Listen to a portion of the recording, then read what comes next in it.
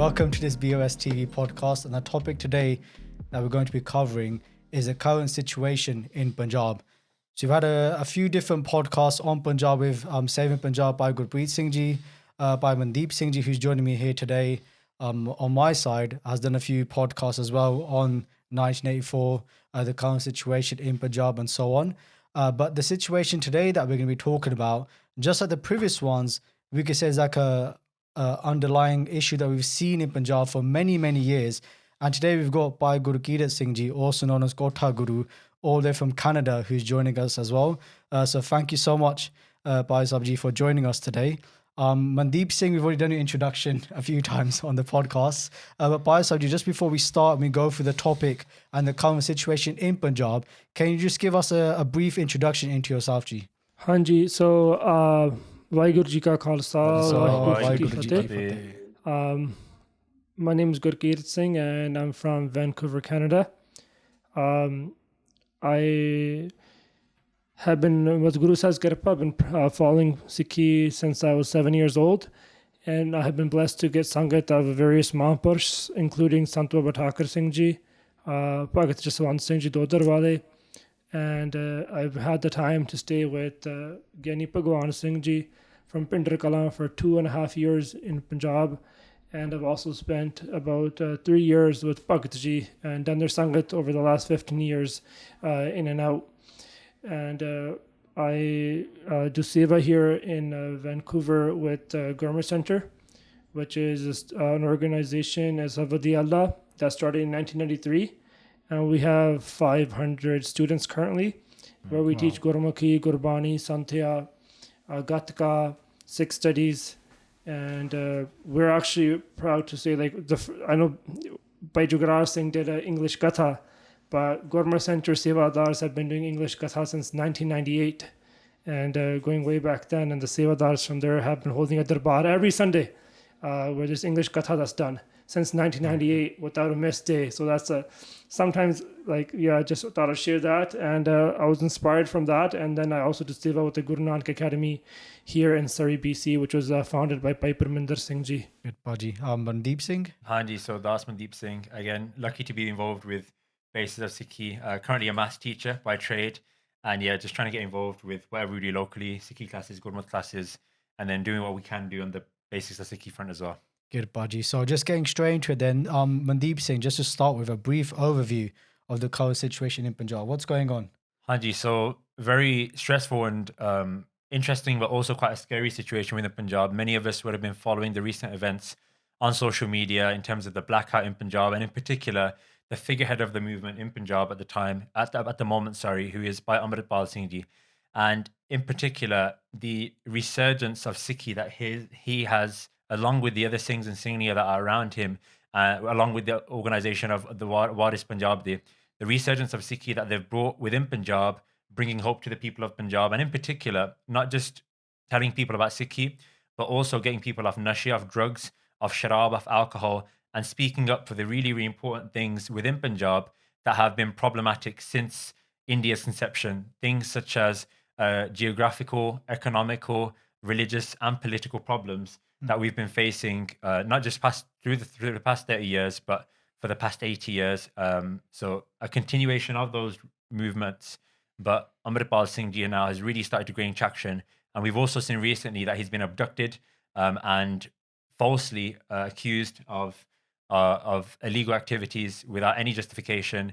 And that's what's really worrying the Panth at the moment, because no one knows what's happening. Is he being tortured? There's reports of him going to a jail in Assam, which is over 2,000 kilometers away from Punjab. So continuing with the narrative we see, not just with Sidhu Moosewale, not just with Deep Sidhu, but from Sant Jarnail Singh Ji's time in the 80s, the suppression of Sikh voices and Sikh activism and general prosperity for Punjab. And just before we talk about these issues, who is Bhai Amritpal Singh Ji? So Bhai Gurkeerat Singh Ji, can you give us an introduction to who they are? Because it's quite interesting. The other day, somebody actually said to Mandeep Singh Ji that we should have a podcast on Bhai Amritpal Singh Ji? I know you have a few on your channel as well, on Kotha Guru channel, YouTube channel, but just for this Sangat here, who is Bhai Amritpal Singh Ji? And I think it's just also important to let the Sangat know we're very privileged, and thank you again, Bhai Sahib, for coming, because you've actually spent quite a lot of time with them in India, and up front and close and all. And how did they get into the position of leadership that they're currently in? So Bhai Amritpal Singh is born in 1993, so he's 30 years old. He was born in the village of Jalupur Kheda, which is near Baba Bakala. And from a young age, he was raised in a Gursikhi oriented family. I was able to live at his home, and I saw how his grandparents and his parents daily, I saw his grandparents wake up every morning at 3 a.m. Ishnan karke bani parni, and that same stuff was passed on to Bhai Amritpal Singh. Bhai Amritpal Singh, from what I know from his young age, I would classify him as an introvert. He likes to keep his circle very small from the get-go. He's only always had a couple of friends. And he went to engineering school, and after graduating with an engineering degree, he decided to go to engineering diploma, I think. I don't know what he graduated with, but whatever he graduated with, after it was engineering, but I don't know how much he studied it. After studying engineering, he decided to go and join his family business in Dubai, which was a transportation business. He has his family lives in Dubai, and he also has family here in Canada. He has Chache, Tai live here in Alberta and in Quebec. So his whole family was involved in a transportation business, and a pretty successful one. And he had an opportunity to come back to migrate to Canada and continue working on the business that his family was running. But after the Beadabis that took place in 2015 in Babel Kala, and when Singhs got Shaheed there, Bhai Sahib started getting active and learning more about their history and speaking up about it. He first got noticed when he would write about different events that took place in Punjab on his Facebook page. And he was quite vocal, and what he was writing was very inspirational and very, very deep. He would write poetry, he would write articles, he would write messages, he was tweeting on different issues. And it was clear that he understood what Gurmat and Gursikhi was, even though he wasn't in the Surup. He wasn't in a Sikhi Surup, and he was just a normal lad, but he was hurt by what was happening back in Punjab while living in Dubai. And once the farmer protests started picking up, he got more active, and he started hosting clubhouses. And that's when I first got in touch with Bhai Sahib. They would hold the 3-4 hour long clubhouse meetings and conversations where they would discuss various issues and what was happening. He was always concerned about creating the right narrative and making sure that the Sikh narrative is always put forth. And he was very active on Twitter at that point as well. And at that time, Bhai Sahib, this was in 2021, May or June. So just after Deep Sidhu's when the 26 January incident that occurred on 26th January in 2021, when Deep Sidhu along with all other Sangat, went to Dalal Killa and raised the Nishan Sahib. A lot of people, including Sikhs, were saying that, hey, this is such a peaceful movement. The Kisan Morcha and these hooligans, calling Deep Sidhu and the rest of the Sikhs on day hooligans, and saying that they've come forward and disrupted this morcha. And what happened was Bhai Amritpal Singh at that time really spoke up, saying, hey, the Sikh, we have to, as Sikhs, we can't just sit there and do these tarne, ਅਸੀਂ ਧਰਨਿਆਂ 'ਚ ਵਿਸ਼ਵਾਸ ਨਹੀਂ ਰੱਖਦੇ, ਅਸੀਂ ਮੋਰਚਿਆਂ 'ਚ ਵਿਸ਼ਵਾਸ ਰੱਖਦੇ ਹਾਂ, right? So the Khalsa is always about leading the charge and not just sitting back and waiting for people to ਸਾਡੇ ਤੇ ਡਾਂਗਾ ਮਾਰਨ, ਸੋਟੀਆਂ ਮਾਰਨ, ਸਾਨੂੰ arrest ਕਰਨ, right? We should be ready for moving this agitation forward. And he really defended Deep Sidhu's actions and everything that happened at time. And that's when he really came into the limelight, by Amritpal Singh, because he wasn't afraid. You could tell he was unapologetic. He wasn't afraid to say what he wanted to say, and he was very intelligent. After that, my first communication was by Amritpal Singh, and when I started getting in touch with Amritpal Singh was in May of 2021. There was a case in Jammu Kashmir where a girl was groomed by a Muslim in Jammu Kashmir, and the grooming started when she was 12 years old. And this individual, he was married and he was in his 30s, and he continued to groom her for 6 years.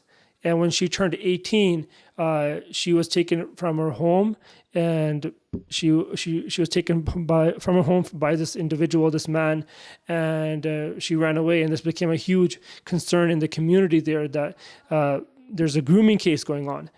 And a lot of people on social media were the so-called Sikh feminists, you can call them, were going on and saying, hey, this is a case of a choice. She's allowed to marry whoever she wants, and people, you guys can't come forward and try to change this, and you can't make this a racial issue. That's what people were saying. But when the details came out, it was very clear that she was groomed from when she was 12 years old. And Bhai Sahib became very vocal about this and saying that ਸਾਡੇ ਸਿੱਖ ਬੱਚੀਆਂ ਨਾਲ ਇਹ ਲੋਕ ਜਾਣ ਕੇ ਉਹਨਾਂ ਦੀ grooming ਕਰਕੇ ਸਾਡੇ ਧਰਮ ਚੋਂ ਪੱਟਣ ਦੀ ਕੋਸ਼ਿਸ਼ ਕਰ ਰਹੇ ਆ. And that we've heard about these cases in England and all over the world, here in Vancouver as well. And then it was happening there in Jammu and Kashmir, and a lot of people of Jammu and Kashmir were upset about this. And we saw known political figures in the Sikh community also speak up at that time. I think Manjinder Singh Sirsa went to Jammu at that time and met with the family, and all sorts of things happened at that time. And there was Bhai Amritpal Singh was receiving a lot of hate about how vocal he was and what he was doing from a lot of his own people. Even people here in Vancouver were telling me not to support him, and I started getting involved with Bhai Amritpal Singh at that time. And after that, Bhai Amritpal Singh starts getting more in touch with Deep Sidhu, and Deep Sidhu decides, hey, we should form our own organization, Waris Punjab. And the reason for Bhai Amritpal Singh to be involved in Waris Punjab, I asked him this, and he was like, the establishment doesn't let anyone come in and speak up. You have to form your own organization, similar to what we can see what Bhai Gurkeerat Singh did. You have to form your own organization, raise your voice, and you have to make your place in your panth, right? Bhai Sahib, could you just explain what Waris Punjab means? Waris means descendants. You can say the descendants of Punjab, right? Or the people who jide malik ne Punjab de. Asi malik a Punjab de. Sada haq a Punjab de. Right? That's the leaders, the rulers of Punjab. We're the rulers of Punjab. We have the right to Punjab di tarti, right? Thank you. So that's what Waris Punjab mean. And that was the name that was chosen by Deep Sidhu and other Singhs who were involved at that time. And they saw that the leadership during the Kisani Morcha it wasn't as strong as it should have been. And the leadership was often speaking two sides of the story, and they were never being firm on what the Sikh principles are. So at that time, they decided to go and start this organization and try to give the Sikhs a true leadership, because the youth of Punjab was so distant from what Sikhi is. It's actually it was very shocking to me to go to Punjab this time and realize that these Singhs that I was around, most of them were not Kesantari before the Kisani Morcha, including people like the majority of them. I can't name one person that I know there that has been practicing Sikhi for 20 years, 15 years, 10 years. It was all after Babel Kalan Kand, after the Kisani Morcha, that this youth started getting this awakening, because the establishment in Punjab had made it that only they can do prachar, and their prachar wasn't connecting to the masses. And I asked Bhai Amritpal Singh about this as well. I'm like, there's an establishment who every single Samprada, Jathebandi, Taksal is infiltrated by the government in one way or another. That's not a question. right? You go to Punjab, and if you want to do prachar on a mass scale, no one lets you. You can't do it. You can have your own small program. You can do a barsi here and there, but if you want to do large-scale programs and hold large-scale events, it's impossible unless you are aligned with the establishment, and you have it didn't give you room, and it happens under their watch, right? And what I mean by their watch, I mean the watch of the government, right? We know that Saromni Akali Dal Badal has a hand in SGPC. We know that there's links with every Jathebandi and these Sarkara, right? Doesn't matter who it is. And that's been the scheme of the government after 84 to infiltrate these organizations and make them weak, and the Sangat to lose hope in them and that they're actually going to do something. So this was the reason that Deep Sidhu, even though he wasn't in the Sikhi Srup at that time, he saw this, and this was very obvious to him. And the youth wasn't connecting to the establishment, but they were connecting to what Deep Sidhu had to say. And so they established this Waris Punjab Jathebandi, I believe was in September of 2021. And they decided, hey, we're going to go and start doing prachar. It actually started off as a social jathebandi on doing social projects, talking about drugs, talking about anything that had with the Kisans, the farmer rights, these types of bills. It wasn't really a dharmic jathebandi at that time, because the face of the jathebandi, he understood Deep Sidhu that he wasn't in the Sikhi Swarup, so he can speak about Sikh issues, but he can't represent Sikhs. That was really clear to him, right? And so after that, they started getting active. They started, so they made a 16-member committee at that time. And but Deep Sidhu said to the Singhs that you can add anyone you want in the 16-member committee that you feel is rightful, but 2 people don't put in there. Don't put me and don't put Amrit. They used to call Amritpal Singh Amrit, right? His family, that's what you want to know about Amritpal Singh. His family for Amritpal Singh's family, he's just Amrit, right? When I speak to them, they just say Amrit this, Amrit that, right? So, but he says that don't put me and Amrit in it. Let everyone else, whoever you think is right, you should put in it. So they put people like, I don't actually know the names, because the majority of the people who were, I don't know all their names, but I know Basant Singh was in there, Bhai Gurkeerat Singh Bukkanwala. There's a bunch of names that came out. There's someone named Baba Jaggi. I don't remember his full name, but they were all a part of it. And they came forward and they started doing prachar. I think Gurpreet Singh was a part of it as well. They call him Singh Gurpreet. He's from Taran. And then Deep Sidhu appointed his leaders or jathedars in different districts. So he separated the jathebandi in different districts, and said these people are the leaders, the presidents of this district, and whoever wants to get involved, get in touch with these things, right? So they started getting active. Then what happens is Deep Sidhu, I'm kind of might be messing up my timeline, but then there's arrest of Deep Sidhu. Deep Sidhu gets arrested, and once Deep Sidhu gets arrested, he goes and he's in prison for almost a month or more than that. And the Jathebandi starts getting more active. Amritpal Singh starts getting more active and talking about issues on social media, Twitter, and clubhouses, and holding these meetings. They often met on Clubhouse. The internal committee that they met on Clubhouse.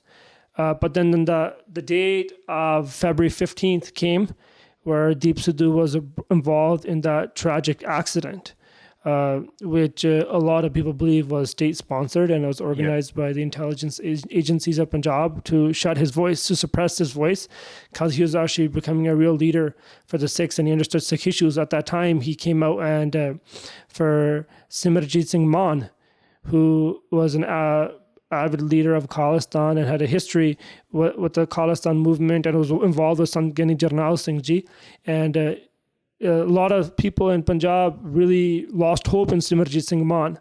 But when Deep Sidhu came back, days before his accident, he came out vocally and spoke in favor of Summarising Singh Mann. And you see the infamous photo of him holding a kirpan and a chadu. He's like, what did Guru Gobind Singh Ji give us? Did he give us a chadu, or they give us a Siri Sahib, right? So Ede Warasan, Ede Warasan. And that was Deep Sidhu coming out and supporting Summarising Singh Mann. And after he supported Summarising Singh Mann, there's a lot of support that started coming to Simarjit Singh Mann in the election that was taking place in 2022. We know that Deep Sidhu dies and in the accident, he's killed. And after that, his bog is held. And before his bog, there was a meeting that took place. Okay, what are we going to do as a Jathebandi now? Who's going to lead Waris Punjab? Yeah. And the story that I know, the background that I got for the story is that there was a 16-member committee, and out of the 16 members, 13 of them said no question that Amritpal Singh should lead this committee, right? And the 3 other individuals who were not in favor, it wasn't that they were not in favor, but their suggestion was that we should tell Amritpal to first come to Punjab and do some work here in Punjab. And once he starts doing work and we see that this is the work he's done, then we should make him our leader.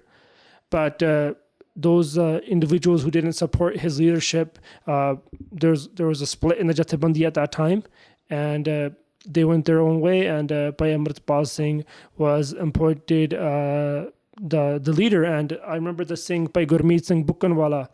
He's one of the people who was arrested in the NSA, who's in Assam right now.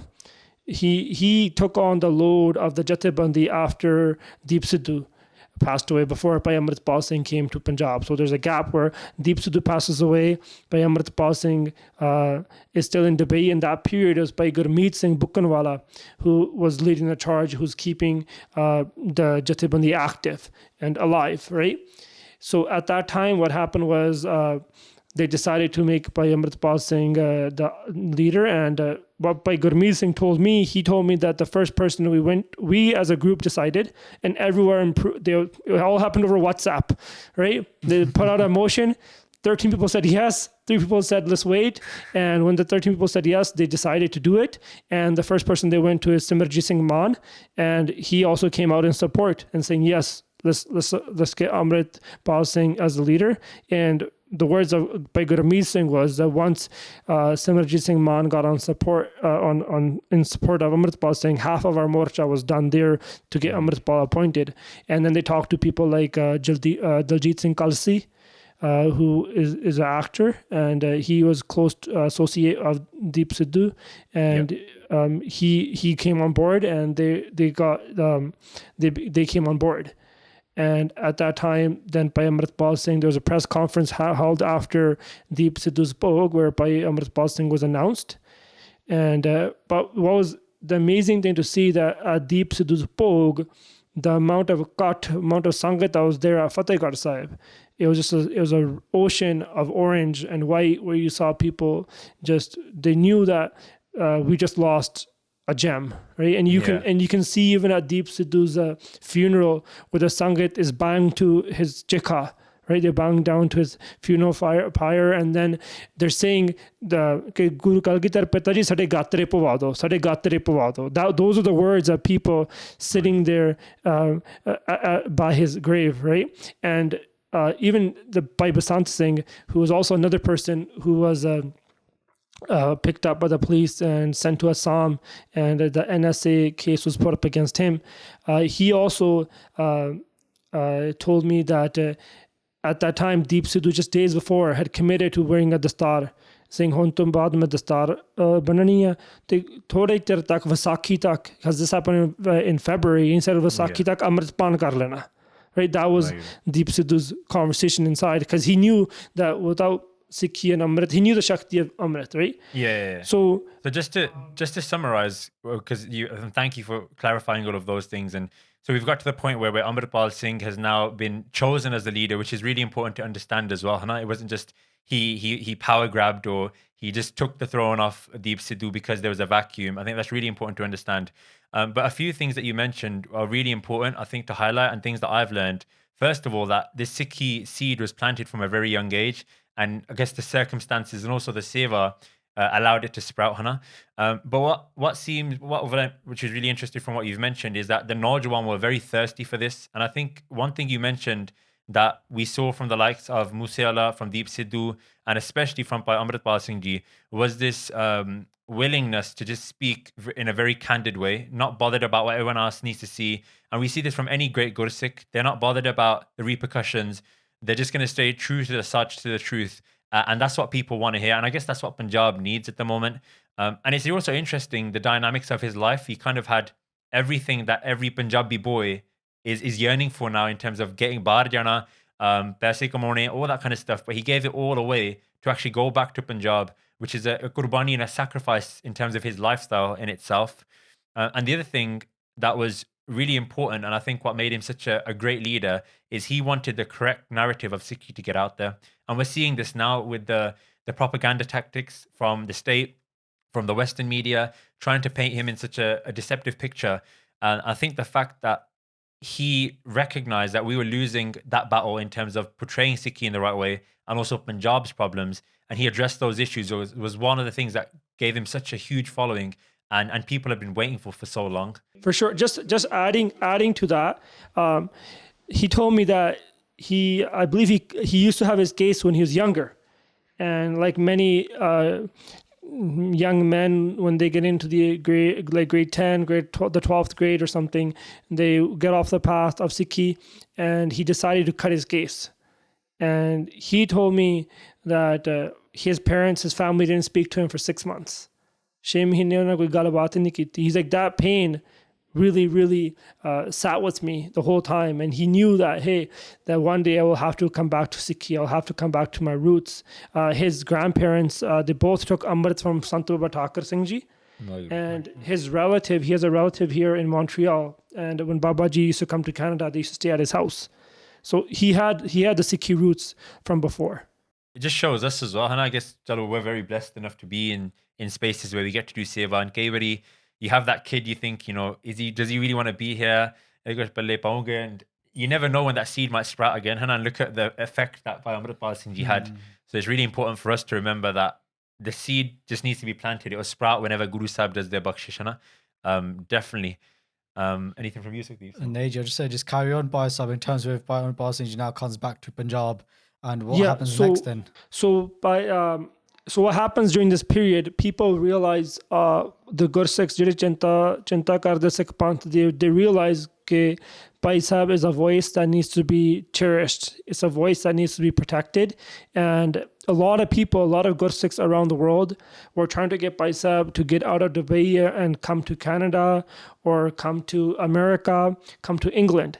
And there were sponsorships just being sent out to him, right? But Bhai Sahib, he himself said, me coming to Canada or America is not what the Panth needs right now. They said, I need to return to Punjab. And so when he decided that, hey, I'm coming back to Punjab. So the leaders of Waris Punjab, the Jathebandi, what happened was they all went to, I believe it was the Amritsar airport. And they did, the only one person knew that Amritpal Singh was coming. They just said they had a meeting and they said, we have to go pick up someone from the airport, because they wanted to keep it as gupta as possible, not make any, because a lot of people were calling Amritpal Singh, ਕਿ ਇਹ ਤਾਂ Facebook ਖਾਲਿਸਤਾਨੀ ਆ ਜੀ ਇਹ Facebook ਤੇ ਹੀ ਬੋਲਣ ਜੋਗਾ ਪੰਜਾਬ ਦੀ ਧਰਤੀ ਤੇ ਆ ਕੇ ਬੋਲ ਕੇ ਵੇਖੇ right they're all challenging him in that aspect, questioning him, like, is this guy actually real, or is it what is it? It's easy to sit behind a screen in debate and speak, but he's like, okay, I'm going to come to Punjab. So he comes to Punjab in August. I believe the day was August 18th or 19th, around there, 2022. And he arrives, and very, very quickly, it's a very small group at that time. There's only about 10, 12 of them. And he's wearing a kurta pajama, he's wearing a gold, like just a parna. And he arrives at the airport, and they all meet him with love and pyar. And then they go to Gurdwara Baba Bakala Sahib, utte namaskar karke hunde, and they come to his house. And then two things promise ਕਿ ਵੀ ਹੁਣ ਅਸੀਂ ਆਪਣਾ ਘਰ ਤੂੰ ਆਪਣਾ Dubai ਛੱਡਤਾ ਤੇ ਅਸੀਂ ਆਪਣਾ ਘਰ ਛੱਡ ਦਿੰਦੇ ਹਾਂ ਭਾਈ ਬਸੰਤ ਸਿੰਘ and ਭਾਈ ਸਤਰਾਣਾ ਸਿੰਘ ਉਹਦਾ ਨਾਂ. There's two things who are both active during Deep Sidhu's time and during I just want to go back a little bit. during that period of Deep Sidhu and Bhai Amritpal Singh coming to Punjab, Sidhu Moosewale is assassinated. He's murdered, right?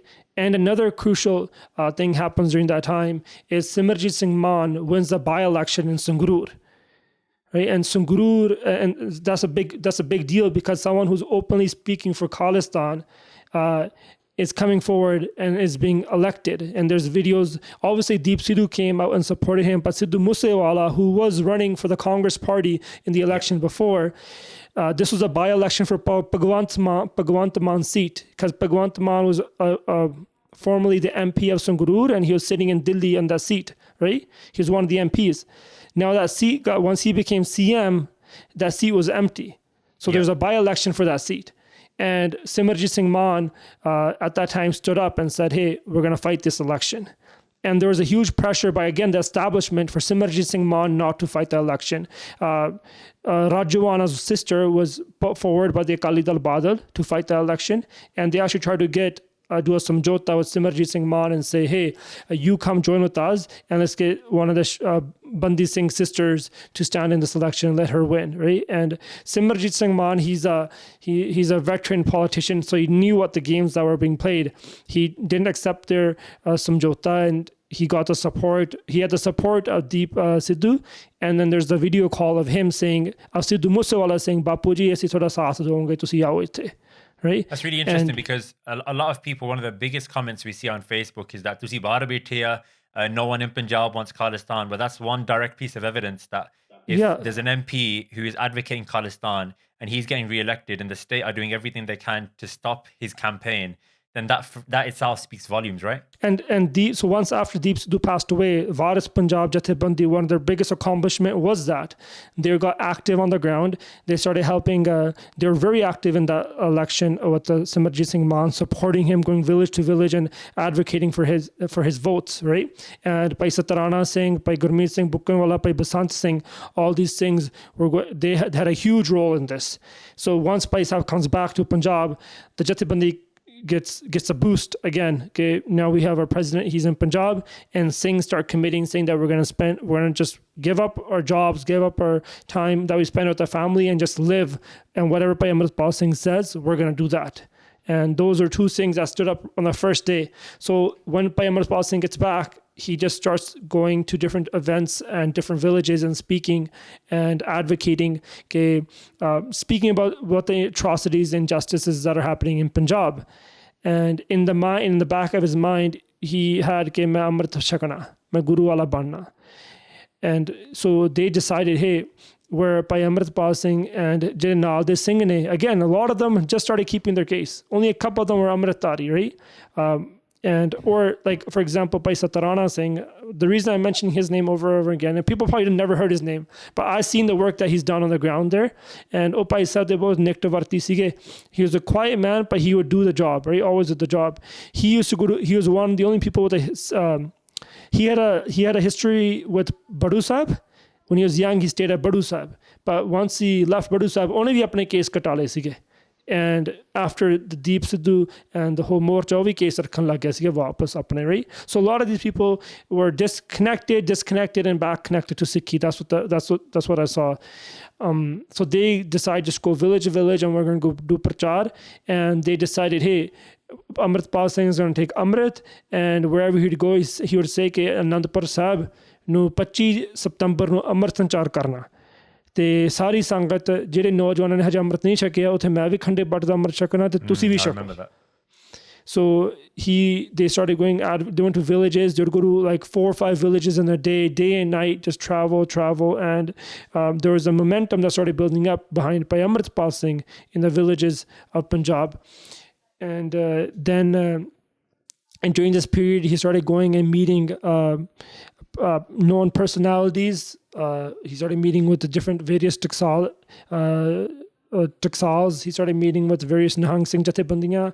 He met with all sorts, and ਜਿਹੜੇ ਵੀ ਪੰਥਕ ਸੰਪਰਦਾਇ ਜਥੇਬੰਦੀ ਉਹਨੂੰ ਲੱਗਦੀ ਸੀ ਕਿ whoever had a history with the Seva and the Panth, ਉਹਨੂੰ ਸਾਰਿਆਂ ਨੂੰ ਜਾ ਕੇ ਮਿਲ ਕੇ ਆਇਆ, ਸਾਰੇ ਡੇਰਿਆਂ ਚ ਜਾ ਕੇ ਆਇਆ, because he wanted to familiarize himself with what was happening. And I even asked him, I'm like, why are you going to these people who are very questionable, right? He said, I want to go and meet them personally and decide for myself ਕਿ ਇਹ ਕਿੱਥੇ ਖੜੇ ਆ. Right? I don't want to go off someone else's voice. I want to go off and see what is actually like, what is the truth here, right? What's actually happening here. He knew ਜਿਹੜਾ ਪੰਥ ਦਾ ਕੌਣ ਸੀਗਾ ਤੇ ਪੰਥ ਦਾ ਕੌਣ ਨਹੀਂ ਸੀਗਾ. He knew that, but he was giving everyone an opportunity and a chance, right? So ਉਹਦੀ ਦੂਰਅੰਦੇਸ਼ੀ ਸੀਗੀ. After that, is everything good? After that, he holds the Amrit Sanchar on September 25th at Sri Anandpur Sahib, and ਜਿੱਥੇ ਉਹਨਾਂ ਨੇ ਅੰਮ੍ਰਿਤ ਛਕਿਆ ਉੱਥੇ ਲਗਭਗ 2000 ਹੋਰ ਭਰਾਣੀ ਨੇ ਅੰਮ੍ਰਿਤ ਛਕਿਆ. They thought, Bhai Amritpal Singh and the Singhs thought it would be only about 25 of them. ਨਾਲੇ ਉਹਨਾਂ ਦੇ ਪਰਿਵਾਰ ਦੇ ਜੀ ਹੋਣਗੇ 5-15 ਹੋਰ ਹੋਣਗੇ. They never expected this response. They never expected this response. And ਉੱਥੇ ਅੰਮ੍ਰਿਤ ਸੰਚਾਰ ਹੋਇਆ, ਉੱਥੇ ਭਾਈ ਸਾਹਿਬ ਬੋਲੇ, ਭਾਈ ਸਾਹਿਬ ਨੇ ਆਪ ਖੰਡੇ ਬੱਟ ਦੀ ਅੰਮ੍ਰਿਤਦਾਤ ਪ੍ਰਾਪਤ ਕੀਤੀ. And prior to this, people always, the question that people had, oh, he's looking like Sant Jarnail Singh, he's walking like Sant Jarnail Singh, he has Singhs around him like Sant Jarnail Singh, he's wearing the bana like that. Is he trying to intimidate Sant Jarnail Singh? The funny thing is a story about him wearing a chola. The day before he was going to take Amrit, some Sangat came and it was a Mata that came. She's like, Putt main chola banaya, tu chola pa Amrit sanchar te. And only Mata di bhavnaਵਾਂ ਸਮਝ ਕੇ ਉਹਨੇ chola ਪਾ ਲਿਆ. Right? And ਕਿਸੇ ਨੇ ਉਹਨੂੰ ਕਿਰਪਾਨ ਦੇਤੀ, ਉਹਨੇ ਕਿਰਪਾਨ ਪਾ ਲਈ. Right? Anything someone would give to him, he didn't know where to go get a chola made because he never worn a chola. Right? He knew that it was kurta pajama pona. That's our native pehrava in Punjab. And then he started bringing back, like, he introduced the bana into the jathebandi, you can say. And he, at that point, this is an important point, is that where Waris Punjab Day was just a social jathebandi at the time of Deep Sidhu, it transformed into a panthik jathebandi now. Right? A Sikh jathebandi. It was not just a social jathebandi anymore, because Bhai Amritpal Singh ਨੇ ਉਹਨੂੰ ਇੱਕ ਧਾਰਮਿਕ ਰੂਪ ਦਿੱਤਾ ਸੀਗਾ ਕਿ ਇੱਥੇ ਜਿੱਥੇ ਅਸੀਂ ਪੰਜਾਬ ਦੇ ਹੱਕਾਂ ਦੀਆਂ ਗੱਲਾਂ ਕਰਨੀਆਂ, ਉੱਥੇ ਅਸੀਂ ਧਰਮ ਦੀ ਗੱਲ, ਸਿੱਖੀ ਦੀ ਗੱਲ ਤੇ ਨੌਜਵਾਨਾਂ ਨੂੰ ਅਮਰ ਛਕਾਉਣ ਦੀ ਗੱਲ ਕਰਨੀ ਆ. So that's what started happening. And then after that, to make his Jathedari official, that he is the official Jathedar of Waris Punjab, they had a Dastar Bandi Samagam at Sant Jarnail Singh Ji's native village, Rodde. And that was on September 29th of 2022. Again, Bhai Sahib's intention is always to bring back the Raveta in the Qawm, right? When I asked Bhai Sahib, I'm like, Bhai Sahib, people could have just given you a sropa. Why did you need to do the star bandi? His answer to me was, there's two reasons. He's like, first reason is कि the star bandi is a father passes away, they give a star bandi to the oldest son, or an agu of a jathebandi passes away, they give the star to the next person in charge, right? And you see that in Sampradama. He's like, same way. We wanted to declare, the second point was we wanted to declare anyone who's going to lead this jathebandi, well, they said the dastar honi lazmi. He's like, the Deep Sidhu didn't have a dastar full time, but at that point we wanted to declare that jine vi dastar is jathebandi da agu banna, oh dastar tari, kesan tari te amrit tari hona lazmi. So Bhai Sahib wanted to etch that into whatever their principles were of the jathebandi at that time. And they wanted to do it at the village of Sant Gani Jarnail Singh Ji Pindranwale Rodde, because that pind is where the entire Shangarsh of 1984 started from, right? Sant Ji's native village. There's been so many Qurbaniyan from that village, so many Shaheed Singhs from that village, and that village is used to being going through, you can say, so the people who are there, they're known to how the state works. They've always been under the watch and the eye of the state. So they held that the Star Bandi, and even at the Star Bandi didn't expect to receive that big of a response. That was not expected. Utte langar vi ਘਟ ਗਿਆ ਵੱਧ ਗਿਆ ਉਹ ਵੀ ਸੇ ਹਨਾ ਤੇ ਉੱਥੇ tent ਵੀ ਛੋਟਾ ਪੈ ਗਿਆ ਸਾਰਾ ਸਮਾਗਮ ਛੋਟਾ ਪੈ ਗਿਆ ਤੇ ਭਾਈ Amritpal Singh I remember in that speech he stood up and said ਕਿ ਸੰਗਤ ਜੀ ਗਾਂ ਤੋਂ ਅਸੀਂ ਪ੍ਰਬੰਧ ਦਾ ਧਿਆਨ ਰੱਖੋਗੇ ਸਾਨੂੰ ਅੱਜ ਮਾਫ ਕਰਨਾ ਪ੍ਰਬੰਧ ਘੱਟ ਹੋ ਗਿਆ but one thing that Bhai Amritpal Singh said there that was game changing I feel like he started speaking openly about how he's going to help the youth get off drugs. He and if you listen to that speech of Rode that stuck to me, he said we're going to open up a place, we're going to open up an institution where you can bring your children who are addicted to drugs and ਉਹਨਾਂ ਦਾ ਆਪਾਂ ਨਸ਼ਾ ਛਡਾਉਣਾ ਉਹਨਾਂ ਨੂੰ ਕੋਈ ਦਵਾਈ ਦੂਈ ਨਾਲ ਨਹੀਂ ਨਸ਼ਾ ਛੱਡਦਾ ਹੁੰਦਾ ਗੁਰੂ ਦੀ ਬਾਣੀ ਪੜ੍ਹ ਕੇ ਸੇਵਾ ਕਰਕੇ ਨਾਮ ਜਪ ਕੇ ਸੰਗਤ ਕਰਕੇ ਥੋੜ੍ਹਾ ਨਸ਼ਾ ਛਡਾਉਣਾ ਅਸੀਂ ਹੈ ਨਾ ਜੀ ਸਾਡੇ ਕੋਲ ਕੋਈ ਜਗ੍ਹਾ ਹੈ ਨਹੀਂ ਗੀ ਪਰ ਥੋੜ੍ਹੀ ਮੋਟੀ ਜਗ੍ਹਾ ਬਣਾ ਕੇ ਇਹ ਆਪਾਂ ਸ਼ੁਰੂ ਕਰ ਲਵਾਂਗੇ and when people heard that they started just running to Bhai Amritpal Singh because the drug crisis in Punjab is just it's insane. I'm sure we'll touch on if you guys want to touch on this topic. I think now is a good point just to talk about the context of why there's such an agitation and within Punjab from Punjabis and why we've seen these leaders rise up and then be suppressed constantly. So you mentioned there Jarnail Singh Ji's time in the 80s and the genocide that took place starting in 1984 and then followed through the Khargula up until 1993. And you can say now the genocide continues just without guns. And one of the things you mentioned there is this influx of cocaine, of drugs, and also alcohol. And I was reading a statistic the other day that there are more alcohol shops in Punjab, a Sikh majority state, that a practicing Sikh wouldn't even drink sharab, than there are schools. So I think it's important for the Sangha to understand why there is such a need for this reform. And I guess for me, that stems back to 1947 and the creation of India. And Bhai Amritpal Singh Ji explained this and refuted a question beautifully when a reporter said to him, do you and Sikhs believe within the Constitution? And he replied, does the Constitution believe in us? And the fact is that they don't, because under Article 25, Section B, we are just known as a branch of Hindus. And even till today, no Sikh has signed the Indian Constitution. So even from the creation of India, and even that was based off fake promises from the likes of Nehru and Gandhi, Nehru himself quoting a Congress party saying that I see no problem with a northern region in the Punjab in India where the Sikhs can experience the glow of freedom. But as soon as the land came, the narrative changed very quickly. And ever since then, we've been treated unfairly and constantly targeted. I guess carrying that forward, we see loads of agitations, the Punjabi Soba movement, and there's a video on basis of Sikhi that goes into this in detail, so please do watch that. And we see Sant Jarnail Singh Ji with the Anandpur Sahib Mata, the Anandpur Sahib resolution, and the same things that people are fighting for back then, the Punjabi language, human rights within Punjab, educational rights, economical rights, and also religious rights are still being followed and still being fought for now. And I guess, is it fair to say that Amritpal Singh was just a continuation of that struggle? 100%. People in Punjab are suppressed. Their voices are suppressed. They're suppressed economically. And when I was in Punjab, the sentence that I heard over and over and over again is the state has tried to kill us with bullets, and they realized that failed, and now they're trying to kill us with drugs. Yeah. Right. That's what the youth, the youngsters, the elders were all saying this.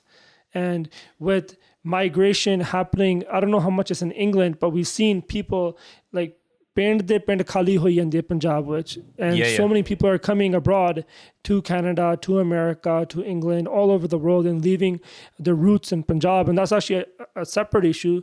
But these Western countries are profiting from people coming from Punjab because they know that I don't know what the British currency is, but according to Punjabi currency, उन्होंने पहला 25 लाख रुपया लाके, which is about $60,000 Canadian, लाके Canada the economy च पाना. Their tuition fees are way higher here. They're quadruple the rate of a citizen here has. And by the time they become pakke or get their PRs here in Canada or their green cards in America, they put almost $200,000 or $250,000 into the Canadian economy. So these Western countries are benefiting from are people leaving Punjab, and people don't have this money in Punjab. What are they doing? They're selling their lands. Who's buying their land? The corporations. So on one hand, you have our people leaving Punjab, right? The Western countries benefiting from our people leaving Punjab. Our people are selling their land, and then there's an occupation of our land, our Punjabi farmers' lands, that's being done by corporations and people outside of Punjab. Land is not being bought by Punjabis. They're being bought by other people from Bahad and other places. And what's happening is Punjabis are either dying from drugs in Punjab, leaving Punjab, and Punjab is being emptied and occupied by other communities. It's and a lot of people would argue that this is a very well thought out, structured tactic from the state to actually clear Punjab of Sikh. Because once they clear Punjab of Sikh, then they have free rule to do whatever they want. We saw with even Indira Gandhi, the thorn in her foot was the Khalsa, was Sant Singh Ji going up against her illegal activities, calling emergency in 1975. So it could be argued that the state constantly sees Sikh consciousness or the Panth because of who we are and what we stand for as a constant threat. And it's really interesting how the extent they're going to, one, by literally subduing us within drugs so that we can't even think about Sikhi because then there's no problem. We have no economic growth because if you're too busy trying to get your next tika or your next pack of drugs, then you're not going to be worried about educating yourself. And this very vicious cycle has now come to the forefront within Punjab. And I went to Punjab last year to do a Sikhi camp. And the level of Sikhi is so low. Maharaj Kirpa, I'd say the seed is very strong. And what we found is that all it takes is a small spark, just like Amritpal Singh. Even though they don't know a lot about Sikhi, all it takes is a bit of pyar. But the worrying thing was we asked Sikhs, we asked kids that look like, Amritari kids, they're taking Amrit. And most of them didn't know that there were Panjbani Nitnem that they need to read every morning. We were being told that in the history books within the schools of SGPC, it's been told that Guru Gobind Singh Ji ran from the Battle of Chamkaur. So our history is being systematically attacked. Our livelihoods are being systematically attacked for the same reason, so that there's no threat within Punjab. And as you said, to try and occupy Punjab, which is a very worrying thing. And it also explains the vital need for this resurgence of the truth, like Bhai Amritpal Singh Ji are doing. And I think that we have to come to terms with that. There's no if or buts. The threat is Sikhi. It's not Amritpal Singh. It's not anyone else. They are scared of Sikhi. And again, in an interview with one of the police officers, he just explains it so well. He asked him, "Why have you got me? Why have you arrested me?" He said, "You're here spending your efforts on me when you should be out there doing the job of getting people off drugs." He goes, "I'm out here trying to get your kids off nashe, and you're spending your time trying to get me." So I think for me, when I heard that encapsulates everything in the unfortunate state of play within Punjab and the efforts they're going to try and eradicate us. But lastly, it's quite funny because all of their efforts, as gloomy as they may seem, and I know a lot of us are thinking, Punjab da ki banuga, even in 1980s, there, Harmandir Sahib was attacked and there was a genocide. But if we think about in the diaspora, how many people came into Sikhi as a result? And you've just mentioned in Punjab live right now, because of Deep Sidhu's death, how many people thought, Maharaj Sadhite Gatre Pao, please bless us with Amrit. So it's funny, they think that they're actually taking 10 steps forward, but they're actually taking 20 back because all it's doing is motivating people to take on Sikhi, which is in fact the biggest form of protest, right? And we see that, I think myself and Sukhdeep Singh, we weren't born as Amritaris. I came into Sikhi because of 84. I think all the people locally I do seva with, we were all Monne about 7-8 years ago. So it's quite funny in that sense. And it also shows Guru Nanak Dev Ji Maharaj's kirpa that no matter how many people try to subdue us, in fact, the blood of those shaheeds is just growing us stronger. And I know, Bhai Sahib, you mentioned earlier about in one of your videos about the gang issues in Canada as well, Vancouver, and how these Canadian gangsters have now come into Sikhi or been inspired by Amritpal Singh Ji as well, right? So that's really inspiring to see. I'll touch on that. I just want to mention one thing that Paisa was saying. India has this ideology that they want to make India a Hindu nation. That's what the ideology, and they're not apologetic about it. It's not secretive. It's all open in the public. RSS is so active. They have so many institutions and schools where they're educating young kids at a young age, and anyone who does not fit in their ideology is going to be treated as a second-class citizen. And like I was shocked when when on my way back from Delhi airport this year. You know how every airport has bookstores? On the bestseller in all these bookstores were all Hindu Nation books, openly being sold in the public in the airports, right? And it's very clear what the intention is. And if you look at the history of Hinduttva, it goes all the way back to Nazism. Its roots are connected right into Nazism. It's a fascist regime, right? Yeah, and it's the same ideology, same thought process, and they believe they're the supreme race. That's what they believe. And they advocate that there should be a caste system and there should be a hierarchy where the Brahmins are on the top and everyone else is on the bottom. And if you don't fit into that and if you're a threat to that, they're going to eliminate you, right? And they're first going to go after the Muslims and the Christians, and then we're targeted, right? That's how it works, because they show themselves as being respectful to Sikhi because they claim that Sikhi is a branch of Hinduism. Right? And their eye is on a Harmandir Sahib. They want to occupy our Harmandir Sahib and make it into a Hindu mandir. That's what they want to do. We can't be afraid of that. We afraid to share that. That's what their goals are. That's how much hate there is in Punjab and in India for Sikhs. They believe they're a supreme race and that's all they want. Getting onto a point that Bhai Sukhdeep Singh said about gangsters, I was shocked. Right? While I was in Punjab,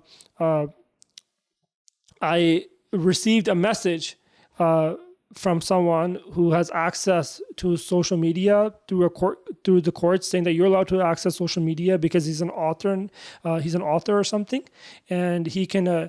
But he was a former gangster and he has a life sentence in prison, and he messaged me saying, "We are hearing Bhai Amritpal Singh's speeches in prison."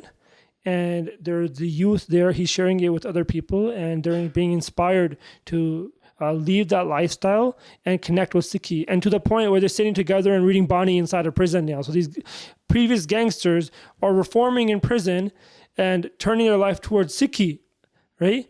And I actually shared this with Bhai Amritpal Singh when I was in Punjab, and people don't understand how far his message is going, right?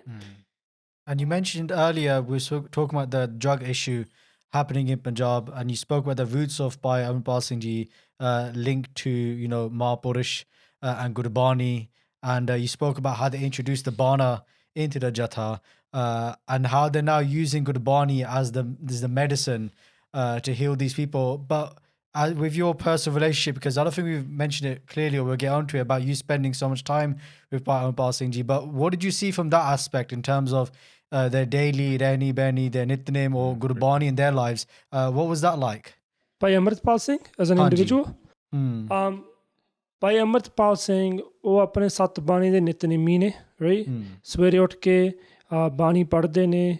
Their schedule is, in the sense, in the Vaheer it was different, and when the Vaheer wasn't happening, it was different. So when it wasn't the Vaheer, typically you get up at 4 or 5 a.m. in the morning, ashnan karke, apna nitnem karke, and we'd go for a walk or we'd do something else, right?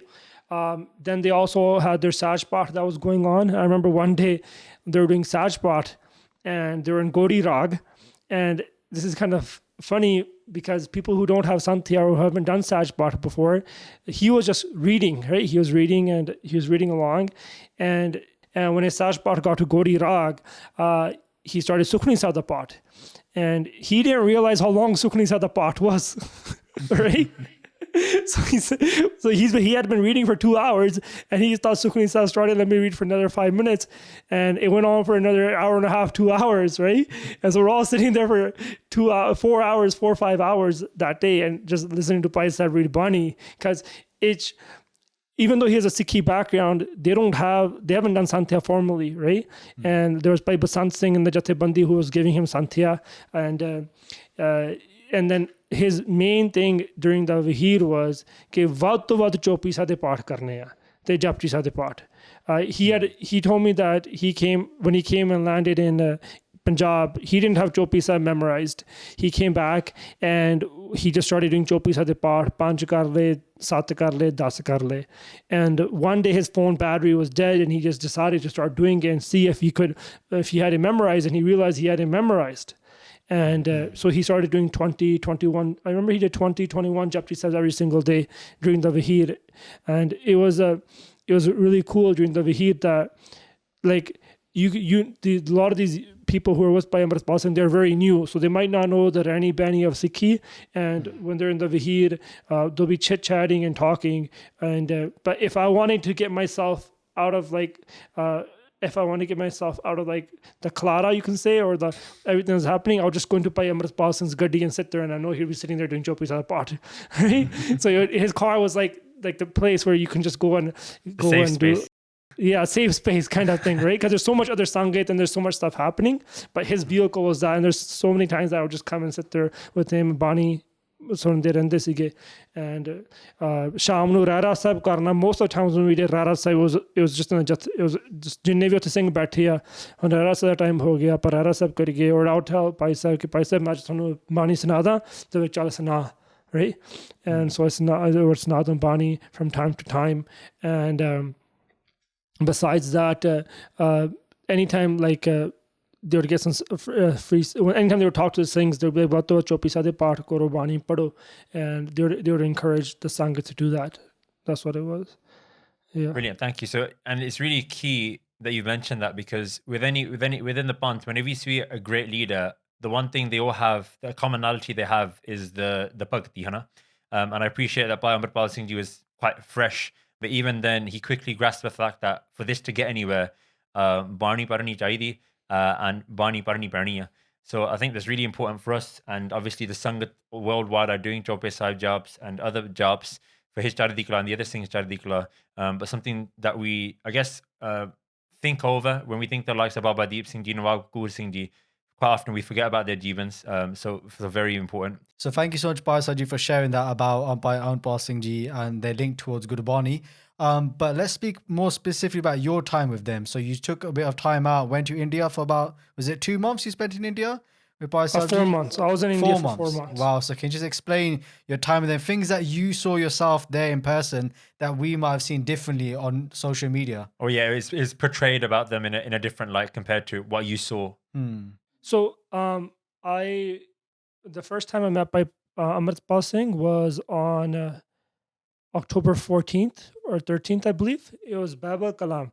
There was a barsi for when the Shaheeds of Krishan Bhagwan Singh, जिन्होंने बेअदबी मोर्चे जो थे जो होया सी थे, 2 सिंह शहीद हुए सी, उन्होंने barsi सीखी. And I heard about the event, and I heard that Bhai Amritpal Singh is going to be there. And I tried to get in touch with Bhai Amritpal Singh prior to that, because I was interested in doing an interview with them. I wanted to do an interview with them in English, just so the diaspora could get more connected with them. So when we went to the Babal Kalam Morcha, it was a huge event. There was so much Sangat there, and all the different Jathebandiyan and the Aggus were all there. Everyone that I've seen on Facebook and social media speaking were all there. But the one thing I noticed very quickly between them and Bhai Amritpal Singh is Bhai Amritpal Singh is sitting in Diwan. He's sitting in Maharaj's Huzuri. All of them are standing outside while the Kirtan is happening and waiting for cameras to come in front of them and start giving their views and points and make their speeches so they can have a presence on social media. That's one thing I realized very quickly. There's a lot of these people who we see that are present or active. There a lot. I don't want to judge them, but from that day I felt like, hey, what are they just here for the fame, or here they're just for their little small little snippet that they're going to give to the media, and so they can show that, hey, we are involved in this, or are they actually there for Guru Maharaj Sikhi? And what was happening is when the Kirtan was happening, Bhai Sahib uthe aake baith ke unhone 2-2.5 घंटे Kirtan sunaya, right? They baki holy andar hoon lag gaye, and everyone at that point Amritpal Singh was the new big thing, like, who's this guy, what's he saying? And Jinni vi sangat ji utthe, they all wanted to listen to what Amritpal Singh had to say. But the Prabandhiks were not giving him time at that time. They were saying, like, we're going to let everyone else speak, because they knew if Amritpal Singh spoke, everyone was going to get up and leave, right? Because no one was interested. Because Babal Kala is a morcha that's been used by politicians, by different people to profit off of, to win votes and all sorts of stuff. So people there are familiar about what's happening. There was the elected Speaker of Punjab Assembly that was there. Sandhwa, I believe his name is, right? A lot of different officials and this is the first time I got insight of how the police works. I'll just give you a small, I'll add this. I was standing there and I had my camera and I wanted to take photos. I wanted to document what was happening. And I went right to the front and there's two people standing there in civil clothes and they're making videos. And I just thought they're normal people, right? And when the person was making video, he closed the video and then I saw his wallpaper because he was standing right in front of me. There's a picture of him, a person in a police uniform, right? And I was wondering, like, who would have a picture of a police officer as their wallpaper, right? And quickly I realized it's a picture of himself, right? And so I'm standing there and then I'm standing right next to him and I look down and he opens up WhatsApp and he has every single date written there and it says CID Aden, CID Aden, CID Aden, right? And he has three other people that are sitting there in the pandal and he's communicating with them. Someone's doing an audio recording, someone is sending notes, and someone is just making a video, right? And then I was so close to him that I could read his text messages, right? He made a video of he's Lakhasadana bolya, Simarjit Singh Maan bolya, a couple of other people spoke, right?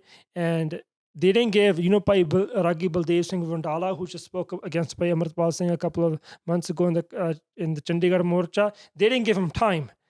And he walked out. He walked out because he wasn't happy. And they sat there and wrote a text saying, Baldev Singh Vandala walks out because he's not getting time on stage, right? So I really early, I just saw like how much CID and how much presence there is there. And then they're all waiting for Amritpal Singh to speak. And Bhai Sahib spoke. Sangat vich bada utshah siga. Sare unhone sunya 3-4 घंटे ਦਾ program siga. And as Bhai Sahib is leaving the pandal, I was in touch with Basant Singh a little bit and never met him. I just had a text message conversation with him and saying, hey, I would like to meet Bhai Amritpal Singh. Can you link me up? And he said, sure, I'll do that. And so as Bhai Sahib was walking out of the pandal, I went up to Bhai Sahib and I was like, Bhai Sahib. And Basant Singh introduced me, saying, this is Gurkeerat Singh. He's from Canada. And Bhai Sahib bade pyar naal mile. And he's Bhai Sahib, main tuhadi English interview karna chaਹੁੰਦਾ. I want to interview in English. And he's like, if you want to do that, you have to come to our village, Jalupurkheda. You have to come there. And I was like, okay, so I'll try to come out to Jalupurkheda.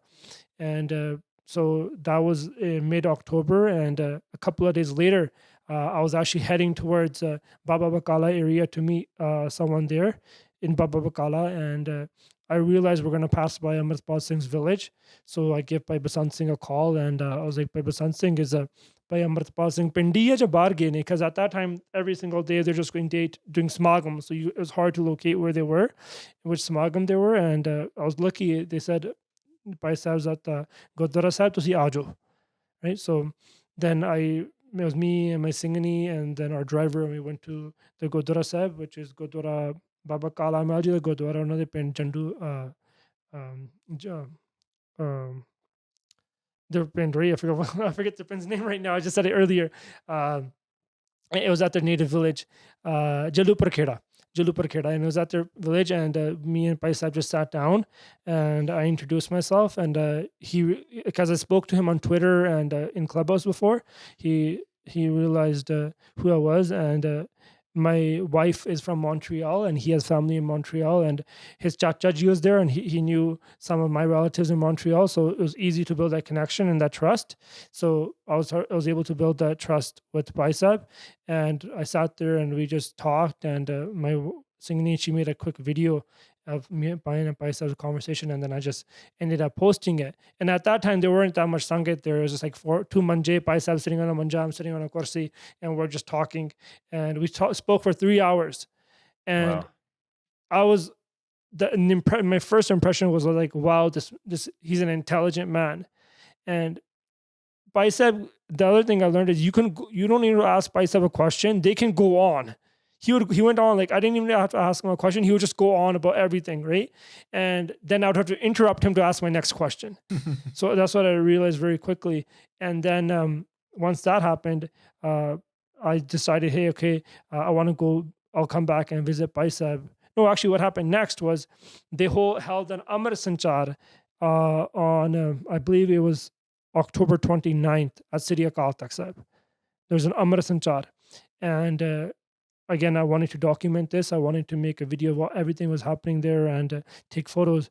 And when there was so much sangat, the entire parikrama was full. And inniyan maawan diyan seesan miliyan, lok like I met people who came up to me and said कि मैं सारी उम्र शराब पीती है पर मैं भाई साहब दी स्पीच छुड़ के उन्हें शराब छड्डण आया ते अमर छकण आया ते मेरी गुरु साहब मेरी शराब छड्ड देणगे.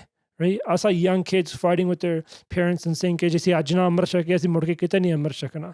I saw like Sant Singh and the other Singhs, their duty was just to run, be in the Prakarma of Harmandir Sahib, and anyone who was there for the Amrit Sanchar to bring them to the Amrit Sanchar, because people don't really know where the Amrit Sanchar happens at Sri Akaal Takhat Sahib. So there were Singhs just, it was a very hot day, and Bhai Sahib just sat there for 8 hours in a chonkada. They would get up, but they sat there right in front of where the Tadi Jatha is for 8 hours, and until everyone didn't take Amrit, they didn't get up and leave. They waited and they Sara Tadi Varan Suniya, and Sangat was trying to get Bhai Sahib to speak. But ਜਿਹੜੇ ਉੱਥੋਂ ਦੇ manager ਸੀਗੇ Shiromani committee ਦੇ, they didn't let Bhai Sahib speak at that time. They were like, they didn't want to let Bhai Sahib speak at Darbar Sahib. Pretty much that was their thing, right? And Bhai Sahib ਨੇ ਬੜੇ ਟਿਕਾ ਨਾਲ ਸ਼ਾਂਤੀ ਨਾਲ ਟਾਡੀ ਵਾਰਾਂ ਸੁਣੀਆਂ, ਸੰਗਤ ਨੂੰ ਮਿਲਦੇ ਸੀ. Even if Bhai Sahib would stand up for a minute to stretch his legs, ਉਹਦੇ ਜਕਾਰਾਂ ਛੱਡਣ ਲੱਗ ਪੈਂਦੇ ਸੀ ਸੰਗਤਾਂ just to get a glimpse of him. It was like there's so much sangat there, and I believe like 2,100 people took Amrit that day. There's a lot of sangat that took Amrit that day. ਉਦੋਂ ਬਹੁਤ ਜ਼ਿਆਦਾ ਸੰਗਤ ਸੀਗੀ. And I don't know the exact numbers, right? But it was in the thousands, right? And like that. And both sangat te Amrit ਛਕਿਆ. And I've met Bhai Sahib there again. ਉਹਨਾਂ ਨੇ ਫਤਿਹ ਸਾਂਝੀ ਹੋਈ. Then we started recognizing each other more. And then they saw me in these events, and then I started sending photos to Sant Singh and the other Singhs saying, this is the work I've been doing. Let me know what you think. And after that, I went back to Bhai Sahib's village. ਇੱਕ ਹੋਰ ਇੱਥੋਂ ਸਾਡਾ ਸਿੰਘ ਗਿਆ ਸੀਗਾ Vancouver ਤੋਂ. ਉਹ ਕਹਿੰਦਾ ਆਪਾਂ ਮੈਂ ਵੀ ਭਾਈ ਸਾਹਿਬ ਨੂੰ ਮਿਲ ਕੇ ਆਉਣਾ. ਮੈਂ ਕਿਹਾ ਚੱਲ ਗਿਆ, ਆਪਾਂ ਮਿਲ ਕੇ ਆਉਂਦੇ ਭਾਈ ਸਾਹਿਬ ਨੂੰ, because they were about 40 minutes away from Darbar Sahib, and I was staying at Darbar Sahib at that time. Did we run into each other, Mandeep Singh? I swear we did, yeah. At Diwali, I remember you taking some photos. Yes, Diwali. You saw me taking photos. Yeah, we ran into each other. Yeah, right? Myself, my singing with the Hanji. yeah. So it was around that time. It was just around that time. Yeah. So so yeah, then we just went back to Jalupur Kheda, and then just hung out with Bhai Amritpal Singh for the whole day. And Bhai Sahib asked me, like, she's like, just sleep over, just stay here. I'm like, Bhai Sahib, the thing with me, he has a flight tomorrow back to from Delhi back to Canada. I'm going to go drop him off in Amritsar, and then I'll come back tomorrow and we can do our interview too. And I'll spend the night here.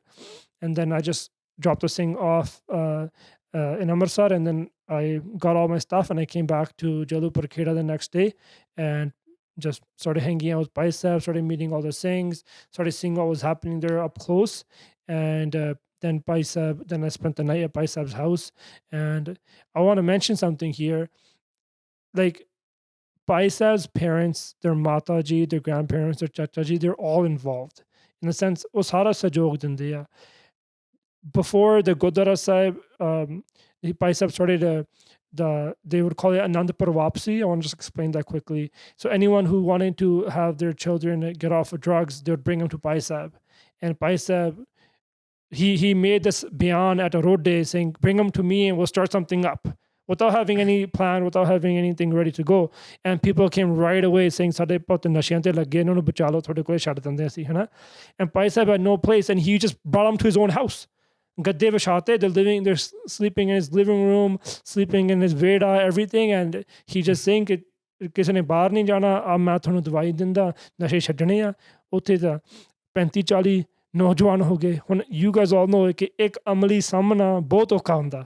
Bhai Sahib ਨੇ ਆਪਣੇ ਘਰ 'ਚ 35-40 ਅਮਲੀ ਲਿਆਂਦੇ, right? ਉੱਥੇ ਸੁੱਤੇ ਪਏ, ਉੱਥੇ ਸਿੰਘ ਮਸਾਜਾਂ ਕਰੀ ਜਾਣ, ਉੱਥੇ ਸਾਰੀ ਸੰਗਤ, ਉੱਥੇ ਉਹਨਾਂ ਦਾ ਪਰਿਵਾਰ, right? And ਸਾਰਾ ਪਰਿਵਾਰ ਸਾਥ ਦਿੱਤਾ. ਉਹ ਤੋਂ ਬਾਅਦ ਫਿਰ ਜੋ ਗੁਰਦੁਆਰਾ ਸਾਹਿਬ ਦੇ ਪਿੰਡ ਵਾਲੇ ਕਹਿੰਦੇ ਤੁਸੀਂ ਗੁਰਦੁਆਰਾ ਸਾਹਿਬ ਆ ਜਾਓ. ਗੁਰਦੁਆਰਾ ਸਾਹਿਬ, they pretty much gave the Gurdwara Sahib over to Bhai Sahib, saying ਤੁਸੀਂ ਆਪਣੇ ਇੱਥੋਂ ਸੇਵਾ ਕਰੋ. And then all of them, the people who were getting off drugs were shifted there. But still with Bhai Sahib, there was about 30-40 Singhs living with him every single day. And Bhai Sahib ਮਾਤਾ ਜੀ ਸਾਰੇ ਸਿੰਘਾਂ ਦਾ ਪ੍ਰਸ਼ਾਦਾ ਬਣਾਉਂਦੇ ਸੀਗੇ, ਆਪ ਸਾਰੇ ਸਿੰਘਾਂ ਦੇ ਪ੍ਰਸ਼ਾਦਾ ਬਣਾਉਂਦੀ ਸੀਗੀ, ਦਾਲ ਸਬਜ਼ੀ ਬਣਾਉਣੀ, ਸੇਵਾ ਕਰਨੀ, ਸਾਰੇ ਸਿੰਘਾਂ ਨੇ ਉੱਥੇ ਇਸ਼ਨਾਨ ਕਰਨਾ। ਜੇ ਉੱਥੇ ਕੋਈ ਸਿਆਣੇ ਸਿੰਘ ਆ ਉਹਨਾਂ ਦੇ ਕੱਪੜੇ ਵੀ ਉਹਨੇ ਮਾਤਾ ਜੀ ਤੋਂ ਧੋਂਦੇ ਸੀਗੇ, right? Like she not once complained. I remember one day she was really sick. She even had to go to the hospital, ਪਰ ਫਿਰ ਵੀ ਸਾਰੇ ਸਿੰਘਾਂ ਦੀ ਸੇਵਾ ਕੀਤੀ ਮਾਤਾ ਨੇ। ਉਹਨਾਂ ਦੇ ਦਾਦਾ ਦਾਦੀ ਵੀ ਸਾਰੇ ਸਹਿਯੋਗ ਦਿੰਦੇ ਸੀਗੇ। Like their mother became the mother of all the Singhs. That was the environment there. Their dadi became the grandma of all the Singhs there. ਸਾਰੇ ਪਹਿਲਾਂ ਜਾ ਕੇ ਜੋ ਤੁਸੀਂ ਕਿਤੋਂ ਵੀ ਆਉਂਦੇ, ਸਭ ਤੋਂ ਪਹਿਲਾਂ ਉਹਨੇ ਦਾਦੀ ਜੀ ਨੂੰ ਜਾ ਕੇ ਮਿਲਦੇ, ਉਹਨਾਂ ਦੇ ਪੈਰੀ ਹੱਥ ਲਾਉਂਦੇ, ਦਾਦਾ ਜੀ ਨੂੰ ਮਿਲਦੇ, ਐਂਡ ਉਹਨਾਂ ਨੇ ਸਾਨੂੰ ਬੜੀਆਂ ਅਸੀਸਾਂ ਦਿੰਦੇ, right? And so Bhai Sahib, their family environment was like that. And you walk in and you see like there's like 40 photos of Sant Ji on every single. There's like every wall has a photo of Sant Ji in his house.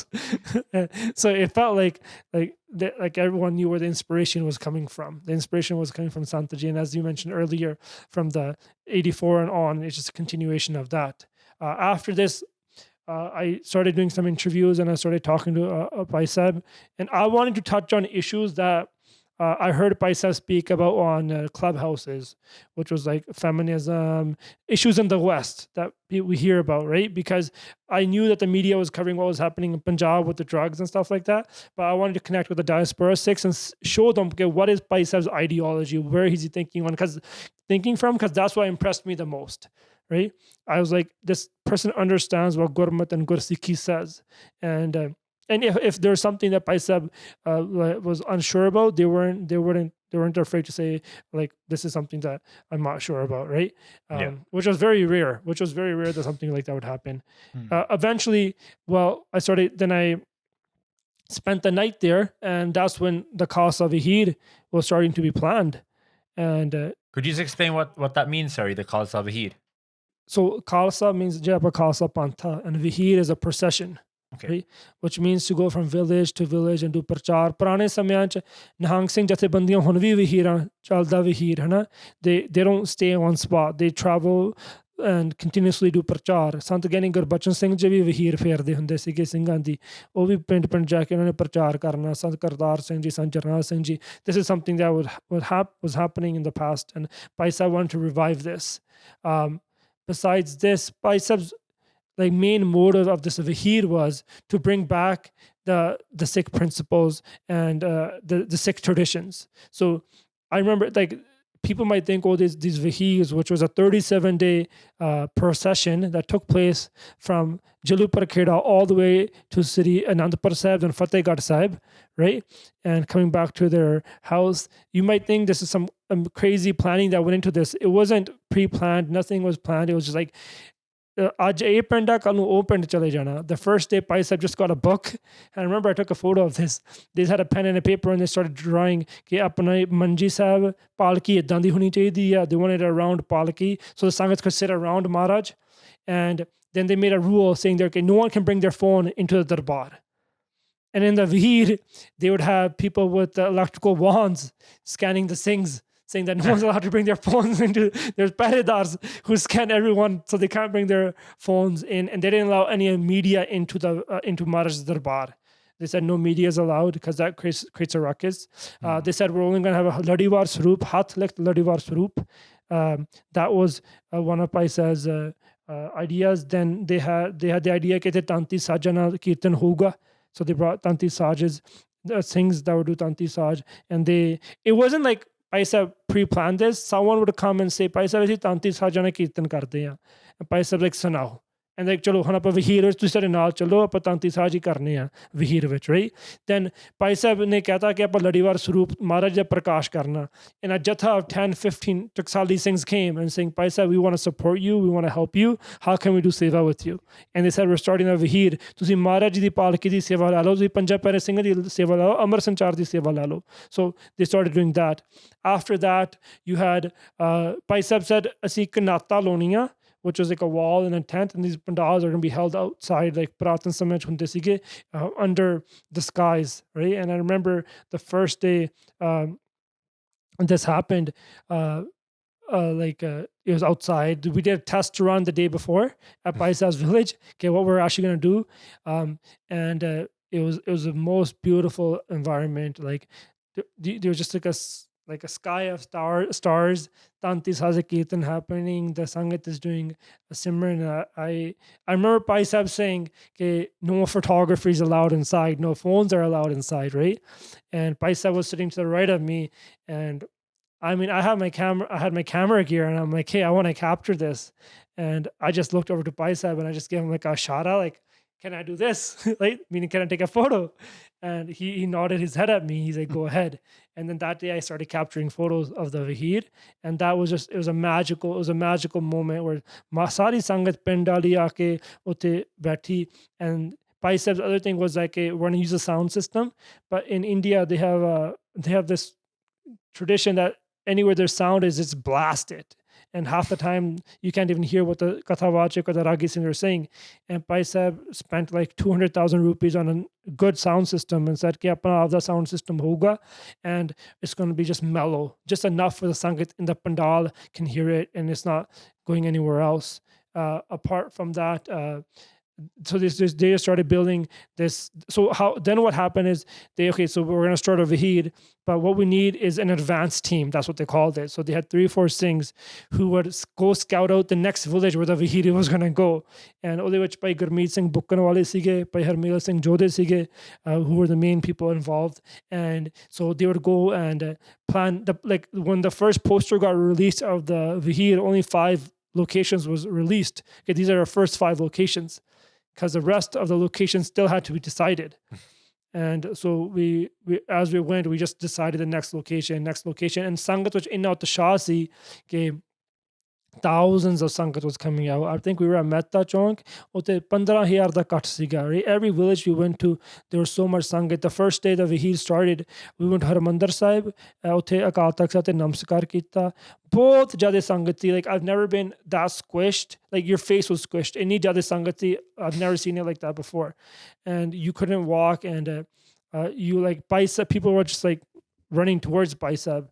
And it wasn't easy. Like, I took photos of Bhai Sahib, but I've never done anything like that before, where it was so difficult to even get a good shot, because everything was moving and there's Sangat pushing you and you're trying to capture and takes photography. It wasn't easy, right? And so we went from the first village, we went from Akaal Tak Sahib, Bardas Karke, we went to Jandiala Guru, which is about 7 kilometers away from Darbar Sahib. And it took us 6 hours to go those 7 kilometers, because inni jade sangat sigi, and it was just slow traffic, so much sangat. Hayaran di sangat tur ke ਅਸੀਂ ਚਲੇ ਗਏ ਜੰਡਿਆਲੇ ਗੁਰੂ ਭਾਈ ਸਾਹਿਬ ਨੇ ਪਹਿਲਾ ਦੀਵਾਨ ਉੱਥੇ ਲਾਇਆ. And ਉਹ ਤੋਂ ਬਾਅਦ ਗੁਰਦੁਆਰੇ ਹੁੰਦਿਆਂ the first historical place village we went to Mehta Chowk. And then after Mehta Chowk, the first historical Gurdwara Sahib we went to was Baba Bakala. We went to Baba Bakala. Baba Bakala to baad assi ge Goindwal Sahib. I'll just touch a quick story on Goindwal Sahib. I know we're going to get into drugs a little bit later, but we went to Goindwal Sahib, and right behind Boli Sahib there, right behind where Chasi Poriya, there's a small little colony, a small little kasbah. Sara kasbah da kasbah, they're right by Beas River. Sara kasbah da kasbah nashiyanteya. I saw girls young as 12, 13 years old selling drugs, and old as 70 selling drugs, right?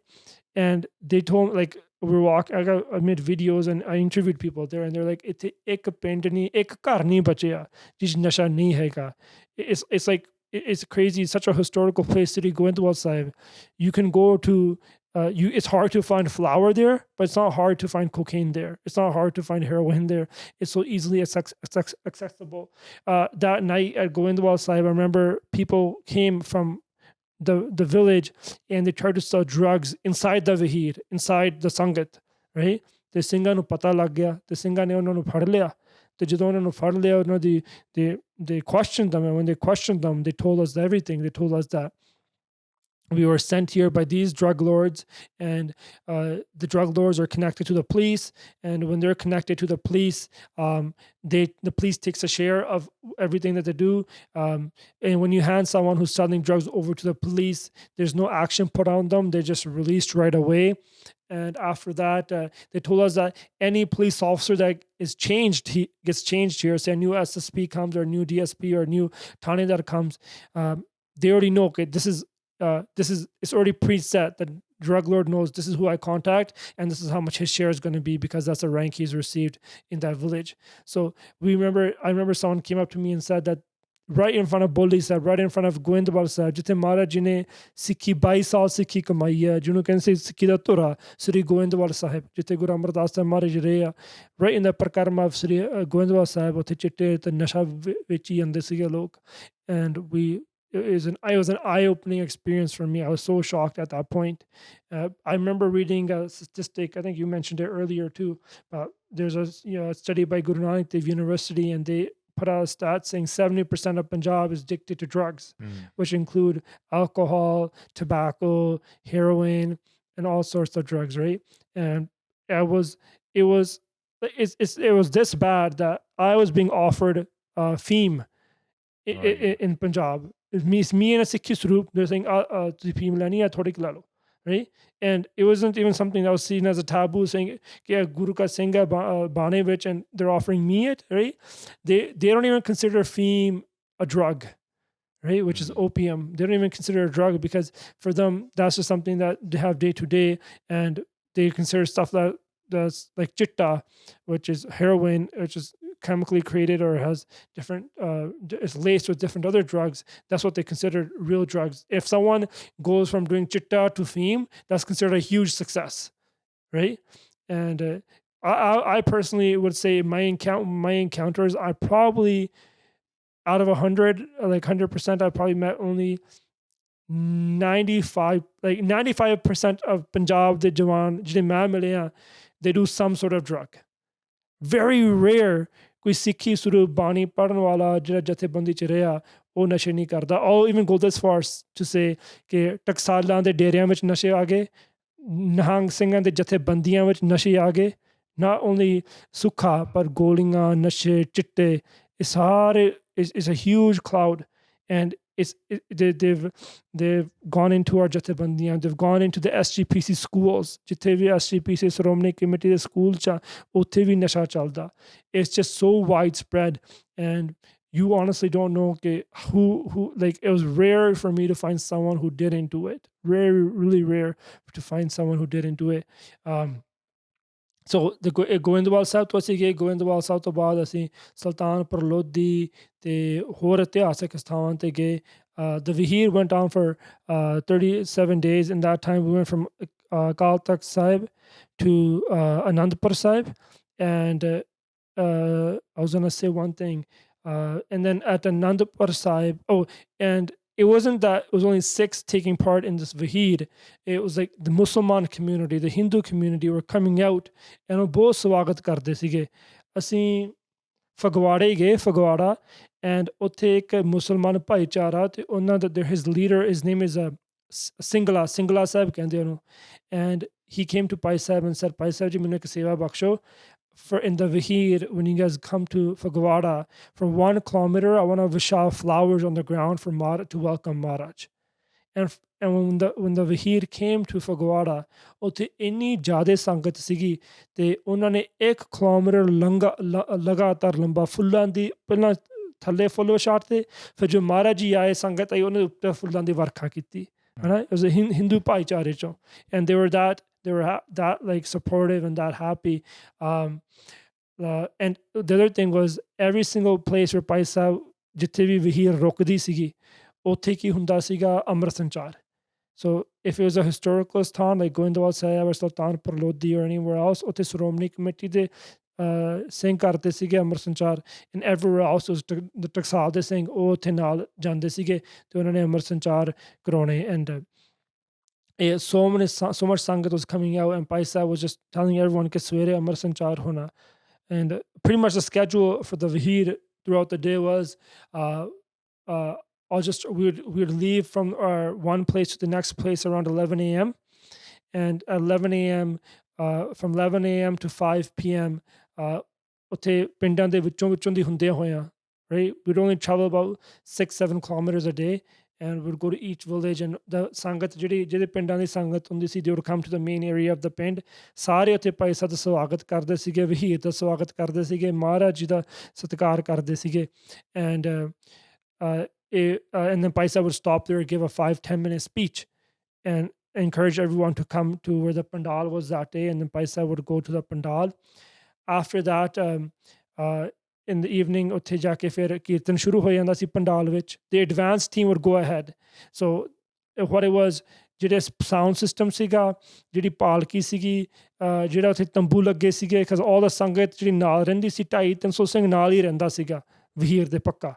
And if you're going from one place to the next place, ਉੱਥੇ accommodations ਦੀ ਲੋੜ ਆ. And ਜਥੇਬੰਦੀ, they had tractors and trailers, and ਉਹਦੇ ਪਿੱਛੇ ਤੰਬੂ ਸੱਟ ਕੇ ਤੇ ਅਗਲੇ ਪੰਡਾਲ ਭਾਈ ਸਾਹਿਬ ਤੇ ਜਥੇ ਦੇ ਸਿੰਘ ਸੰਗਤ ਨਾਲ ਹੁੰਦੇ ਸੀਗੇ. The advanced team would go, they would find a place where Bhai Sahib was going to spend the night, and then all the tents were put up where the sangat was going to stay, and then the tent for Maharaji and the Diwan was set up, Langar Sahib was set up. Uppar banda uthon di pendale karde sige. Then the sound system team would come in, they would set up the sound system, the palki would come in with the sings, and they would set up the palki.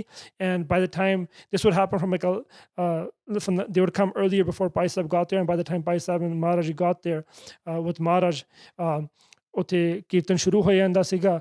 Rehras Sahib ਦਾ ਪਾਠ ਹੁੰਦਾ ਸੀ, ਫਿਰ ਕੀਰਤਨ ਹੁੰਦਾ ਸੀਗਾ. ਉਹਦੇ ਵਿੱਚ ਵਹੀਰ ਵਿੱਚ ਦਰਬਾਰ ਸਾਹਿਬ ਦੇ ਹਜ਼ੂਰੀ ਰਾਗੀ ਵੀ ਆ ਕੇ ਕੀਰਤਨ ਕੀਤਾ, ਦਮਦਮਾ ਸਾਹਿਬ ਦੇ ਹਜ਼ੂਰੀ ਰਾਗੀ ਨੇ ਵੀ ਆ ਕੇ ਕੀਰਤਨ ਕੀਤਾ, ਭਾਈ ਮਨਪ੍ਰੀਤ ਸਿੰਘ ਕਾਨਪੁਰੀ ਅਖੰਡ ਕੀਰਤਨ ਜਥੇ ਤੋਂ ਉਹਨਾਂ ਨੇ ਵੀ ਆ ਕੇ ਕੀਰਤਨ ਕੀਤਾ. ਬਹੁਤ ਵੱਖਰੇ ਵੱਖਰੇ ਜਥੇਬੰਦੀਆਂ ਨੂੰ ਟਾਈਮ ਦਿੱਤਾ. ਅਖੰਡ ਕੀਰਤਨੀ ਦੇ ਬਹੁਤ ਸਿੰਘਾਂ ਨੇ ਉੱਥੇ ਆ ਕੇ ਕੀਰਤਨ ਕੀਤਾ. And Bhai Sahib would encourage everyone to come out. And then ਉਹ ਤੋਂ ਬਾਅਦ ਜੇ ਕੋਈ ਵਿਦਵਾਨ ਗੁਰਮੁਖ ਹੁੰਦੇ ਸੀਗੇ, ਉਹ ਆ ਕੇ ਆਪਣੇ ਵਿਚਾਰ ਰੱਖਦੇ ਸੀ, ਜਿਸ ਵਿੱਚ ਸਿੰਘ ਸਾਹਿਬ ਗਿਆਨੀ ਜਸਵੰਤ ਸਿੰਘ ਮੰਜੀ ਸਾਹਿਬ ਵਾਲੇ ਉਹ ਵੀ ਆਏ ਸੀਗੇ. ਸਿੰਘ ਸਾਹਿਬ ਗਿਆਨੀ ਜੰਗਬੀਰ ਸਿੰਘ ਜੀ ਹਜ਼ੂਰ ਸਾਹਿਬ ਵਾਲੇ ਉਹ ਵੀ ਆਏ ਸੀਗੇ ਵਹੀਰ ਵਿੱਚ.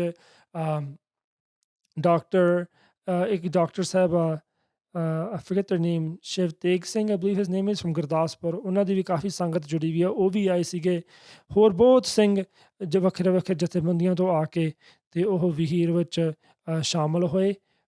And it was an open welcome to everyone, and it was just so beautiful to see when we would go to a village or a village, ਜਿਹੜੇ ਪਿੰਡ ਦੇ ਲੋਕ ਸੀਗੇ, they would be like begging the Singhs to come stay at their house. Like if there was like, we're going to someone's house and we know ਕਿ ਉਹ ਤੀਜੇ ਘਰ 'ਚ ਜਾ ਕੇ ਸਾਡਾ ਆਸਨ ਆ, ਤੇ ਜਿਹੜੇ ਪਹਿਲੇ 2 ਘਰ ਹੁੰਦੇ ਸੀਗੇ ਉਹ ਪਹਿਲਾਂ ਆ ਕੇ ਬਾਹਰ ਖੜ ਜਾਂਦੇ ਸੀਗੇ, ਸਿੰਘੋ ਨਹੀਂ ਉੱਥੇ ਨਹੀਂ ਰਹਿਣਾ ਰਾਤ, ਸਾਡੇ ਕੋਲ ਰਾਤ ਰਹੋ, right? And like it was just such a with open hearts, and like they're just welcoming us into the house. And then what would happen is ਜਿੱਥੇ ਵੀ ਹੁਣ ਸੰਗਤ ਗਈ ਆ, ਕਹਿ ਲਓ ਕਿ ਸੁਲਤਾਨਪੁਰ ਲੋਧੀ ਜਾਣਾ, ਜਿੰਨੇ ਵੀ ਨੌਜਵਾਨ ਸੁਲਤਾਨਪੁਰ ਲੋਧੀ ਦੇ ਆ, they would come, and ਉਹਨੂੰ ਇੰਨਾ ਚਾਅ ਹੁੰਦਾ ਸੀ ਕਿ ਸੇਵਾ ਕਰਨੀ ਹੈ. ਜੋ ਵੀ ਉਹਨਾਂ ਨੂੰ ਕਹਿਤਾ, there would be like ਕਿੰਨੇ ਵਜੇ ਜੀ ਪ੍ਰਸ਼ਾਦਾ ਪਾਣੀ ਆਵੇ, ਦੁੱਧ ਆਵੇ, ਜੋ ਵੀ ਤੁਸੀਂ ਉਹਨਾਂ ਨੂੰ ਕਹਿਤਾ, they would do it right away. Like they would not sleep, right? ਜਿਵੇਂ ਵਹੀਰ would go, and then the Diwan would happen in the evening.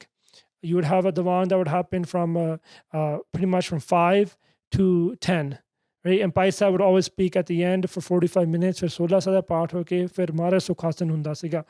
ਸੁਖਾਸਨ ਤੋਂ ਬਾਅਦ ਜਿੰਨੀ ਵੀ ਸੰਗਤ ਸੀਗੀ, ਭਾਵੇਂ 2000, 3000, 5000, ਜੇ ਵੀ ਭਾਈ ਸਾਹਿਬ ਨੂੰ ਮਿਲਣਾ ਚਾਹੁੰਦੀ ਸੀਗੀ, ਭਾਈ ਸਾਹਿਬ ਸਾਰਿਆਂ ਨੂੰ ਮਿਲਦੇ ਸੀਗੇ, right? And Bhai Sahib would just stand there for 2-3 hours and just say Fateh to everyone. And sometimes people, depending on if there's more or less sangat, they would take photos with everyone. But if it was too much sangat, then they knew that we just got to say Fateh.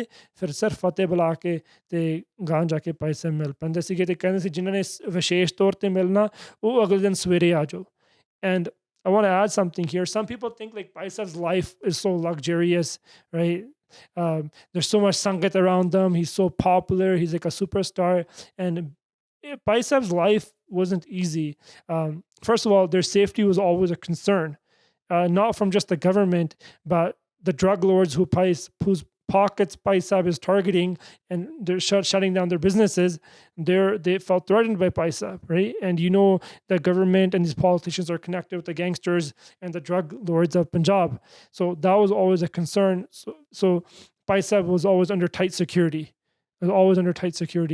And after that, Bhai Sahib, like they never slept more than, like I don't think they slept more than 4 or 5 hours a night, because Bhai Sahib ਕੀ ਹੁੰਦਾ ਸੀ, ਹੁਣ ਜੇ ਸਮਾਗਮ 10-11 ਵਜੇ ਸਮਾਪਤ ਹੋਇਆ ਤੇ 11 ਤੋਂ 12 ਜਾਂ 1 ਵਜੇ ਤੱਕ ਸੰਗਤ ਨੂੰ ਮਿਲਣਾ, ਤੇ ਫਿਰ ਕੀ ਹੋ ਜਾਂਦਾ ਸੀ, ਜਿਹੜੇ ਪ੍ਰਬੰਧਕ ਸੀਗੇ, ਜਿਹੜੇ ਮੇਨ ਪ੍ਰਬੰਧ ਕਰਨ ਵਾਲੇ ਸੀਗੇ, ਤੰਬੂ ਲਾਉਣ ਵਾਲੇ ਜਾਂ ਪਿੰਡ ਦੇ ਮੋਤਵਾਰ ਸੱਜਣ ਸੀਗੇ, they would want to meet Bhai Sahib personally.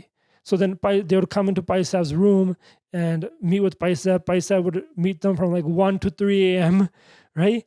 And फिर Bhai Sahib right away they'd be like, मेरा पानी गर्म कर दो, स्नान करना. Because remember, this is पौध का महीना. This is super cold weather. There's no heating. There's nothing else. Everything, we're just traveling. And all the Singhs are traveling barefoot. कि महाराज की पालकी नाल चल रही है, नंगे पैर सारे सिंह ਜਿਹੜੇ ਸੀਗੇ ਨੰਗੇ ਪੈਰ ਜਾਂਦੇ ਸੀਗੇ, right? And ਪੋਹ ਦਾ ਮਹੀਨਾ ਸੀਗਾ, and Bhai Sahib would say at 3 ਵਜੇ 3:30 ਵਜੇ ਕਿ ਮੇਰਾ ਪਾਣੀ ਗਰਮ ਕਰ ਦਿਓ ਤੇ ਮੈਂ ਇਸ਼ਨਾਨ ਕਰ ਲਾਂ. ਇਸ਼ਨਾਨ ਕਰਕੇ ਫਿਰ ਉਹ ਨਿਤਨੇਮ ਕਰਕੇ ਜਾ ਕੇ ਬਰਾਜ ਜਾਂਦੇ ਸੀਗੇ. And the thing is, Sangat would be standing out there. There was a container that they had. It was like an RV almost, but it was hitched on the back of it was a trolley converted into like a vanity, which was hitched on the back of a tractor. And this was given to them by Baba Balwinder Singh Ji Hazur Sahib Wale. And it was used in the Kisani Morcha as well. So ਉਹਨਾਂ ਦਾ ਕਮਰਾ ਉਹ ਬਣਾਤਾ ਸੀਗਾ, right? Because Bhai Sahib ਦਾ ਨਿਯਮ ਸੀ ਕਿ ਮੈਂ ਪ੍ਰਸ਼ਾਦਾ ਸੰਗਤ ਵਿੱਚ ਛਕਣਾ ਤੇ ਰਹਾਇਸ਼ ਕਿਸੇ ਦੇ ਘਰ ਨਹੀਂ ਕਰਨੀ. Right? So the entire Vaheer, they didn't go to people's houses. Like ਅਸੀਂ ਸਿੰਘ ਚਲੇ ਜਾਂਦੇ ਸੀਗੇ, ਸਿੰਘਾਂ ਦੇ ਘਰੇ ਆਸਣ ਲਾਉਣਾ. Only one day they went to someone's house that was in Kukkadpind in Jalandhar, because when the water stopped working or the geyser stopped working and they had to take it to go get repaired. But every other day they own Vaheer Jatha Sangat chi utthe apne during their vanity. And what would happen is Bhai Sahib would be, Sangat would be flocking their container. The container was always be surrounded, just waiting to get a glimpse or when Bhai Sahib's coming out. So je Bhai Sahib 3 ਵਜੇ ਸੁੱਤੇ ਆ, there's sangat outside and you can hear all the noise that's happening outside. That sangat would go ਸਵੇਰੇ 5-6 ਵਜੇ ਹੋਰ ਸੰਗਤ ਆ ਜਾਂਦੀ ਸੀਗੀ. So they never got good rest. And if you notice, Bhai Sahib's health degraded from the beginning to the end. There's major dehydration. They weren't getting a proper diet, no sleep, no rest, and they were just running on like the adrenaline and rush to give up qawm da prachar karna, qawm di seva karni hai. I think they lost a lot of weight during this time, and what happened was, so Bhai Sahib, like they were always, obviously there's a lot of pressure on them. So where you have all this external stuff going on, they also have pressure on them because Bhai Sahib was pretty much the sole decision maker on what was going on. Everything was passed through Bhai Sahib. And not only are they dealing with, you can say, the organization of all this or the prachar of all this, at the same time, when the Sangat is meeting Bhai Sahib, they're all coming to them with their problems. Okay. ਸਾਡਾ ਪੁੱਤ ਨਸ਼ਿਆਂ 'ਤੇ ਲੱਗਿਆ ਹੋਇਆ, ਜਾਂ ਸਾਡੀ ਜ਼ਮੀਨ 'ਤੇ ਕਿਸੇ ਨੇ ਕਬਜ਼ਾ ਕਰ ਲਿਆ, ਜਾਂ ਸਾਨੂੰ ਪੁਲਿਸ ਤੰਗ ਕਰ ਰਹੀ ਆ, ਜਾਂ ਸਾਡੇ ਘਰ 'ਚ ਤਲਾਕ ਹੋ ਗਿਆ, we got a divorce in our family. So Bhai Sahib's listening to all their concerns at the same time as well. And you have, like, Bhai Sahib has no formal training to do this. They have no experience in this. He's a young lad who's gotten up to do Qawm di Seva, and now all of a sudden all the responsibilities been put on his head, right? And because they don't have trust in anyone else. And on the go, Bhai Sahib created a separate team who would deal with these grelu issues, these social issues that would come up. Like for example, there's a family that has a divorce in it, and ਉਹਨਾਂ ਦਾ ਸਮਝੌਤਾ ਕਰਾਉਣਾ, right? ਉਹਦੇ 'ਚ 2-4 ਸਿਆਣੇ ਸਿੰਘ ਹੁੰਦੇ ਸੀਗੇ, ਤੇ ਉਹ ਕੀ ਕਰਦੇ ਸੀਗੇ, they would get a number from those whoever approached them. They would get their contact number, the contact number of the other family, and the contact number of the sarpanch in their village. And then those things, ਉਹਨਾਂ ਦਾ ਨਾਂ ਸੀ ਹਰਮੇਲ ਸਿੰਘ ਜੋਧੇ, ਜਾਂ ਗੁਰਮੀਤ ਸਿੰਘ ਬੁੱਕਣਵਾਲਾ, ਜਾਂ ਉੱਥੇ ਅਮਨ ਬਰਾੜ ਭਾਜੀ, ਜਿੰਨੇ ਵੀ ਸੀਗੇ ਸਿੰਘ, ਇਹ ਜਾ ਕੇ ਉਹਨਾਂ ਨੂੰ ਸਰਪੰਚ ਨੂੰ ਫੋਨ ਕਰਦੇ ਸੀਗੇ, ਸਰਪੰਚ ਨੂੰ ਜਾ ਕੇ ਮਿਲਦੇ ਸੀਗੇ, ਉਹਨਾਂ ਦੀ ਗੱਲਬਾਤ ਕਰਦੇ ਸੀਗੇ, ਫਿਰ ਵੇਖਦੇ ਸੀ ਕਿੱਦਾਂ ਸਮਝੌਤਾ ਹੋ ਸਕਦਾ. So and this is during the Vaheer. This happened running parallel to the Vaheer, right? And so like it was ਮਹਾਰਾਜ ਦੀ ਕਿਰਪਾ ਵਰਤ ਰਹੀ ਸੀ, ਗੁਰੂ ਸਾਹਿਬ ਦੀ ਕਲਾ ਵਰਤ ਰਹੀ ਸੀ ਉੱਥੇ. ਹਜ਼ਾਰਾਂ ਦੀ ਸੰਗਤ, ਲੱਖਾਂ ਦੀ ਸੰਗਤ ਉੱਥੇ ਪਹੁੰਚੀ. In these 37 days, 4,000 ਪ੍ਰਾਣੀ took Amrit. 4,000 ਪ੍ਰਾਣੀਆਂ ਨੇ ਅੰਮ੍ਰਿਤ ਛਕਿਆ. And once the Vaheer got to Anandpur Sahib, that was on December 21st, I believe, right during the ਵੱਡੇ ਸਾਹਿਬਜ਼ਾਦੇ ਸ਼ਹੀਦੀ ਪਰਬਾਂ ਦੇ ਨੇੜੇ ਤੇੜੇ ਪਹੁੰਚੀ ਸੀ ਉੱਥੇ. ਅਤੇ ਉੱਥੇ ਬਹੁਤ ਸਾਰੀ ਸੰਗਤ ਸੀ, ਮਾਰੀ ਕਿਰਪਾ ਸੀਗੀ. ਐਂਡ ਜਿਹੜੇ ਉੱਥੇ ਇਹਨਾਂ ਦੇ so during the Vaheer, anyone who would come and say, we want to get off drugs, Bhai Sahib would be saying, okay, ਤੁਸੀਂ ਬਸੰਤ ਸਿੰਘ ਕੋਲੇ ਭੇਜ ਦਿਓ, ਬਸੰਤ ਸਿੰਘ ਜਲੂਪਰ ਖੇੜੇ ਸੀਗਾ at the village. Bhai Sahib, one of his main things, his job was to go and run this de-addiction center. And I'm not sure if I mentioned it before. Bhai Sahib didn't like using the word de-addiction center. ਤੇ ਸਾਡੀ ਜ਼ਿੰਮੇਵਾਰੀ ਹੈ ਕਿ ਇਹ ਆਨੰਦਪੁਰ ਵਾਪਸੀ ਆ, ਹੈ ਨਾ। ਇਹਨਾਂ ਦੇ ਦਿਮਾਗ ਵਿੱਚ ਇਹ ਪਾਉਣਾ ਕਿ ਆਨੰਦਪੁਰ ਵਾਪਸੀ ਆ, ਇਹ ਘਰ ਇੱਥੇ ਤੁਸੀਂ ਜਾ ਕੇ ਆਪਣਾ ਨਸ਼ਾ ਛੱਡ ਕੇ ਆਪਣੇ ਕੇਸ ਰੱਖ ਕੇ ਗੁਰਬਾਣੀ ਨਾਲ ਜੁੜ ਕੇ ਬਾਣੀ ਨਾਲ ਜੁੜ ਕੇ ਤੇ ਆਪਣੇ ਘਰ ਆਨੰਦਪੁਰ ਵਾਪਸ ਜਾਣਾ। And when we got to Anandpur Sahib, when the Vaheer got there, Bhai Basant Singh brought 40 of the people, 40 ਸਿੰਘs ਜਿਹੜੇ ਉੱਥੇ ਨਸ਼ੇ ਛੱਡ ਰਹੇ ਸੀਗੇ, ਤੇ ਉਹਨਾਂ ਨੇ ਆ ਕੇ ਕਲਗੀਧਰ ਪਿਤਾ ਦੇ ਚਰਨਾਂ ਵਿੱਚ ਉੱਥੇ ਆਨੰਦਪੁਰ ਸਾਹਿਬ ਦੀ ਧਰਤੀ ਤੇ ਅੰਮ੍ਰਿਤ ਛਕਿਆ। And I'll just mention like how people were being inspired. There's one you've heard, I shouldn't mention names right now because I don't know when this is being released, and just for people's safety, right? Yep. People who I became close with, who are also doing videography and photography, when they started, they wanted to work on a documentary of Bhai Sahib to cover Bhai Sahib. And they're like, what type of story can we have? What type of story can we have? And I jokingly said to them, I'm like, you see how Bhai Sahib's doing Amrit Sanchar, unhone aap Amrit shakya and gaan shaka rahe hai. It would be the best story if you made this documentary, and while you're making this documentary, at the end, you take Amrit yourself. I'm like, that'd be an amazing story. And I was just jokingly saying that. And ਉਹ ਸਾਡੇ ਨਾਲ ਰਿਹਾ, ਹੈ ਨਾ, ਤੇ ਨਾਲ ਰਿਹਾ, ਭਾਈ ਸਾਹਿਬ ਦੇ ਨਾਲ ਰਿਹਾ. And he was someone who's used to doing commercial work with like Bollywood actors and other stuff, and he was just documenting all this. And he came from a Sikh family though, and at the end, the night before, he calls me. He's like, do you have a chola? I'm like, I don't have. I'm like, I only had one chola in the Vaheer. I'll be honest with you guys. Like sangat sare chola to jandi sigi, right? But you never know if you're going to get your kapde back because we're already on the move, right? So I was just wearing one chola. I had a kashara sakal, and this is sokda siga because it was cold. Kashara even sokda sige. It was like a damp kashara that you were with the whole time in the Vaheer. And so he's like, do you have a chola? I'm like, I have no chola. And then he's like, he's like, let me call Bhai Sahib's number, right? And he was kind of bigger than us, and he contacted Bhai Sahib. Bhai Sahib's like, no, he didn't contact Bhai Sahib. He contacted another Singh and got a chola from him. And then he knocked on Bhai Sahib's door and walks in, and he's like, Bhai Sahib, aj main amar shakal lag gaya. And everyone was shocked and surprised how this guy who was like, he's just a videographer, a joker, and ਉਹ ਵੀ ਤਿਆਰ ਹੋ ਗਿਆ ਅਮਰ ਛਕਣ ਨੂੰ, ਹੈ ਨਾ। And ਉੱਥੇ ਬਹੁਤ ਸੰਗਤ ਆਈ ਸੀ. there's family from like New Zealand, ਉਹ ਵੀ ਨਾਲ ਰਹੇ। Vaheer ਦੇ ਛੋਟੇ ਬੱਚੇ ਸੀ, ਉਹਨਾਂ ਦੇ ਛੋਟੇ ਬੱਚੇ, ਉਹ ਵੀ ਭਾਈ ਸਾਹਿਬ ਦੇ ਨਾਲ ਰਹਿ ਕੇ ਉਹਨਾਂ ਚੋਂ ਵੀ ਕਈਆਂ ਨੇ ਅਮਰ ਛਕਿਆ। ਇੱਕ ਕੈਲੀਫੋਰਨੀਆ ਤੋਂ ਵੀ ਸਾਡੇ ਨਾਲ ਸਿੰਘ ਸੀਗਾ।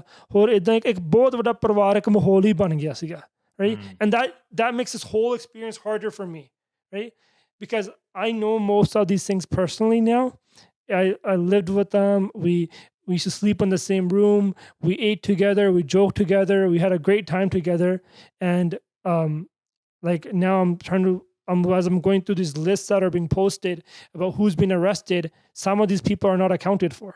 So where Bhai Sahib, we don't know the whereabouts of Bhai Sahib. Majority of his main Singhs who have been, who were with him, right? That are with him all the time, 24/7, they're not accounted for. And only the people who got NSA put on them are people who are away from Bhai Sahib.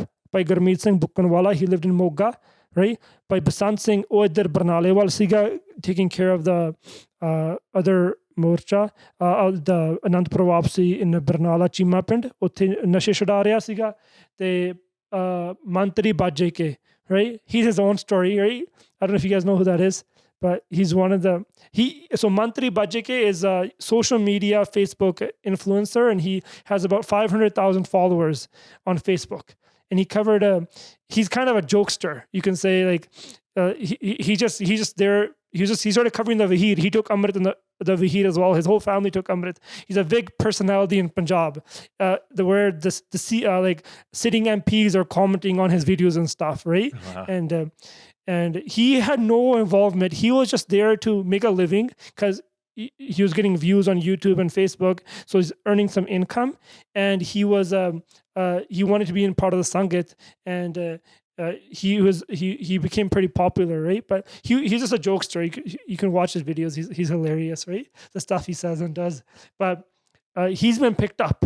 And he has no involvement. He's just a random guy on YouTube and Facebook who just walks around, and he has a family and he has young kids.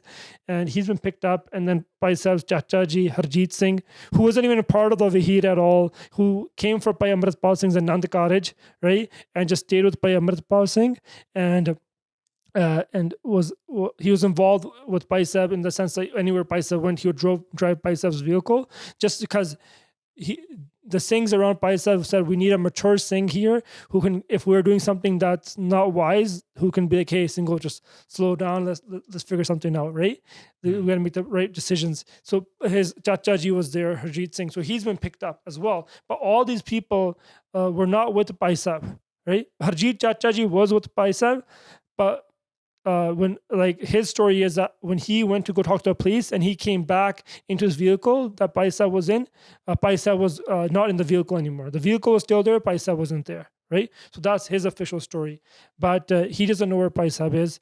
And then, but all of Bhai Sahib's main things, by Bikramjit Singh, Satarana Singh, Fauji, Papalpreet Singh, Bhai Sahib, there's so many other things. They're not accounted for. Where are they? Like, it's not only Bhai Sahib who's missing and we don't know where they are. Sare one of the main group, they're unaccounted for and we don't know where they are, right?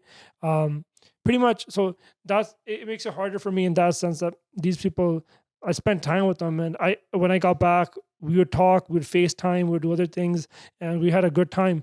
And I spoke to Bhai Sahib last Tuesday. Pichhle Tuesday मैं उन्होंने गल कीती सीगी, because Bhai Sahib was planning on starting another Vaheer on the 19th, here on the 19th, and they were actually headed to Moosewale's pind. Sidhu Moosewale pind chale si ho, and they were going to meet with his family, and the barsi was going to take place. And what the police tried to do is they're like, hey, they could have, if they wanted to arrest Bhai Sahib, they could have arrested Bhai Sahib at his native village. Everything that we did was transparent. The schedule was given to the police every single day. Like, for example, if we were going to Jalandhar, the morning CID officers would call us, who pretty much stayed with us. They traveled everywhere we would traveled, and we knew who they were, right? And we never hid anything from them. Everything was right in the open. Oh, Bhai Sahib kare roti vi shak de rahe, right? It was like that. And unne maa ne roti la ke unne shikhoni. So everything was transparent. If these people wanted to arrest Amritpal Singh, he could have been arrested any day at his house, right? But that's not the tactic that they used. The tactic they used is when Bhai Sahib was going from his village to Moosewala's pind, on the way, they were going to stop at Padod. Padod rukna si, utte Amar Sanchar karona si unna ne. Utte Amar Sanchar si, fir sham nu jaake Moosewale de pind agle din barsi te jana si, or that day was a barsi. And to prevent the large gathering happening at Moosewala's pind, they used Bhai Sahib as an excuse at the same time, targeted Bhai Sahib. And from my sources, the information I got is the Singhs who were there told me that they didn't realize there was a large police presence. But they thought it was just Sidhu Moosewale di Barsiya as a large police presence. Nothing's going to happen. It's just fine, right? And someone actually called Bhai Sahib and said, hey, Bhai Sahib, do you really want to go today? There's a large police presence. He's like, yeah, there's no problem, right? Police wale ye apna inna ne ki kehna, hai na? Because unna de dil vich koi khot nahi sigi. And instead of arresting Bhai Sahib at his house, they went and did a huge car chased down the vehicles, right? And try to chase Bhai Sahib and try to abduct him like that. And when it makes no sense, like that, with all the other reason is, the other thing is, Bhagwant Mann, there's a vacant seat right now in that Jalandhar area. There's a by-election coming up, right? And to get moral support, or to get the support that Bhagwant Mann, because his credibility when it comes to crime has completely been lost in Punjab after Sidhu Moosewala's death, and the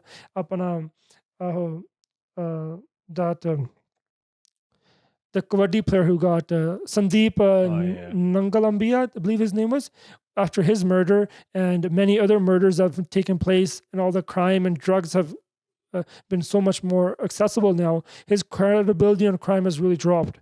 So to win the seat was really critical for him.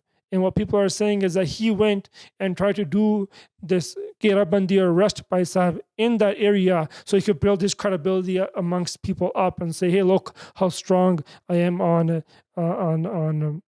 whatever Bhai Sahib's doing on crime in Punjab, right? Which has obviously failed. it's done the exact opposite effect of that. And then I lost my thought. What was I saying before that? He was on his way to Moosewale's bin, the car Yeah, so he was chase. on. Yeah, he was on the way to Moosewale's band, and they were going to have a gathering there. And then after that, he was going to start a Vaheer from Sri Mukhtar Sahib to Damdama Sahib. That was the next plan. And I spoke with Bhai Sahib last Tuesday, and when my Instagram page got banned, I texted him and I was like, Bhai Sahib, I want to come to Punjab.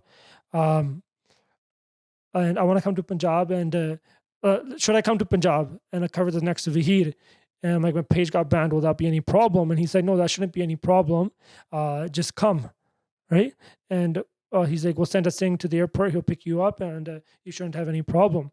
So I was looking at tickets that very day, and the next day I hear this is happening, right? And so like the government saw what type of awareness and what type of support Bhai Sahib was gaining in the event and everything that they were doing. The last time I met Bhai Sahib was on January 15th. I stayed. Bhai Sahib was so after the Vaheer, the Vaheer stopped because of Bhai Sahib's ill. Their bad health. Their health was gone. We had to go to the hospital and do a checkup on Bhai Sahib. We went to. Then what happened was there was an accident in the Vaheer that took place as well because of all the fog. There's a lot of fog. Oh, Mahiniyat. ਦੋ ਤਿੰਨ ਕਾਰਨ ਸੀ ਇੱਕ Bhai Sahib the health, shorter days, the bad weather, and the accident that took place. We all decided, hey, let's put the Vaheer on a hold for now. Let us recharge our batteries and let's go and just get some rest.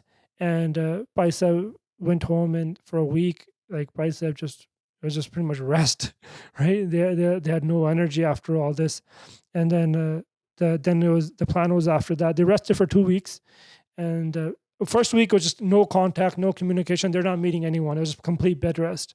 And then the week after that, they didn't go anywhere out. They just went to the local Gurdwara, and ਉੱਥੇ ਸੰਗਤਾਂ ਨੂੰ ਮਿਲਦੇ ਹੁੰਦੇ ਸੀਗੇ 7-8 ਘੰਟੇ, ਹੈ. And then after that, the next big program that was going to happen at Muxar Maghi da Milla. And so then we all met up back. All those things got back together, and we all got back Maghi da Milla together. And then there's 3 din ਉੱਥੇ ਦੀਵਾਨ ਸਜਾਏ ਗਏ 13, 14, 15 ਨੂੰ. And ਸ਼ਾਇਦ 15 ਨੂੰ. And I was with Bhai Sahib then, and then we all just ਸਮਾਗਮ ਹੋਏ. ਉਦੋਂ ਬਾਬਾ ਅਵਤਾਰ ਸਿੰਘ ਬਿਧੀ ਚੰਦੀਆਂ ਨੂੰ ਮਿਲੇ, ਬਾਬਾ ਆਪਣੇ ਗੱਜਨ ਸਿੰਘ ਜਿਹੜੇ ਹੁਣ ਸਰੀਰ ਛੱਡ ਗਏ. We met Baba Gajan Singh Ji that day. We met Baba Gurkeerat Singh Ji, Babe Bakale ਵਾਲੇ, ਹੋਰ ਜਿੰਨੇ ਵੀ ਉੱਥੇ ਮਹਾਂਪੁਰਖ ਸੀ ਸਾਰਿਆਂ ਦੇ ਦਰਸ਼ਨ ਕੀਤੇ. ਭਾਈ ਸਾਹਿਬ ਨੇ ਉੱਥੇ ਸੰਗਤ ਨੂੰ ਸੰਬੋਧਨ ਕੀਤਾ. Again, lots of sangat. Bhai Sahib started holding question answer periods.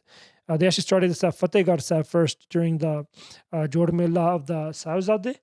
They started doing Q&A sessions, and these Q&A sessions would go on for like 3-4 hours, where Sangat was free to ask many questions they want. Stand up and ask me anything you want. And I've never seen a Q&A with 10,000 people, right? It was pretty insane. And we were talking about all sorts of issues, and so many people were sharing things, and Bhai Sahib was discussing them with the Sangat. And I met them. The last time I met them was on the night. I was there till 9 p.m. on January 19th. And the next day I was going to go to Delhi because I had a flight to catch. And I met Bhai Sahib, and Bhai Sahib, you could tell, the day was good. The whole day was perfectly fine. We had a long 3-4 hour meeting with all those things. I was there as well. There's about 10-15 things. We had a meeting about Ganki Karna, any small issues that was going on, planning this and that. And Bhai Sahib was fully involved. And then by the end of it, when around 8:39, you could tell something wasn't right with Bhai Sahib, right? And Bhai Sahib's like, "Mere mure kala kala jai janta." That's what they said to me. And I was like, "Bhai Sahib, aram kar lo," hai na? And Bhai Sahib, "Tusi pani nahi pinte, pani piya karo. Your dehydration," right? And because the week before we went to the doctor, and the doctor said there's major dehydration, something wrong with your hemoglobin, right? And we all, Bhai Sahib made sure that everyone. We went to Guru Ramdas Ji hospital, and Bhai Sahib ne saaryan da blood sample liya. Okay, we want to know what I don't know what it's called, your A blood type, right? So if there's anything, whoever gets attacked or shot or anything happens, we know what blood type they are, so we can provide that, right?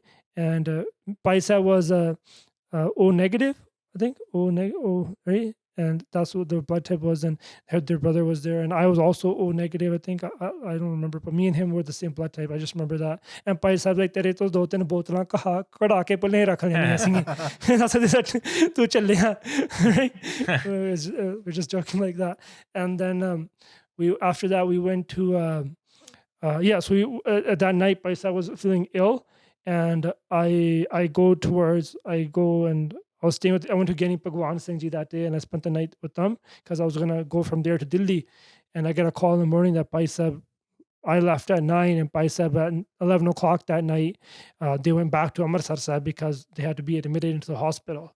And Bhai Sahib was admitted into the hospital for 2 days or 1 night or something like that. And after that, Bhai Sahib, the doctor just told them, bed rest karo, but Bhai Sahib ne bed rest nahi kiti. And Bhai Sahib ran right into it. And people, let's talk about Bhai Sahib's wedding here. It's just time schedule that's coming up. People have this question about Amritpal Singh's wedding, right? Like what happened? Like he's getting married now. Like that came out of the blue. The Sangat, everyone at home knew that Nanda Karaj was going to happen. I knew back in October. And obviously no one wanted to make it public news.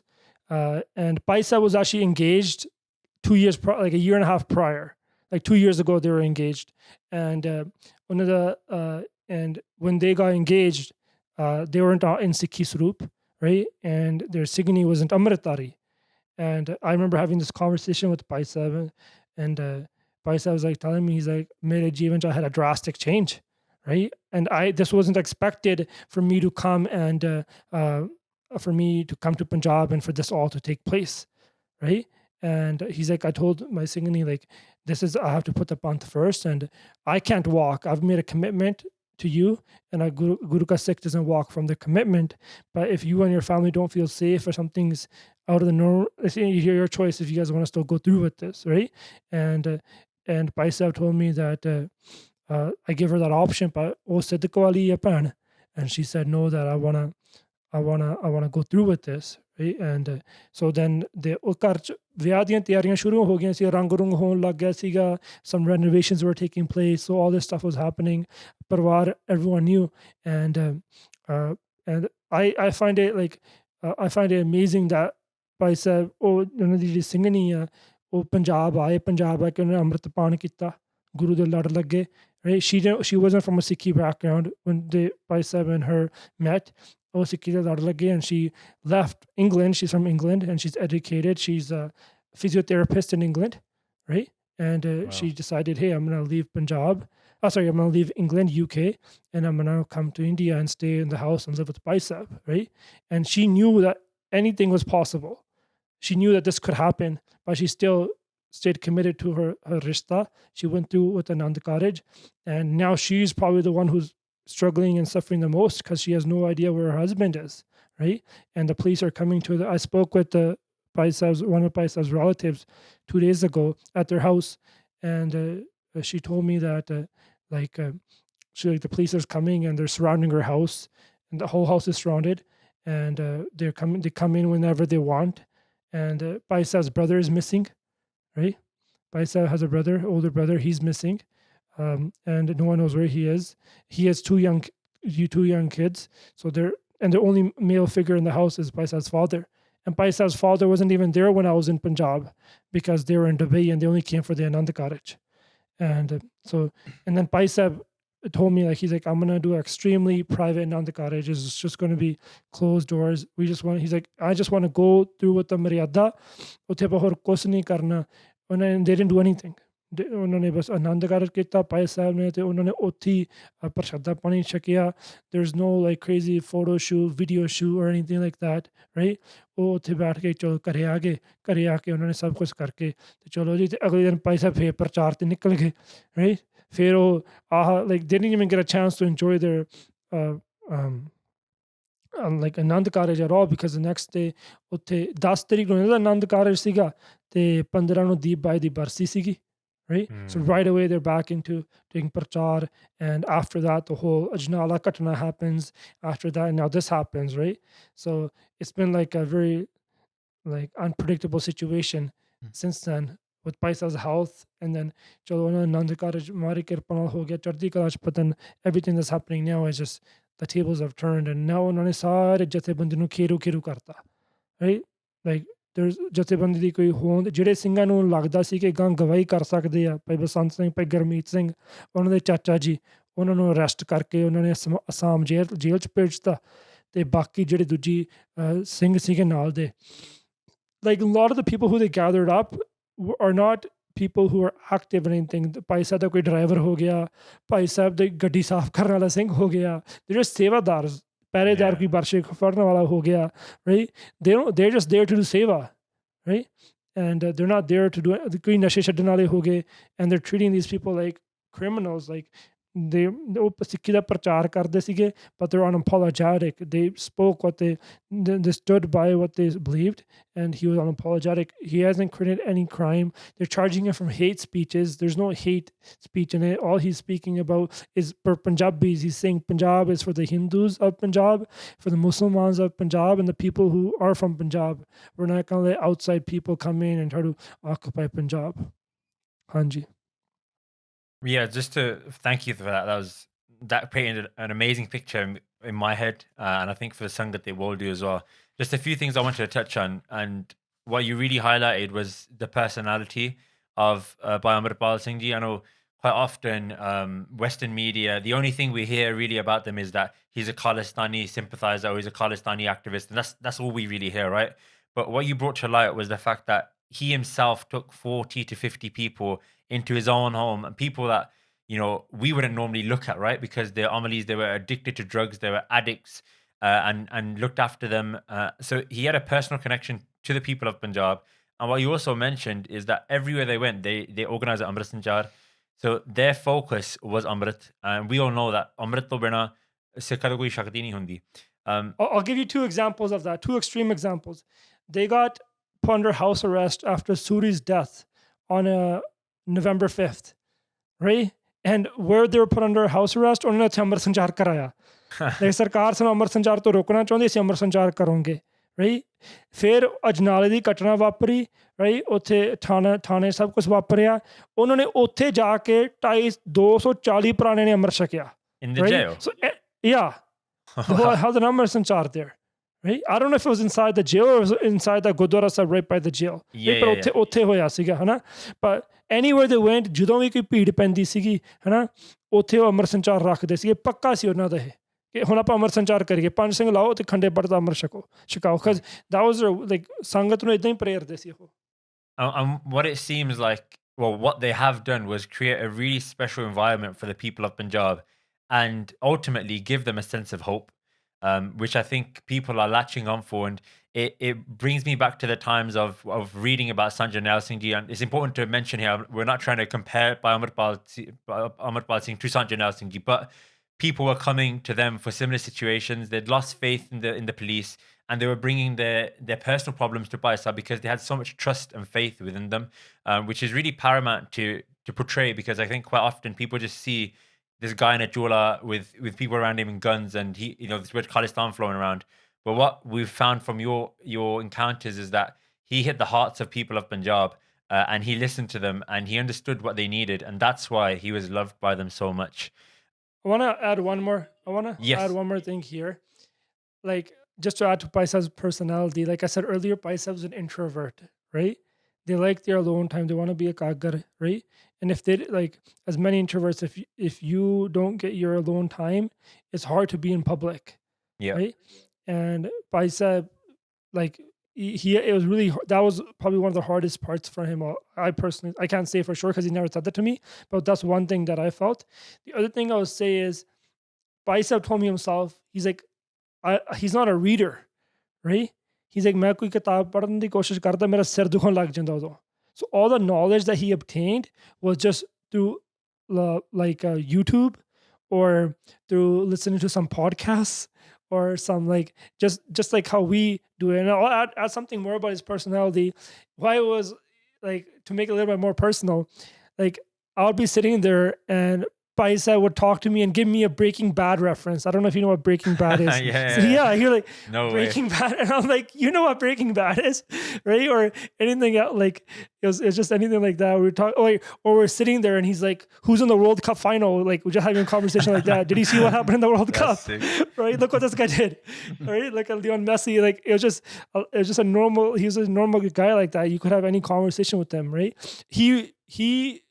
He didn't talk nonsense, so it wasn't like he was to the point. Joey Juicy was to the point. It wasn't like, oh, has this long conversation that didn't mean anything with him, but everything was to the point, and it was that's what he was like. I think we've covered the point now, and the true picture of Amritpal Singh has been painted, huh?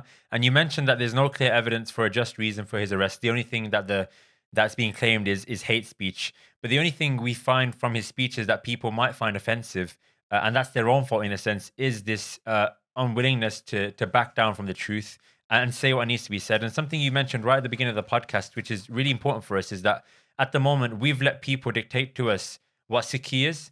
So, je seva karni karo, je langar shikona shikao, but anything other than that, that's not you guys. And I think that scares a lot of people because those aspects of Sikhi are safe. Western, the British people love it. The West loves it. India loves it. But anything other than that, you want your own rights. Now, that's not what you guys do. And he brought that back to life. And I think the youth are now starting to crack on to this lie about Sikhi that we've been told. And the fact that he addressed that was paramount. Just onto that, let's address some of the concerns that people have regarding him.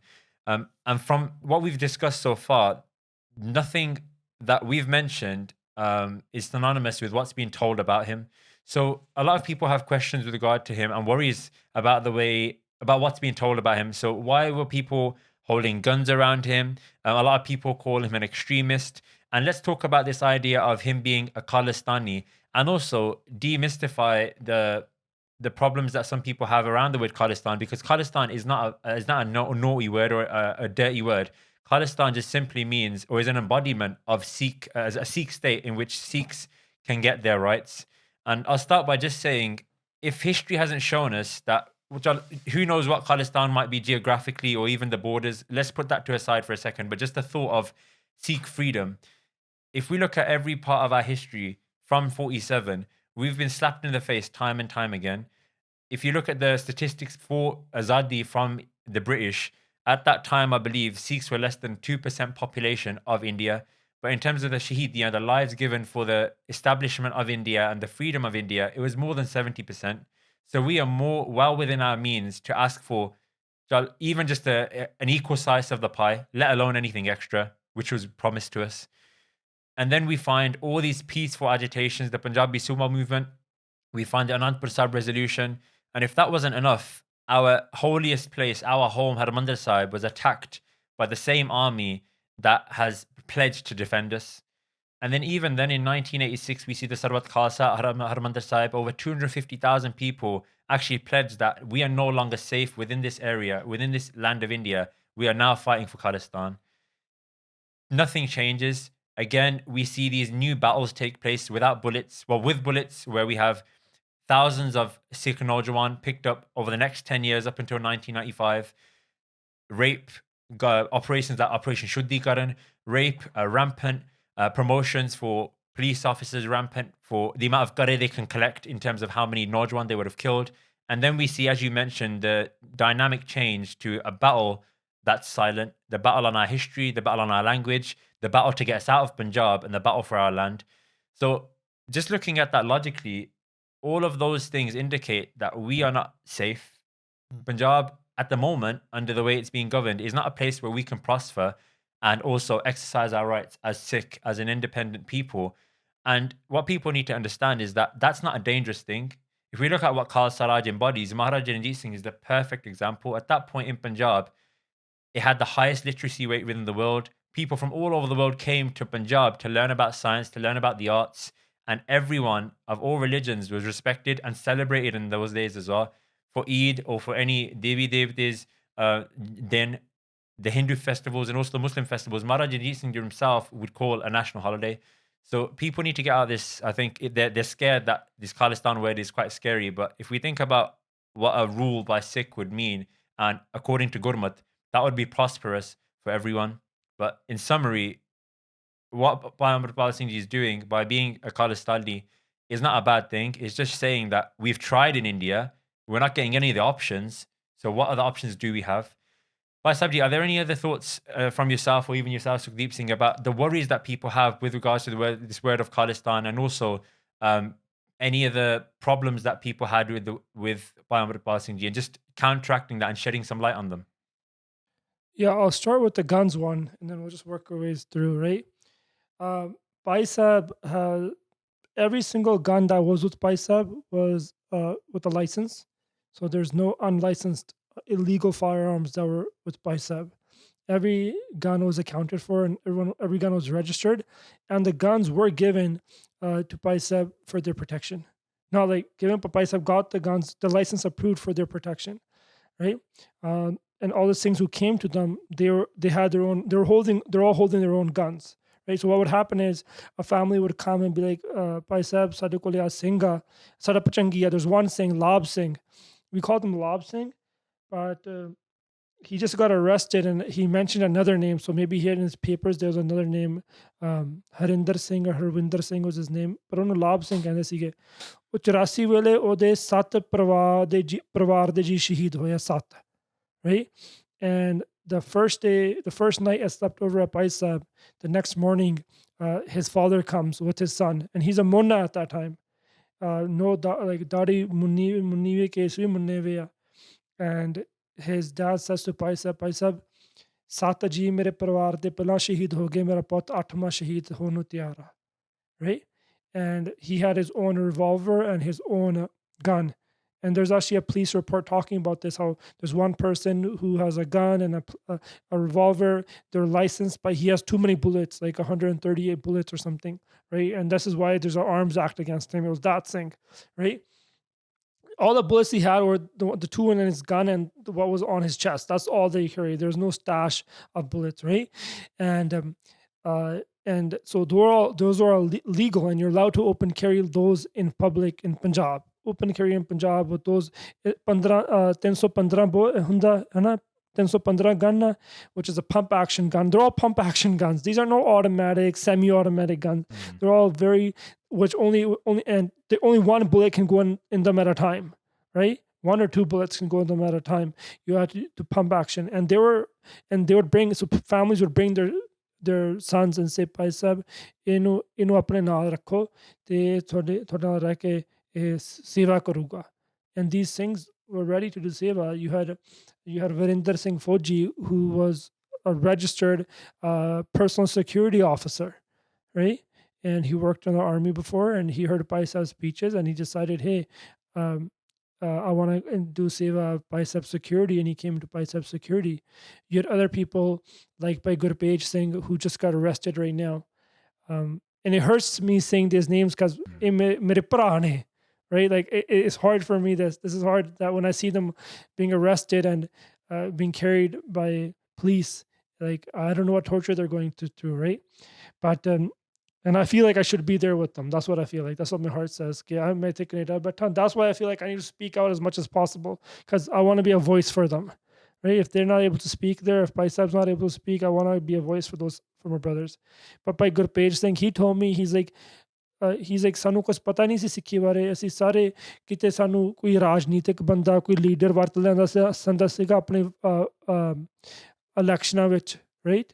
In India, what happens is elections, they ਮਡੀਰਾਂ ਇਕੱਠੇ ਕਰ ਲੈਂਦੇ ਆ, and the government, Akali Dal Congress, pay them and say, provide us security, go harass this person, go do this person. He's like, we didn't know anything. ਸਾਨੂੰ ਅਸੀਂ ਉਹਨਾਂ ਦੇ ਹੱਥ ਚੜ੍ਹ ਕੇ ਸਾਨੂੰ ਲੱਗਿਆ ਕਿਤੇ ਉਹਨਾਂ ਵਾਸਤੇ ਬਹੁਤ ਚੰਗੇ ਕੰਮ ਕਰ ਰਹੇ ਆ ਕਿ ਅਕਾਲੀ ਦਲ ਨੂੰ ਜਿਤਾਉਣਾ ਚਾਹੀਦਾ, ਉਹ ਪੰਥਕ ਪਾਰਟੀ ਆ, ਉਹ ਇਹ ਬੰਦੇ ਨੂੰ ਜਿਤਾਉਣਾ ਚਾਹੀਦਾ. And a lot of these people were there present in Shambhu da Morcha when Deep Sidhu was there. Right, Gurkeerat Singh ਜਿਹੜਾ ਹੁਣ ਫੜਿਆ, he was there in Shambhu da Morcha when they broke the barricades and they went into Delhi, right? He was there. All these things, they were involved. Their roots come from Kisani Morcha.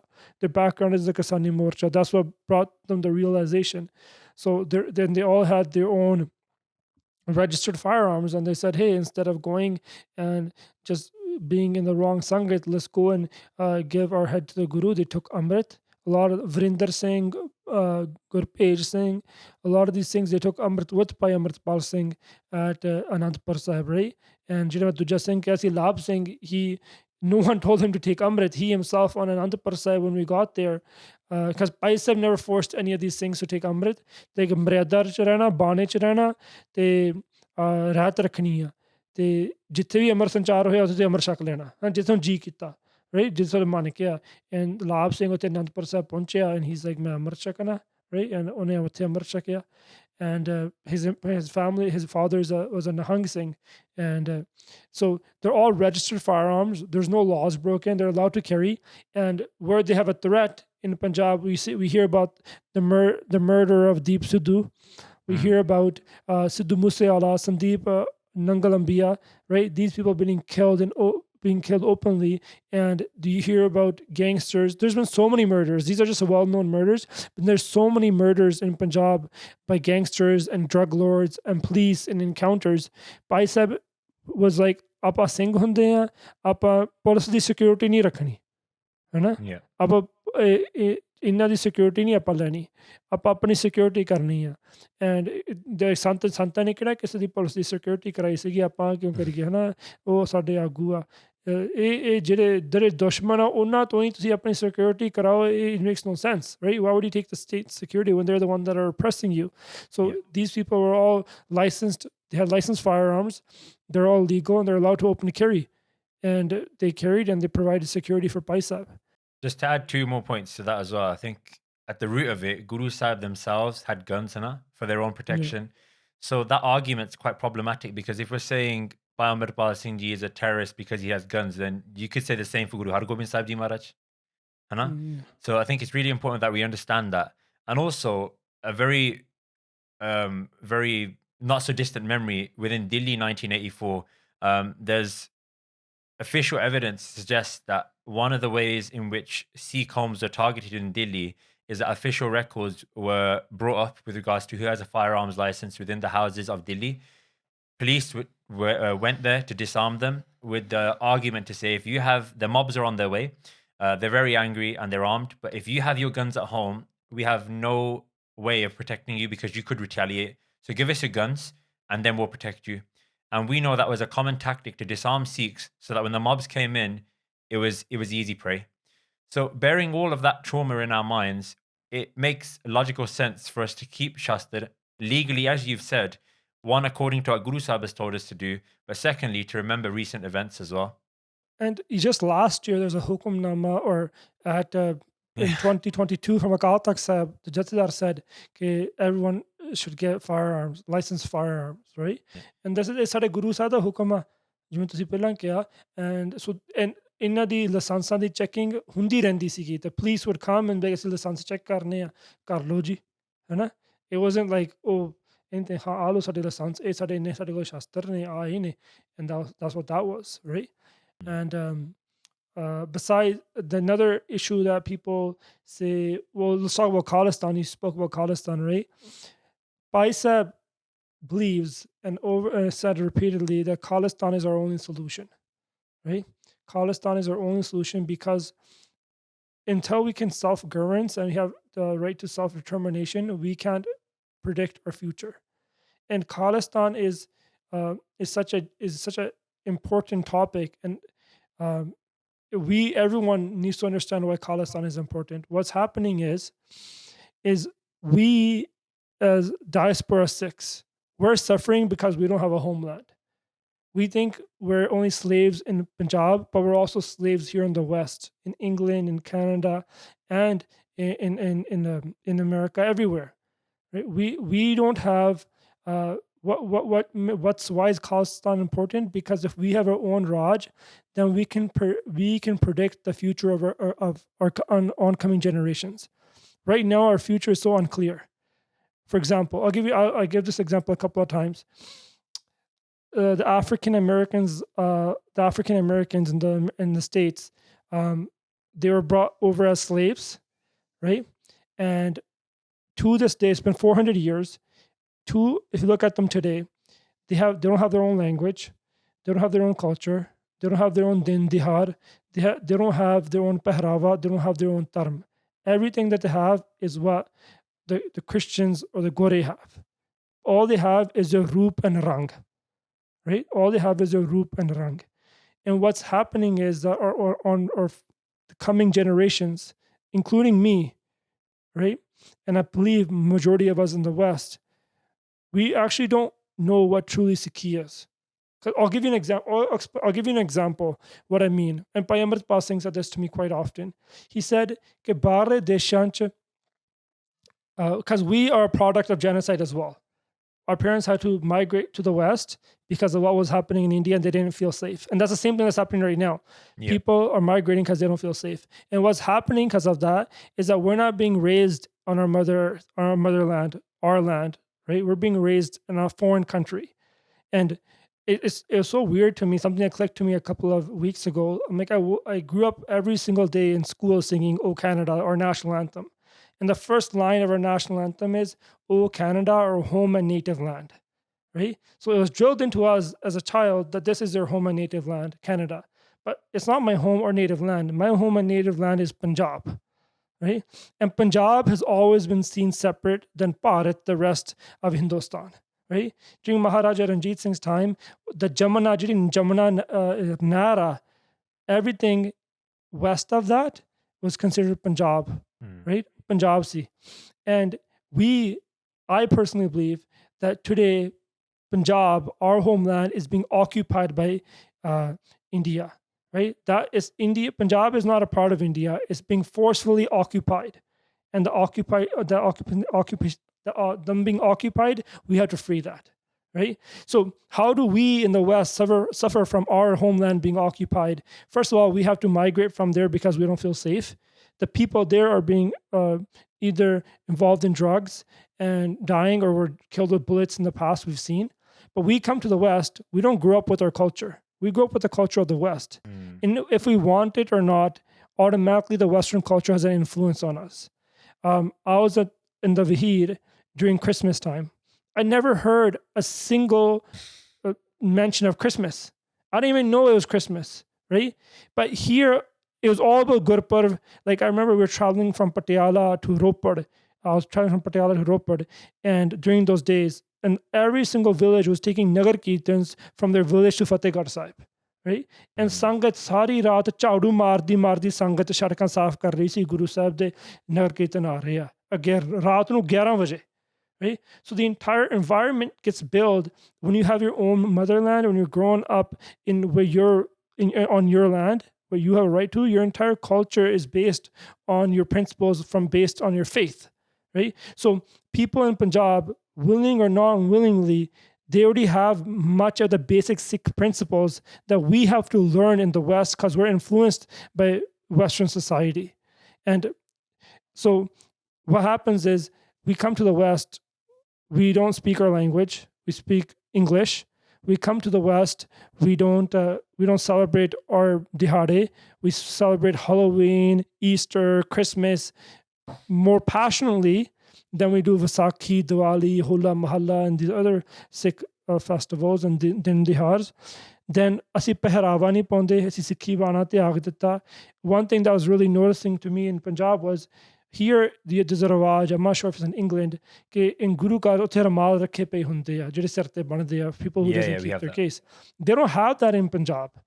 ਜਿਹੜੇ ਮੁੰਡੇ ਆ ਪੰਜਾਬ ਦੇ ਉਹ ਸਾਰੇ ਭਾਵੇਂ ਮੋਨੇ ਆ ਦਾੜੀਆਂ ਕੱਟੀਆਂ ਵੀ ਆ ਉਹ ਸਾਰੇ ਪਰਨੇ ਬਣ ਕੇ ਆਉਂਦੇ ਗੁਰੂ ਘਰ. Very true actually. And I never realized this, right? Because they know कि Gurdwara jana and this is like ਸਿਰ ਤੇ ਪੱਗ ਬਣ ਕੇ ਜਾਣੀ ਹੈ, right? And we've come to the West and then ਚਲੋ ਅਸੀਂ ਪਹਿਰਾਵਾ ਛੱਡਤਾ, ਬੋਲੀ ਛੱਡਤੀ, ਸਾਡਾ ਸੱਭਿਆਚਾਰ ਛੱਡਤਾ. What I mean by ਸੱਭਿਆਚਾਰ is ਸਾਡੇ ਸੱਭਿਆਚਾਰ 'ਚ ਕੀ ਆ ਕਿ ਅਸੀਂ ਮਾਤਾ ਪਿਤਾ ਦੇ ਨਾਲ ਰਹਿ ਕੇ and we're raised in joint families in Punjab. Majority of our families are joint families. ਇਕੱਠੇ ਰਹਿੰਦੇ ਆ, right? We've broken that and now we've gone to separate it into these single family homes, right? So our coming generations where grandparents would pass on the principles to their grandchildren, that's not being passed on. And so these are all, and this is because we're influenced by the Western culture, right? we are believe in individuality a lot. We want to be private. We want to keep to ourselves, where our culture is all about community, connecting with people, and raising our kids together. So all these effects, even if we're in Sikhi Swaroop, we have the Bana, we have everything, right? But our culture, because we're so influenced by the West, our culture is tinted with Western culture. Like we've become Canadian Sikhs or British Sikhs. We're not Sikhs of Punjab. And there's a difference between that, right? Which is really sad. And what I'm seeing is in the coming future, in 3-4 generations, and this has already happened in the past, we're not going to have a Sikhi Swaroop. We're only going to have a Rang and Roop. We'll have our brown chambadi. We'll have our our black hair, but we won't be speaking Punjabi. We won't be learning Gurmukhi. We won't be celebrating any Shaheedi Dihade or Gurparbs, right? ਅਸੀਂ ਸਭ ਕੁਝ ਗੋਰਿਆਂ ਵਾਂਗੂ ਕਰਾਂਗੇ ਜਿਵੇਂ ਕਾਲੇ ਕਰ ਰਹੇ ਆ. And I've seen this here in Canada. People who are 3rd, 4th generation here, when they come to the Gurdwara Sahib, they don't even know how to matha take. Yeah, same here. There's a city in LA, near LA, El Centro, I believe it's called. And there is about 3,000-4,000 Punjabis there.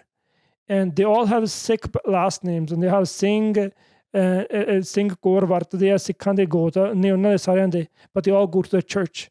And they don't go to the Gurdwara, right? Chambadi unna di sade vargi a. But because our parents migrated later on from India, we haven't been affected as much, but our oncoming generations are going to be affected. I came to the S2I camp last year, and I was speaking with an age group of 45 plus, right? And here in the West, if I see someone with some white hair, here in Canada, if I see someone with white hair or an older mid-age, or like elderly age, I expect to speak Punjabi with them. So it's natural for me I was like, okay, I'm going to do this speech in Punjabi, because I'm assuming that these people are older and they understand Punjabi. But I was shocked. They raised their arms and said, hey, can you speak English?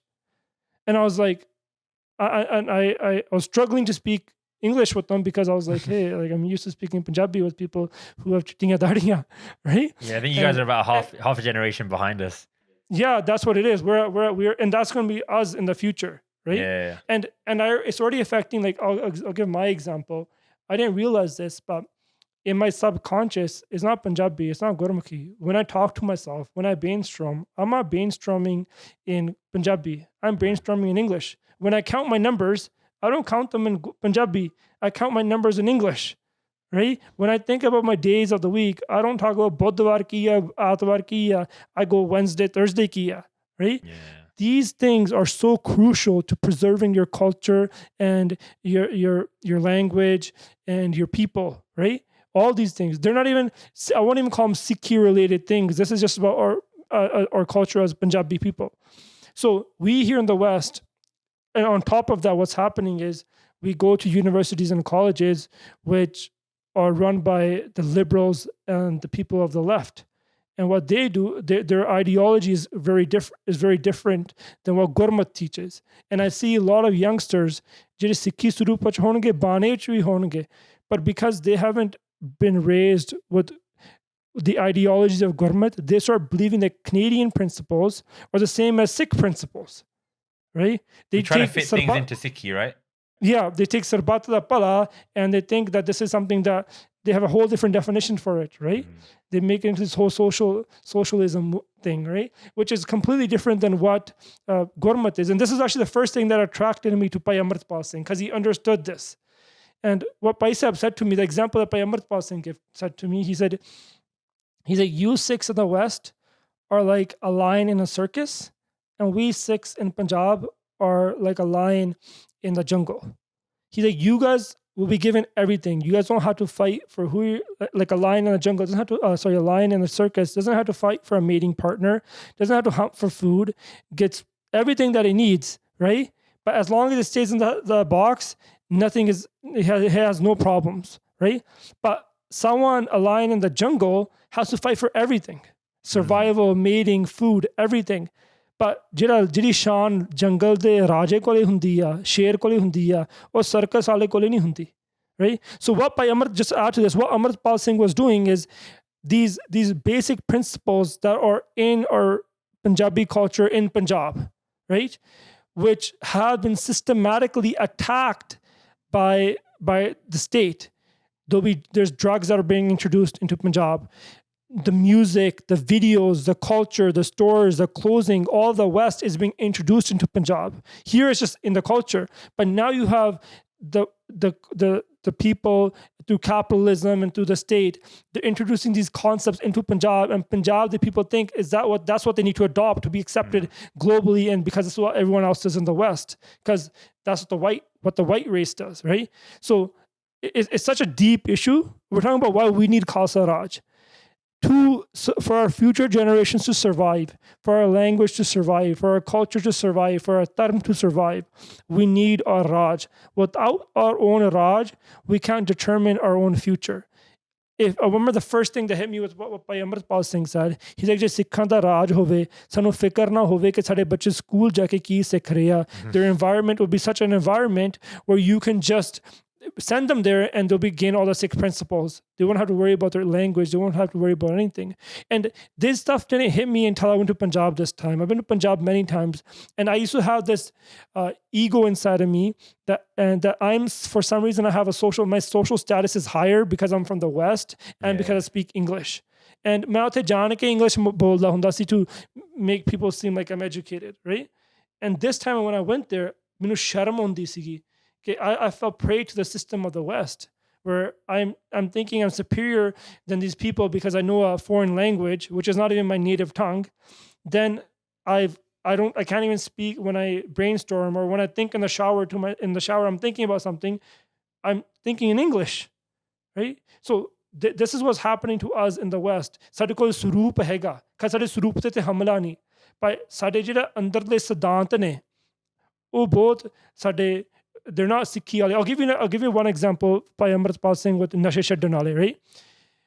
ਇੱਕ ਵੀਰ ਆਇਆ ਉੱਥੇ, ਉਹਨੇ 90 ਲੱਖ ਰੁਪਈਆ 3 ਕਿੱਲੇ ਆਪਦੇ 4 ਕਿੱਲੇ ਆਪਣੀ ਜ਼ਮੀਨ ਦੇ ਵੇਚ ਕੇ ਉਹਨੇ ਨਸ਼ਾ ਕੀਤਾ. ਕੱਲਾ ਮੁੰਡਾ ਸੀ 18 ਸਾਲ ਦਾ ਪਰਿਵਾਰ ਦਾ, right? The first day he came, ਸਾਰਾ ਸਰੀਰ ਕਾਲਾ ਸੁੱਕਿਆ ਪਿਆ, 17-18 ਸਾਲ ਦੀ ਉਮਰ ਸੀਗੀ. And I did his interview, so I want to share that. I'll put it up probably on YouTube a little bit later. He told me that he's like, the day before I came here, I stole an AC, air conditioning system from my own house, and I sold it, and I did my last dose of heroin. And he's like, do you want to know where I did my last dose of heroin? Right outside the Gurdwara door, right? Like, that's where I did it.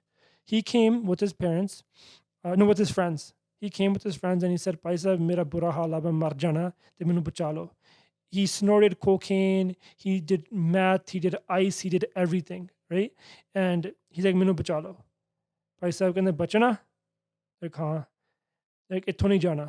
Right? He's like, "Tere kare," Bhai sahab like, "Tere kare maa bhi mar jave, tu kare nahi jana." Hai na? That's what Bhai sahab told him, right? He's like, "That's the only way I can say, like, help you." Bhai sahab like, "Teri seva lagugi." Like, ki seva lagugi? Again, I said it was pode mahine, right? In November, I was there in November when I started. He's like, "Tu swere ਉੱਠ ਕੇ ਜਿੰਨੇ ਵੀ ਇੱਥੇ ਗੁਰੂ ਘਰ ਸਿੰਘ ਰਹਿੰਦੇ ਆ ਉਹਨਾਂ ਵਾਸਤੇ ਪਾਣੀ ਗਰਮ ਕਰਨਾ." Because there's like in India they have the geysers, but they get cold after a while, right? Yeah. And when you have 250 Singhs, you can't just warm up water in a balti or something. ਬਹੁਤ ਵੱਡਾ ਕੜਾਹਾ ਹੁੰਦਾ ਸੀਗਾ, ਉਹ ਤੇ ਪਾਣੀ ਗਰਮ ਕਰਦੇ ਸੀ ਸਾਰੇ ਸਿੰਘਾਂ ਲਈ.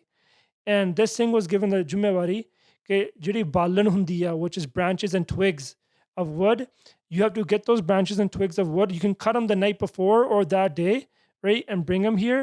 You have to light a fire, put that large cauldron on top, and 250 balti ਪਾਣੀ ਦੀ ਉਹਦੇ ਵਿੱਚ ਪਾਉਣੀ ਹੈ ਤੇ ਹਰੇਕ ਸਿੰਘ ਵਾਸਤੇ ਪਾਣੀ ਗਰਮ ਕਰਕੇ ਦੇਣਾ. And you have to wake up at 2 a.m. in the morning. This is someone who's addicted to chitta, which is heroin. He's 18 years old. It's the cold months of November and December, right? He's not in Sikhi Swaroop, Jama Monna, and he's given this responsibility. For 2 months, every single day, he woke up at 2 a.m. By 3 a.m., the fire was on, the water was boiling. 8 ਵਜੇ ਤੱਕ ਉਹ ਪਾਣੀ ਗਰਮ ਕਰਦਾ ਹੁੰਦਾ ਸੀਗਾ, right? I saw this kid and I was like, I don't know a single person in the West, including me, who would do that seva. We're so comfortable in our lives, right? And then I self-reflected. I'm like, does this guy have Sikhi inside of him, or do I have Sikhi inside of me? And that's when I put up a tweet, or no, I put up a post on Instagram one day saying Sikhi in the West is really watered down, and people who are in Sikhi Sroop don't have as much Sikhi as people in India who might be addicted to drugs. I put a post up like that, and I got a lot of hate for that. And because this is what I saw there, I was completely shocked, right? Every single day I saw people doing seva like this. You can go to Darbar Sahib. That you can say that's an extreme example. You can go to Darbar Sahib. ਜਿਹੜੀ ਸਭ ਤੋਂ ਔਖੀ ਸੇਵਾ ਹੁੰਦੀ ਆ ਹਨਾ, I've seen mone people doing that ਸੇਵਾ, ਜਮਾ ਗਾਰੇ ਵਿੱਚ ਲਿਬੜੇ ਹੋਏ, going into ਜਿੱਥੇ ਗੰਦ ਨਿਕਲਦਾ, right, cleaning bathrooms, ਸਾਰੀ ਰਾਤ ਜਿੱਥੇ ਪ੍ਰਕਰਮਾਂ 'ਚ ਜਿੱਥੇ ਜਲ ਹੁੰਦੀ ਹੈ, ਛਬੀਲ ਹੁੰਦੀ ਆ, ਉਹ ਲੋਹੇ ਸਟੀਲ ਦੇ ਬਾਟੇ ਹੁੰਦੇ ਆ, and there's these places that are built there to clean the steel ਦੇ ਬਾਟੇ after ਰੇਤੇ ਨਾਲ. ਰਾਤ ਨੂੰ ਉੱਥੇ 11 ਵਜੇ ਜਾ ਕੇ ਵੇਖ ਲਿਓ ਕੌਣ ਬੈਠੇ ਹੁੰਦੇ ਆ. ਪੰਜਾਬ ਦੇ ਮੁੰਡੇ ਦਾੜੀਆਂ ਮੁੰਨੀਆਂ ਹੁੰਦੀਆਂ, ਸਿਰ ਤੇ ਭਰਨੇ ਬੰਨੇ ਹੁੰਦੇ ਆ, right? This is our Sikhi principles. Our Punjabi culture is so rich and deep. Our language is so rich and deep. But we've come to the West, and this is an awakening that I had during this time. I never thought I didn't have this. I didn't know about this stuff before. I thought Sikhi was so prosperous in the West because ਅਸੀਂ ਰਹਿਣ ਸਭਾਈਆਂ ਕਰਦੇ ਹਾਂ, ਕੀਰਤਨ ਕਰਦੇ ਹਾਂ, ਸੰਥਿਆ ਕਰਾਉਂਦੇ ਆ. There's so many parties. Now I'm realizing that someone could do Santhya of Guru Granth Sahib Ji Maharaj, right? But ਉਹਨੂੰ ਅੱਖਰ ਸਮਝਦੇ ਹੁੰਦੇ ਹੋਣਗੇ, right? ਪਰ ਉਹ ਆਪਣੀ ਮਾਂ ਬੋਲੀ ਨਾਲ ਨਹੀਂ ਜੁੜਿਆ ਹੋਊਗਾ, right? Until ਅਸੀਂ ਪੰਜਾਬੀ ਵਿੱਚ ਹੱਸਦੇ ਤੇ ਖੇਡਦੇ ਨਹੀਂ, ਹਨਾ, ਤੇ ਜਿੰਨਾ ਚਿਰ ਸਾਨੂੰ ਪੰਜਾਬ ਦੀ ਧਰਤੀ ਨਾਲ ਮੋਹ ਨਹੀਂ ਪੈਂਦਾ, until we don't go to India and say, oh, this is disgusting, I have to use this gross bathroom, or why is this cow pooping there, or why is this happening, right? ਜਿੰਨਾ ਚਿਰ ਸਾਨੂੰ ਉੱਥੋਂ ਦੇ ਪਾਣੀ ਨਾਲ, ਉੱਥੋਂ ਦੀ ਹਵਾ ਨਾਲ, ਉੱਥੋਂ ਦੇ ਗੋਹੇ ਨਾਲ ਪਿਆਰ ਨਹੀਂ ਹੁੰਦਾ, ਹਨਾ, ਸਾਨੂੰ ਜਿਹੜਾ ਸਿੱਖੀ ਦੀ ਗੌਰਵਮਈ ਇਤਿਹਾਸ ਆ, the richness of Sikhi, we can't experience it. And yes, Punjab has so many issues, just like a jungle has so many threats. There's so many threats in a jungle. But when you're being attacked, there's so much more resistance that you have to put up with. And I'll give you another example about this here in the West. Whenever there's a protest, I don't know how it's in England, right? ਜਦੋਂ ਵੱਡੇ ਜੋ protest, not ਵੱਡੇ ਜੋ ਛੋਟਾ ਕੋਈ protest ਹੋਣਾ, ਕੋਈ ਛੋਟੀ ਕੋਈ ਗੱਲ ਆ ਜਾਂਦੀ ਹੈ, ਹਨਾ, ਜਿਹੜੇ big protest, everyone comes out. ਹੁਣ ਅੰਮ੍ਰਿਤਪਾਲ ਸਿੰਘ ਦੀ ਗੱਲ ਹੋਈ ਹੈ, ਸਾਰਿਆਂ ਨੇ ਆਉਣਾ, ਹਨਾ. But when it's ਕੋਈ small issue ਆ ਗਿਆ, ਹਨਾ, ਕੋਈ ਗਲਤ, there's a movie that's portraying Guru Nanak Dev Ji Maharaj, right? You go here to the Gurdwara Sahibs. I go to Gurdwara Sahib here in Surrey. I don't see no Jawan that I grew up with in our Gurdwara. I don't see them. Who do I see in the Gurdwara? The students who are coming from India. Yeah, 100%. They're coming to Gurdwara. Oh, seva karde, because it's built in their culture. Guru Ka jaake seva karni hai. I'll give you another example. I was with Gani Jangbir thing just yesterday. We're driving, and we're driving, and a red Camaro pulls up beside us, and there's two Punjabi munde blasting music, right? And we look over. I try to put my window down because it's really hot, and I look over at them, and right away they turn off their music, right? Punjab ਦੇ ਮੁੰਡੇ ਸੀਗੇ, ਉਹ ਸਾਨੂੰ ਵੇਖ ਕੇ ਉਹਨਾਂ ਨੂੰ ਸ਼ਰਮ ਆਈ ਕਿ ਸਿੰਘ ਬੈਠੇ ਆ, ਅਸੀਂ ਆਪਣਾ ਗਾਣੇ ਬੰਦ ਕਰ ਲਈਏ. And then Gyani Ji is like, ਠੀਕ ਚੜ੍ਹਦੀ ਕਲਾ, that's what Gyani Ji said to them, right? They're like, ਚੜ੍ਹਦੀ ਕਲਾ ਜੀ. And now then they're like, Gyani Ji's like, ਸ਼ਾਮ ਨੂੰ ਕਥਾ 7 ਵਜੇ ਤੁਸੀਂ ਕਥਾ ਤੇ ਪਹੁੰਚਣਾ, ਹਨਾ. That's all they said to them on the drive. And they're like, Baba ji, done, pakka aonge, katha te aonge. And they're sitting right there in the front doing katha. If you said that to someone born in the West, they might finger you, even a Punjabi, right? They don't have that self-respect. They do go on, I can listen to whatever I want in my car, right? This is the difference that I'm saying. We in the West are not picking up on the principles and the lifestyle that our elders had. We're losing that. And even me, I'm still trying to learn these values, right? ਵੱਡਿਆਂ ਦਾ ਕਿੱਦਾਂ ਸਤਿਕਾਰ ਕਰਨਾ, ਮਿੱਠਾ ਕਿੱਦਾਂ ਬੋਲਣਾ, ਹਨਾ, ਆਪਣੇ ਘਰ ਪਰਿਵਾਰ 'ਚ ਕਿੱਦਾਂ ਵਰਤਣਾ, all these things. Because we have been, this is all going back to Khalistan, because we have been attacked by the state with bullets, through drugs, and now through migration, right? There's so many issues that are connected to this. Domestic violence is connected to this. Alcohol, the addiction to alcohol, and so much drugs in our community is connected to this, right? And like, and what happens is, one thing else that Bhai Sahib says is we need to stop blaming ourselves for these issues. We're being attacked. We're so quick to attack ourselves and find mistakes and faults in our own people. Bhai Sahib said to me, he's like, ਜਦੋਂ ਵੀ ਸਾਡਾ ਬੰਦਾ ਆਪ ਗਲਤੀ ਕਰੇ ਉਹਦਾ ਦੋਸ਼ ਨਹੀਂ ਕੱਢੀਦਾ ਹੈਨਾ ਕੀ ਕਰੀਦਾ you take that person to the side, you talk to him in private that this is your fault, but you stand shoulder to shoulder with him, right? We jump to always start blaming our own people. Right? And an example of that was what happened with Bhai Amritpal Singh and at Ajnala, when people went and said, hey, he used Guru Granth Sahib Ji as a taal. I'll get to that after. But Bhai Sahib didn't use Guru Granth Sahib Ji as a taal. Sade lokani started blaming him instead of what the actual issue was. Okay, why is this Singh being arrested unjustly? Or Deep Sidhu, why did he go to a Lal Killa and put a Nishan Sahib on the Lal Killa? We started blaming him instead of blaming the state. Right? So we have to understand that ਆਪਣੇ 'ਚ ਕਸੂਰ ਕੱਢਣ ਤੋਂ ਪਹਿਲਾਂ ਸਾਨੂੰ ਸਾਰੇ ਦੁਸ਼ਮਣ ਪਛਾਣਨੇ ਚਾਹੀਦੇ ਆ and go and have a strategy of how we are going to defend ourselves from these people, right? And all these issues stem from us not having our own homeland. And if we have our own homeland, we can preserve all our principles, our values, and pass them on to the next generation. And we know how to rule. ਅਸੀਂ ਰਾਜ ਕੀਤਾ ਮਹਾਰਾਜਾ ਰਣਜੀਤ ਸਿੰਘ ਦੇ ਰਾਜ ਵਿੱਚ ਮਹਾਰਾਜਾ ਰਣਜੀਤ ਸਿੰਘ ਨੇ ਜੋ ਰਾਜ ਸ਼ੁਰੂ ਕੀਤਾ ਉਦੋਂ 9% population ਸੀ ਸਿੱਖਾਂ ਦੀ 9% was the population of Sikhs in Punjab, but by the time when his Raj got to the peak, it became 20%, right? And by Maharaja Ranjit Singh had the highest literacy rate in Punjab, right? Kisi nu fancy nahi lagi, kisi na dhokha nahi hoya. And the stories that you hear about Maharaja Ranjit Singh, how just of a king he was, he surrendered before Sri Akaal Takhat Sahib, right? He understood the significance of Akaal Takhat Sahib, the Jathedar. All these things, sade andar hum rakhat padshahi dawa, sade andar dawa padshah banta, right? Maharaj ne sanu padshah banaya, par sade ਤੇ ਇਹ ਸਰਕਾਰਾਂ ਕਬਜ਼ਾ ਕਰ ਰਹੀਆਂ because they know that only true threat to Hindutva, to a Hindu nation, is Sikhs of Punjab. Yeah. I have many Hindu friends. I made many connections in Punjab this time with reporters and people, right? The Hindus love Sikhs, and they love them, right? But the Brahmins have a problem. It's not the Hindus, right? It's the Brahmin mindset that we're superior, we're going to rule, and we're going to be the ones telling everyone what to do, because they're in their culture, the hierarchy of Manu Simrati is built, and they want to implement the ideology ke Brahmin vadda hunda, Shudra sab to chota hunda, right? All this Jat Paat caste system is in their ideology. ਇਹ 900 ਸਾਲ ਗੁਲਾਮ ਰਹੇ ਆ ਹੁਣ ਇਹਨਾਂ ਨੂੰ 75 ਸਾਲਾਂ ਤੋਂ for 75 years they've had rule, and they're trying to implement what they're doing. And Modi is trying to be the face of all this, right? What is he doing? He's going and building the Ram Mandir, right? Which was such a, do you guys know about the Ram Mandir in Ayodhya, right? Jithe ਉਹਨਾਂ ਦਾ Ram Chandra ji da hoya. It was a huge disputed area of land for such a long time. Ke utte Babar Masjid sigi. He's trying to become a face of he's trying to win his popularity by doing such things that are symbolic. Patel da badda sara butt banata, doing apne aap nu bhakti karda vikha deta, doing all these things that are the Hindus are going to seem or coming to Darbar Sahib. These are symbolic things he's doing to gain popularity. And you'll be shocked to hear this.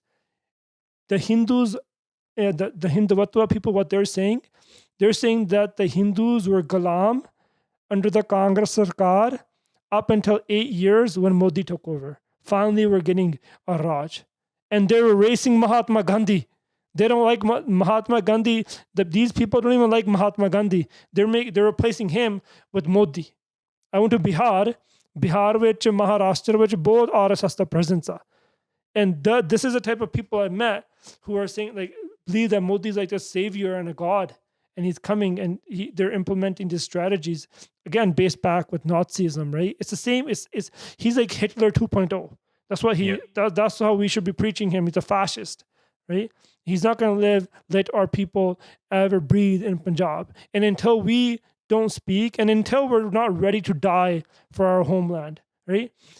You're talking about being extreme. The one thing that people said to Amritpal Singh, ਕਿ ਇਹ ਸਿਰ ਮੰਗਦਾ ਜੀ ਆਪਾਂ ਗੁਰੂ ਸਾਹਿਬ ਨੂੰ ਸਿਰ ਦੇਣਾ right that's so important the structure of our Amrit Sanchar what is Amrit Sanchar ਸਭ ਤੋਂ ਪਹਿਲਾ ਸਵਾਲ ਇਹੀ ਪੁੱਛਿਆ ਜਾਂਦਾ ਕਿ ਗੁਰੂ ਨੂੰ ਸਿਰ ਦੇਣ ਨੂੰ ਤਿਆਰ ਆ and we all say yes right once you've given your head to the Guru the head is not yours anymore until all of us are not ready to die for our rights, for our qawm, for our panth and what we believe in, ਸਾਡਾ ਰਾਜ ਨਹੀਂ ਹੋਣਾ ਇਹ ਸਿਰਫ ਸੰਤ ਜਰਨੈਲ ਸਿੰਘ ਜੀ ਨੇ ਨਹੀਂ ਗੱਲ ਕੀਤੀ ਸੰਤ ਵੀ ਕਹਿੰਦੇ ਹੁੰਦੇ ਸੀਗੇ ਸੰਤ used to say ਕਿ I have no desire to die on a bed or a sofa set right I have the same desire that my pita Guru Gobind Singh Ji Maharaj had कि जब आप की ओद निदान बना अत ही रण मैं तब जूझ मरूं मैदाने जंग विच लड़न दी आसा इच्छा सी साडी and what has happened is Guru Sahib they just didn't say this they sacrificed their whole family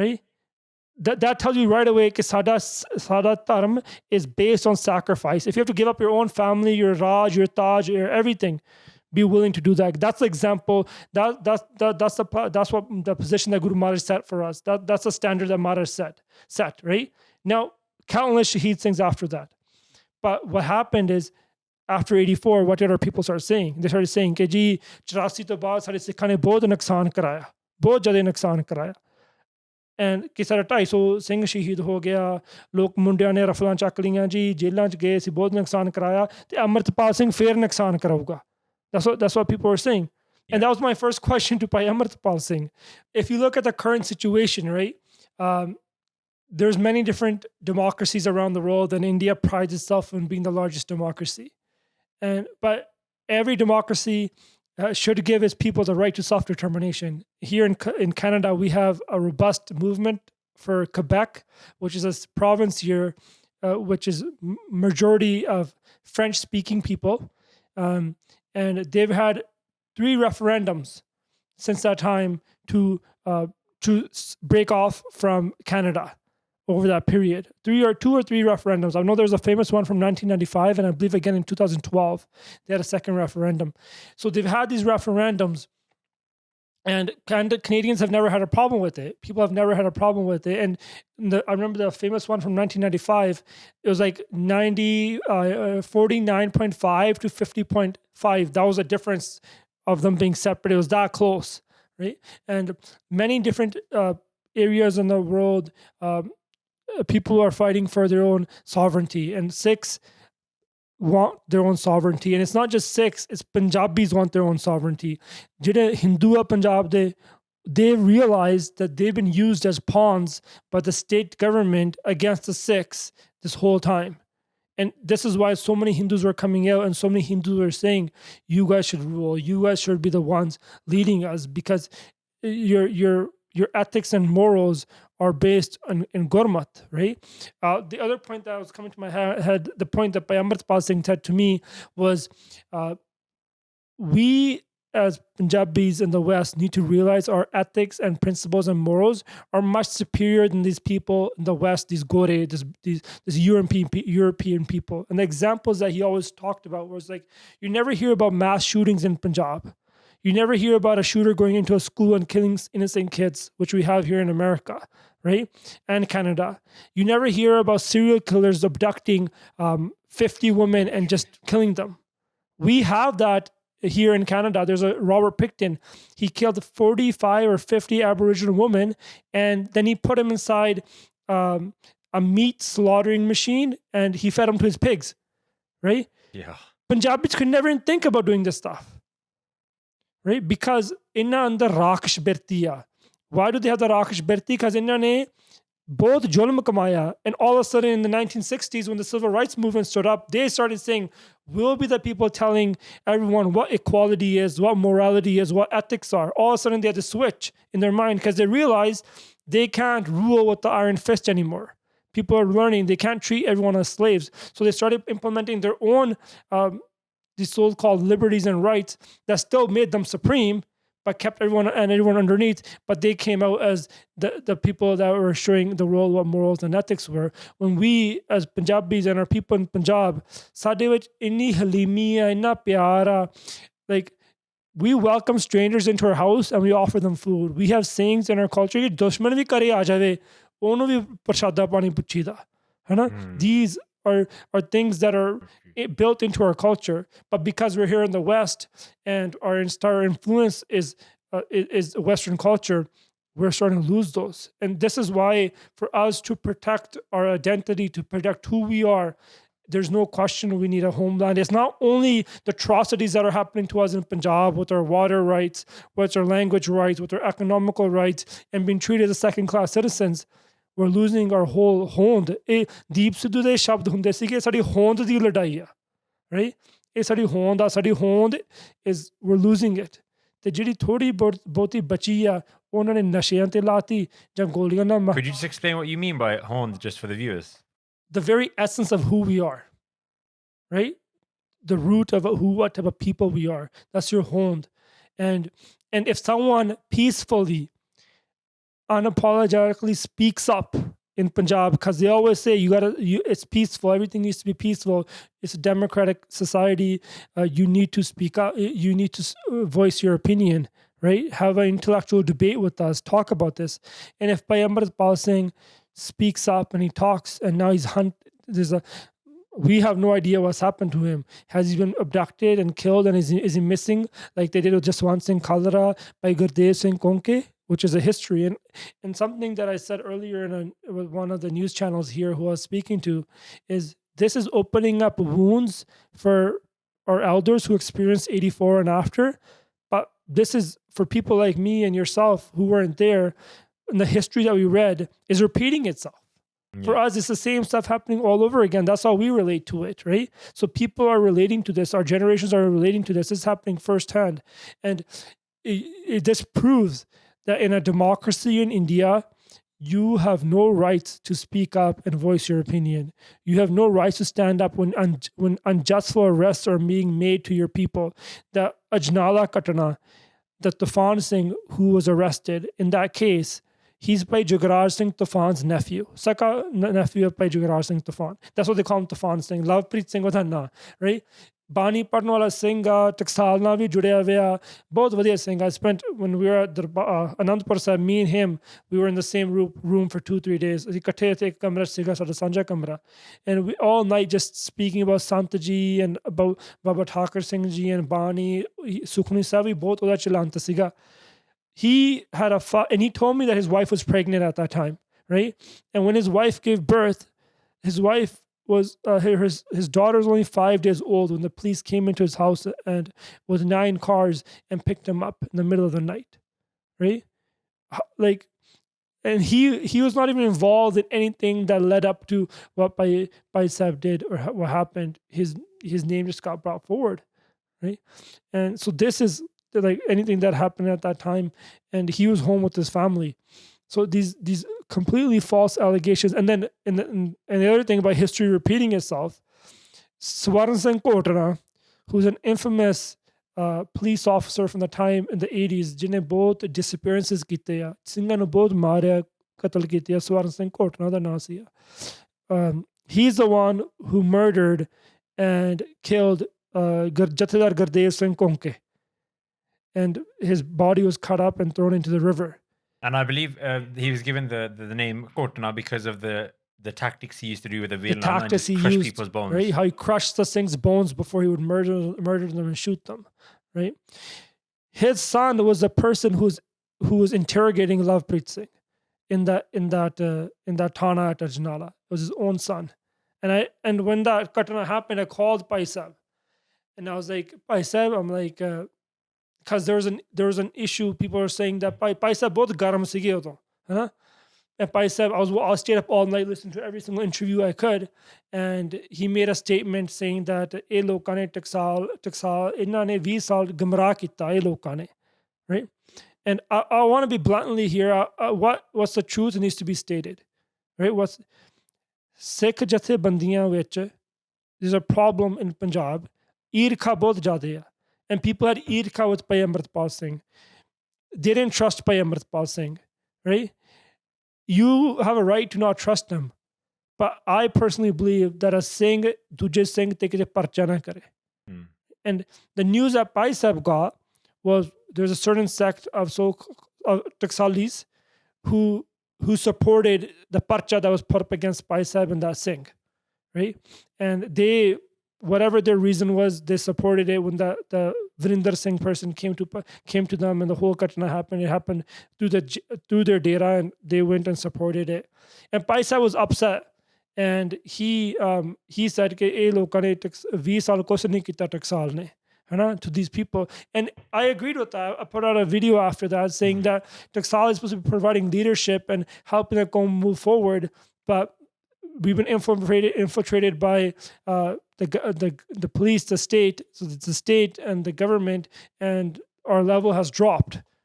And that's every Jathebandi. That's not only a Taksal, that's every Jathebandi. And Bhai Sahib has a right to question that, because he's never seen that time in the Taksal, and I haven't seen it either when Taksal was leading the Qawm and the Panth in that way. So every Nojawan has those questions today कि Sant Jarnail Singh Ji, Baba Thakar Singh ਤੋਂ ਬਾਅਦ ਕਿੱਥੇ ਗਿਆ ਸਭ ਕੁਝ ਜਿਹੜੇ ਸ਼ਹੀਦ ਪਰਿਵਾਰ ਸੀ ਉਹਨਾਂ ਨੂੰ ਬਾਬਾ ਜੀ ਨੇ ਸਾਂਭਿਆ, ਮੁੜ ਕੇ ਉਹਨਾਂ ਨੂੰ ਵੀ ਨਹੀਂ ਸਾਂਭਿਆ ਗਿਆ, right? And the Taksal that is supposed to be supporting these movements, they're putting parche on people who are talking about the Qawm. That was Bhai Sahib's concern, and I called him and I said, Bhai Sahib, don't make these comments. People are not going to be happy with them. And he clarified to me, he's like, I'm targeting one group because their hands are directly involved in this parcha. And he was really upset. He's like, I didn't expect this from them because ਉਹਨਾਂ ਨੇ ਵੀ Qawm ਲਈ ਪੰਥ ਲਈ ਬਹੁਤ ਕੁਝ ਕੀਤਾ. But sometimes politics get involved, egos get involved, and things like this happen. So from that, when I called Bhai Sahib was so furious on the phone. They said two bachans to me. They ਕੋਈ ਵੀ ਟਕਸਾਲ ਦਾ ਸਿੰਘ ਇੱਥੇ ਪੰਜਾਬ 'ਚ ਹੈਗਾ ਤੇਰੀ ਜਾਣਕਾਰੀ 'ਚ, ਉਹਨੂੰ ਸਾਡੇ ਕੋਲੇ ਭੇਜ, ਅਸੀਂ ਉਹਨੂੰ ਪਿਆਰ ਨਾਲ ਮਿਲਾਂਗੇ, ਅਸੀਂ ਉਹਨੇ ਚਰਨਾਂ ਦੀ ਤੂੜ ਆ. And Singhs actually went and met them, and there's a public photo of Ragi Son Singh Ji, who's a senior student of Sant Gurbachan Singh Ji. ਉਹ ਵੀ ਉਹਨਾਂ ਨੂੰ ਜਾ ਕੇ ਮਿਲ ਕੇ ਉਹਨਾਂ ਦੇ ਘਰੇ. And then they told me is get all this Taksal Singh abroad who are concerned about what I said, put them on a conference call with me and we'll have a discussion. And whatever they want me to say, I'll say that.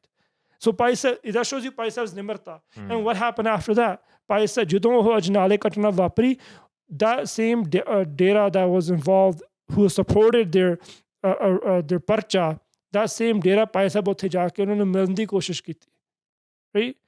That just shows you what type of how Bhai Sahib was trying to work and how to ਅਸੀਂ ਆਪਣੇ ਆਪਦਿਆਂ ਤੇ ਨਹੀਂ ਅਸੀਂ ਆਪਣਾ ਨਿਸ਼ਾਨਾ ਕਰਨਾ, right? And even at Budh Singh Wala, at Deep Sidhu's Barsi, he said, like, from now on, I'm not going to target anyone. ਸਾਡੇ ਸਿੱਖ ਸਾਨੂੰ ਮੈਨੂੰ ਸਿੱਖ ਕੁਛ ਮਰਜ਼ੀ ਕਹੀ ਜਾਣ, ਪਰ ਮੈਂ ਉਹਨਾਂ ਉੱਤੇ ਕੋਈ ਬਿਆਨ ਨਹੀਂ ਦੇਣਾ.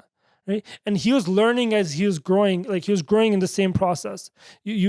Anyone can make mistakes. And one other thing that I want to say here is, I remember we were at Ropad Sahib Gurdwara, and I went up to Bhai Sahib, I want to, because I was scheduled to leave on December 26th originally, and Bhai Sahib asked me, tu ho raha hai? And I was like, Bhai Sahib, I got a family back and I should get going. And then me and him had a long conversation, and Bhai Sahib's like, you should stay.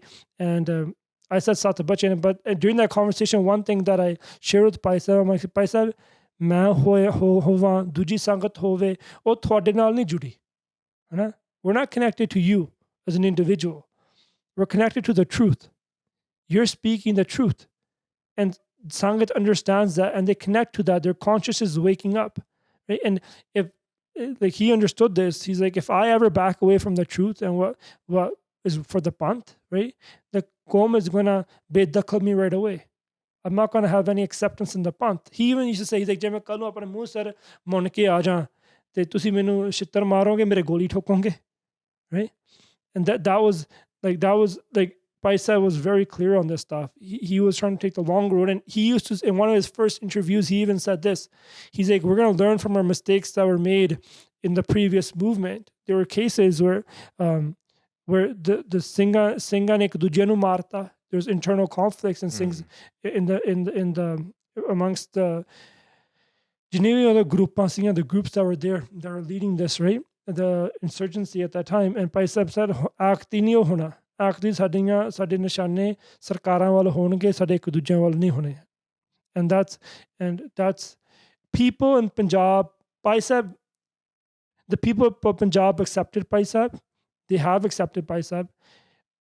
Some people don't trust Bhai Sahib, which is because they feel like he's not experienced or he hasn't been around long enough, which is fair.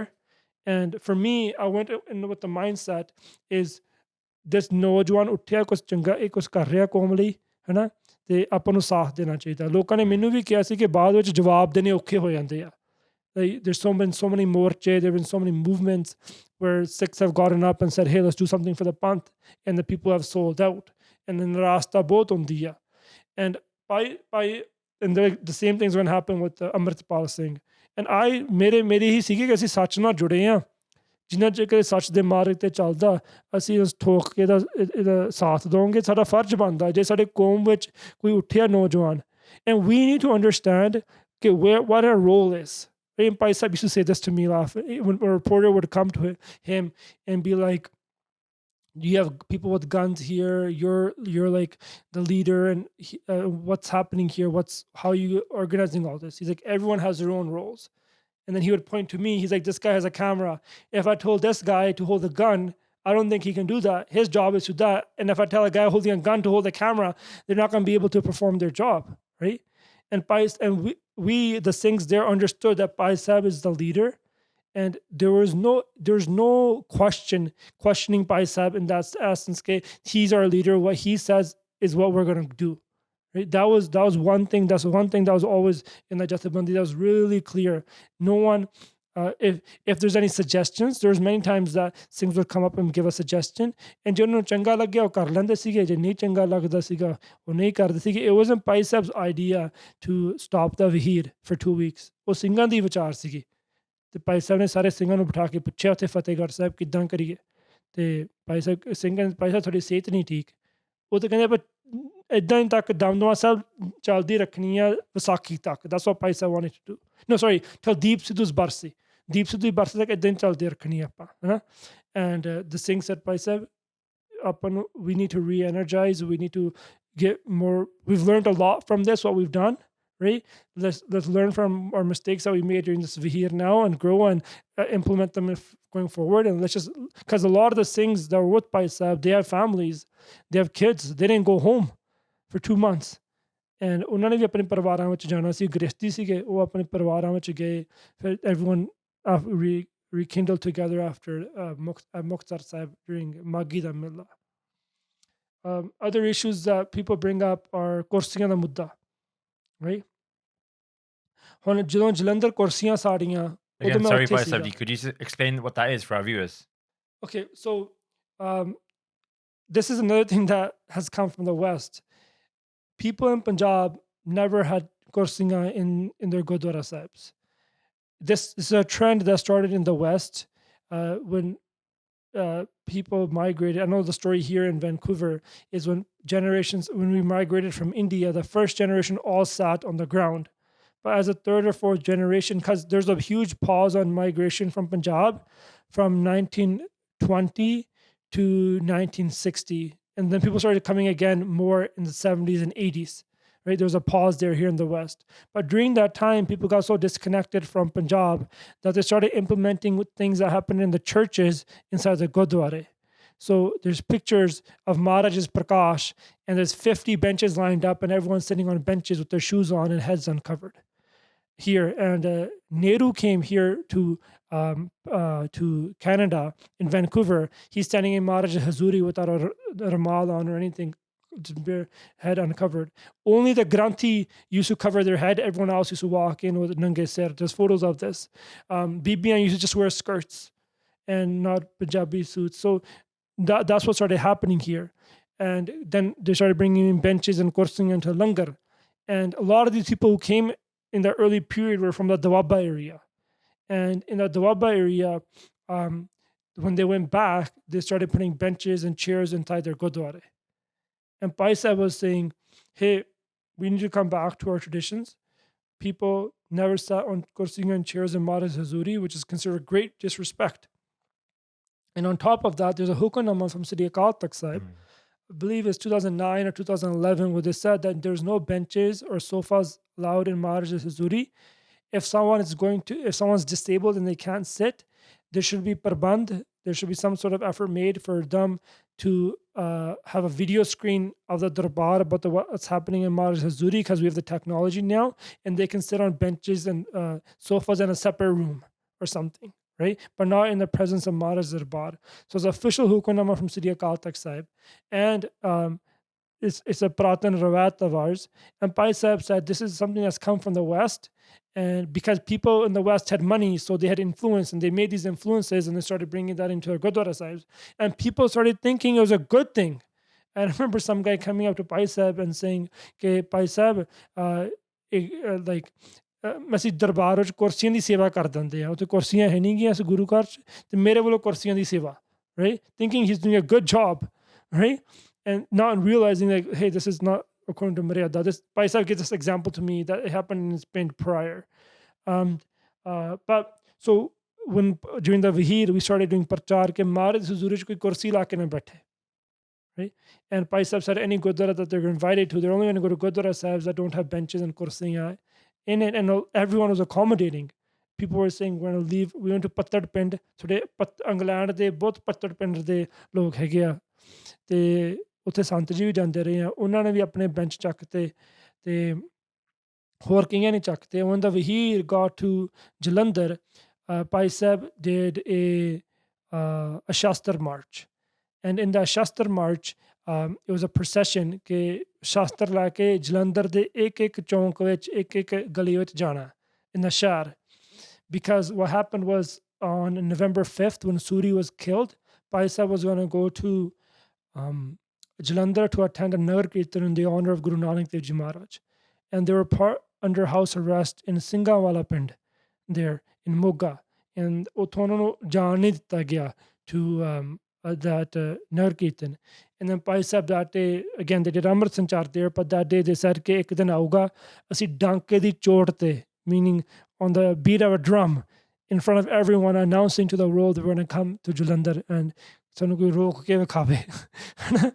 So when we got to Jalandhar, we organized a Shastra march. Okay, we're going to go through every single gully, ਨੰਗੀਆਂ ਤਲਵਾਰਾਂ ਸਾਰੇ ਸ਼ਾਸਤਰ ਲੈ ਕੇ ਇੱਕ ਗਲੀ 'ਚ ਫਿਰਨਾ, ਹੈ ਨਾ, ਕਿ ਖਾਲਸਾ ਸੁੱਤਾ ਨਹੀਂ, ਖਾਲਸਾ ਜਾਗਦਾ, ਹੈ ਨਾ. ਤੇ ਉੱਥੇ ਵੀ ਆਈ ਥਿੰਕ 6-7,000 ਸੰਗਤ ਸੀਗੀ ਉਸ ਦਿਨ.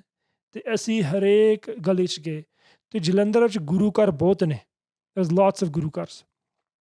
ਤੇ ਅਸੀਂ ਹਰੇਕ ਗੁਰੂ ਘਰ 'ਚ ਜਾ ਕੇ ਸਾਰਿਆਂ ਨੂੰ ਜਿਹੜੇ ਸਾਨੂੰ ਸੱਦਦੇ ਸੀਗੇ, ਨਾ ਹਰੇਕ ਜਿਹੜੇ ਗੁਰੂ ਘਰ ਵਾਲੇ ਸਾਨੂੰ ਸੱਦਦੇ ਸੀਗੇ, ਉਹ ਭਾਈ ਸਾਨੂੰ ਆ ਕੇ ਸਰੋਪਾ ਦਿੰਦੇ ਸੀਗੇ. ਫਿਰ ਉਹ ਬੇਨਤੀ ਕਰਦੇ ਸੀ when we pass by the Gurdwara Sahib ਕਿ ਤੁਸੀਂ ਅੰਦਰ ਆ ਕੇ ਮੱਥਾ ਟੇਕੋ, ਹੈ ਨਾ.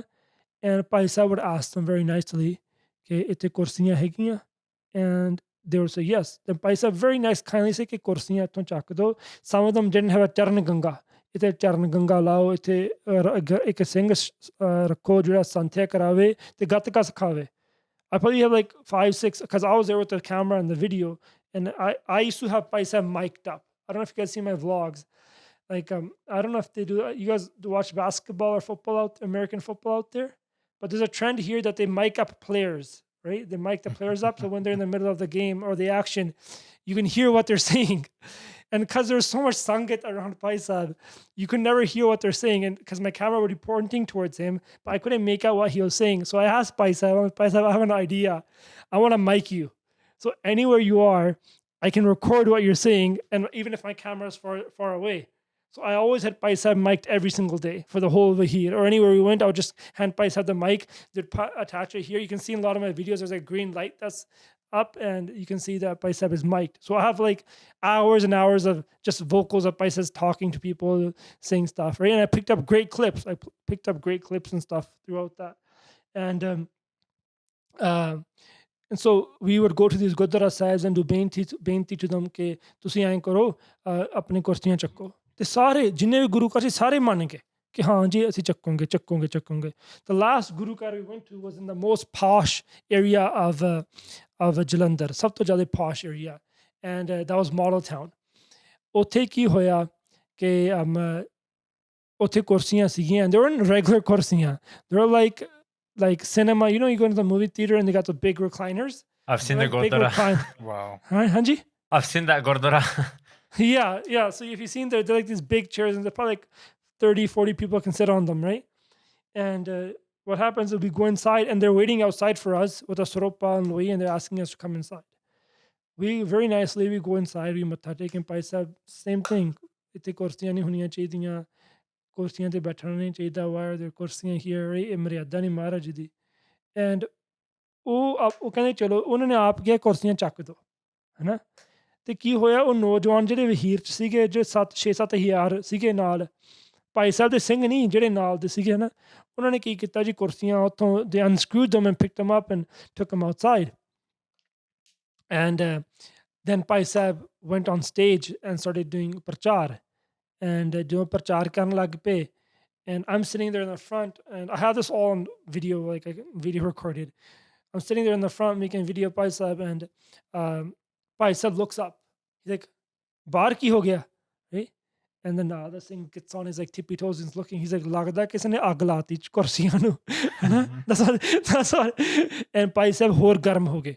Bhai Sahib ਕਹਿੰਦੇ ਜਿਹਨੇ ਵੀ ਲੈ ਆਇਆ ਉਹਨੂੰ ਹੁਣੇ ਫੜ ਕੇ ਇੱਥੇ ਲੈ ਕੇ ਆਓ, ਹੁਣੇ ਫੜ ਕੇ ਇੱਥੇ ਲੈ ਕੇ ਆਓ।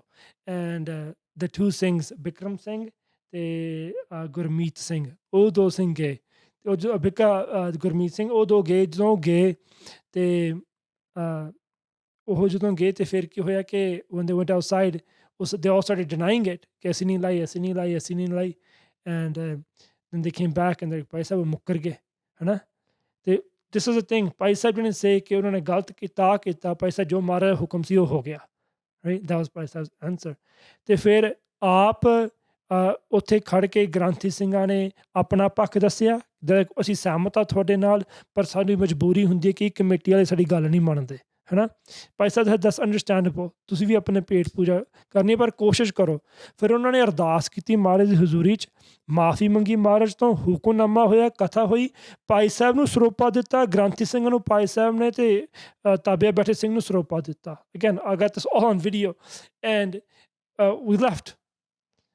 And next day there's this big news, ਕੁਰਸੀਆਂ ਨੂੰ ਅੱਗ ਲਾਤੀ ਜੀ, ਅਤੇ ਆਹ ਹੋ ਗਿਆ, ਉਹ ਹੋ ਗਿਆ, Amritpal is doing this, that. And that was not the story.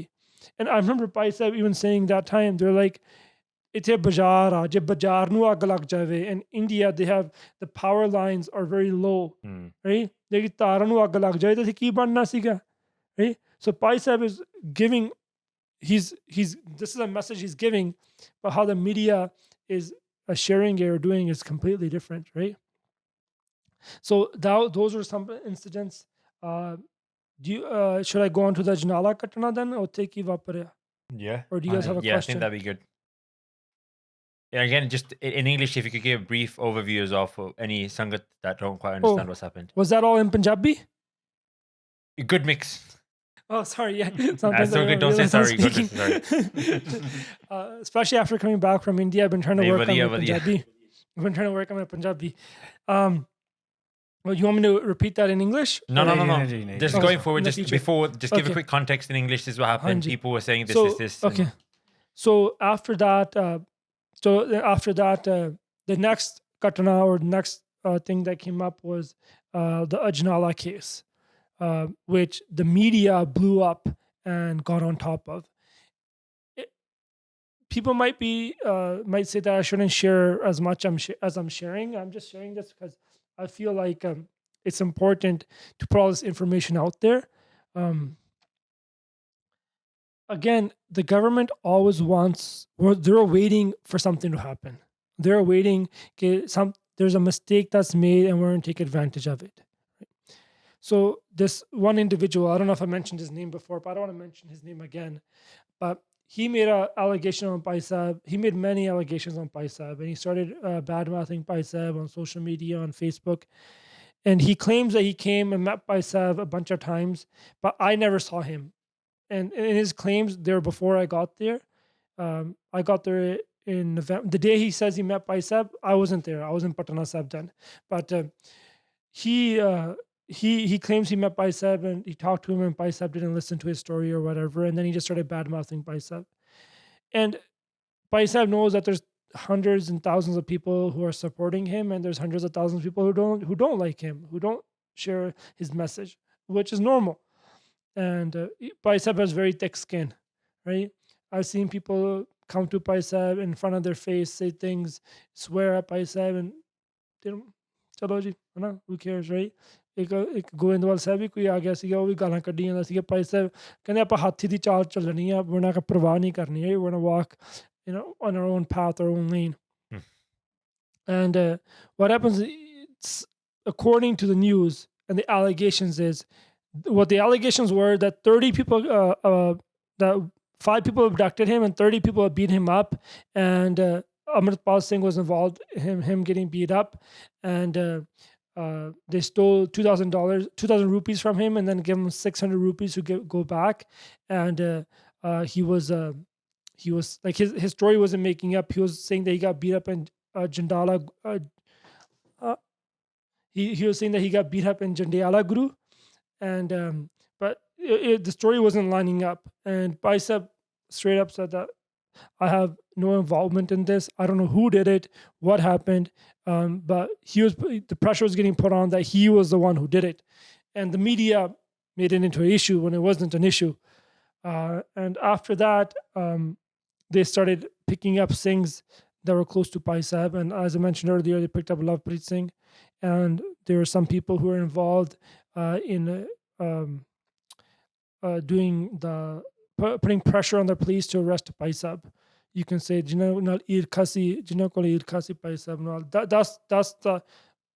what Bhai Sahib told me. That's the word on the street. Were they involved? Were they not involved? I wasn't there, so I can't say for sure, right? But that's what the police told Bhai Sahib. And that's what the people who are in those circles, who are speaking to those people, say that's what happened. And I know for a fact that the vehicle went from that specific data to the police station, right? From that, what I was told by first-hand sources. And this is always sad and upsetting when internal conflicts like this happen. They shouldn't happen, but this conflict happened and the government, the police, the state, they took advantage of it. They saw that there's something happening here and they bounced on the idea. And after bouncing on the idea, they went forward and they arrested Singh.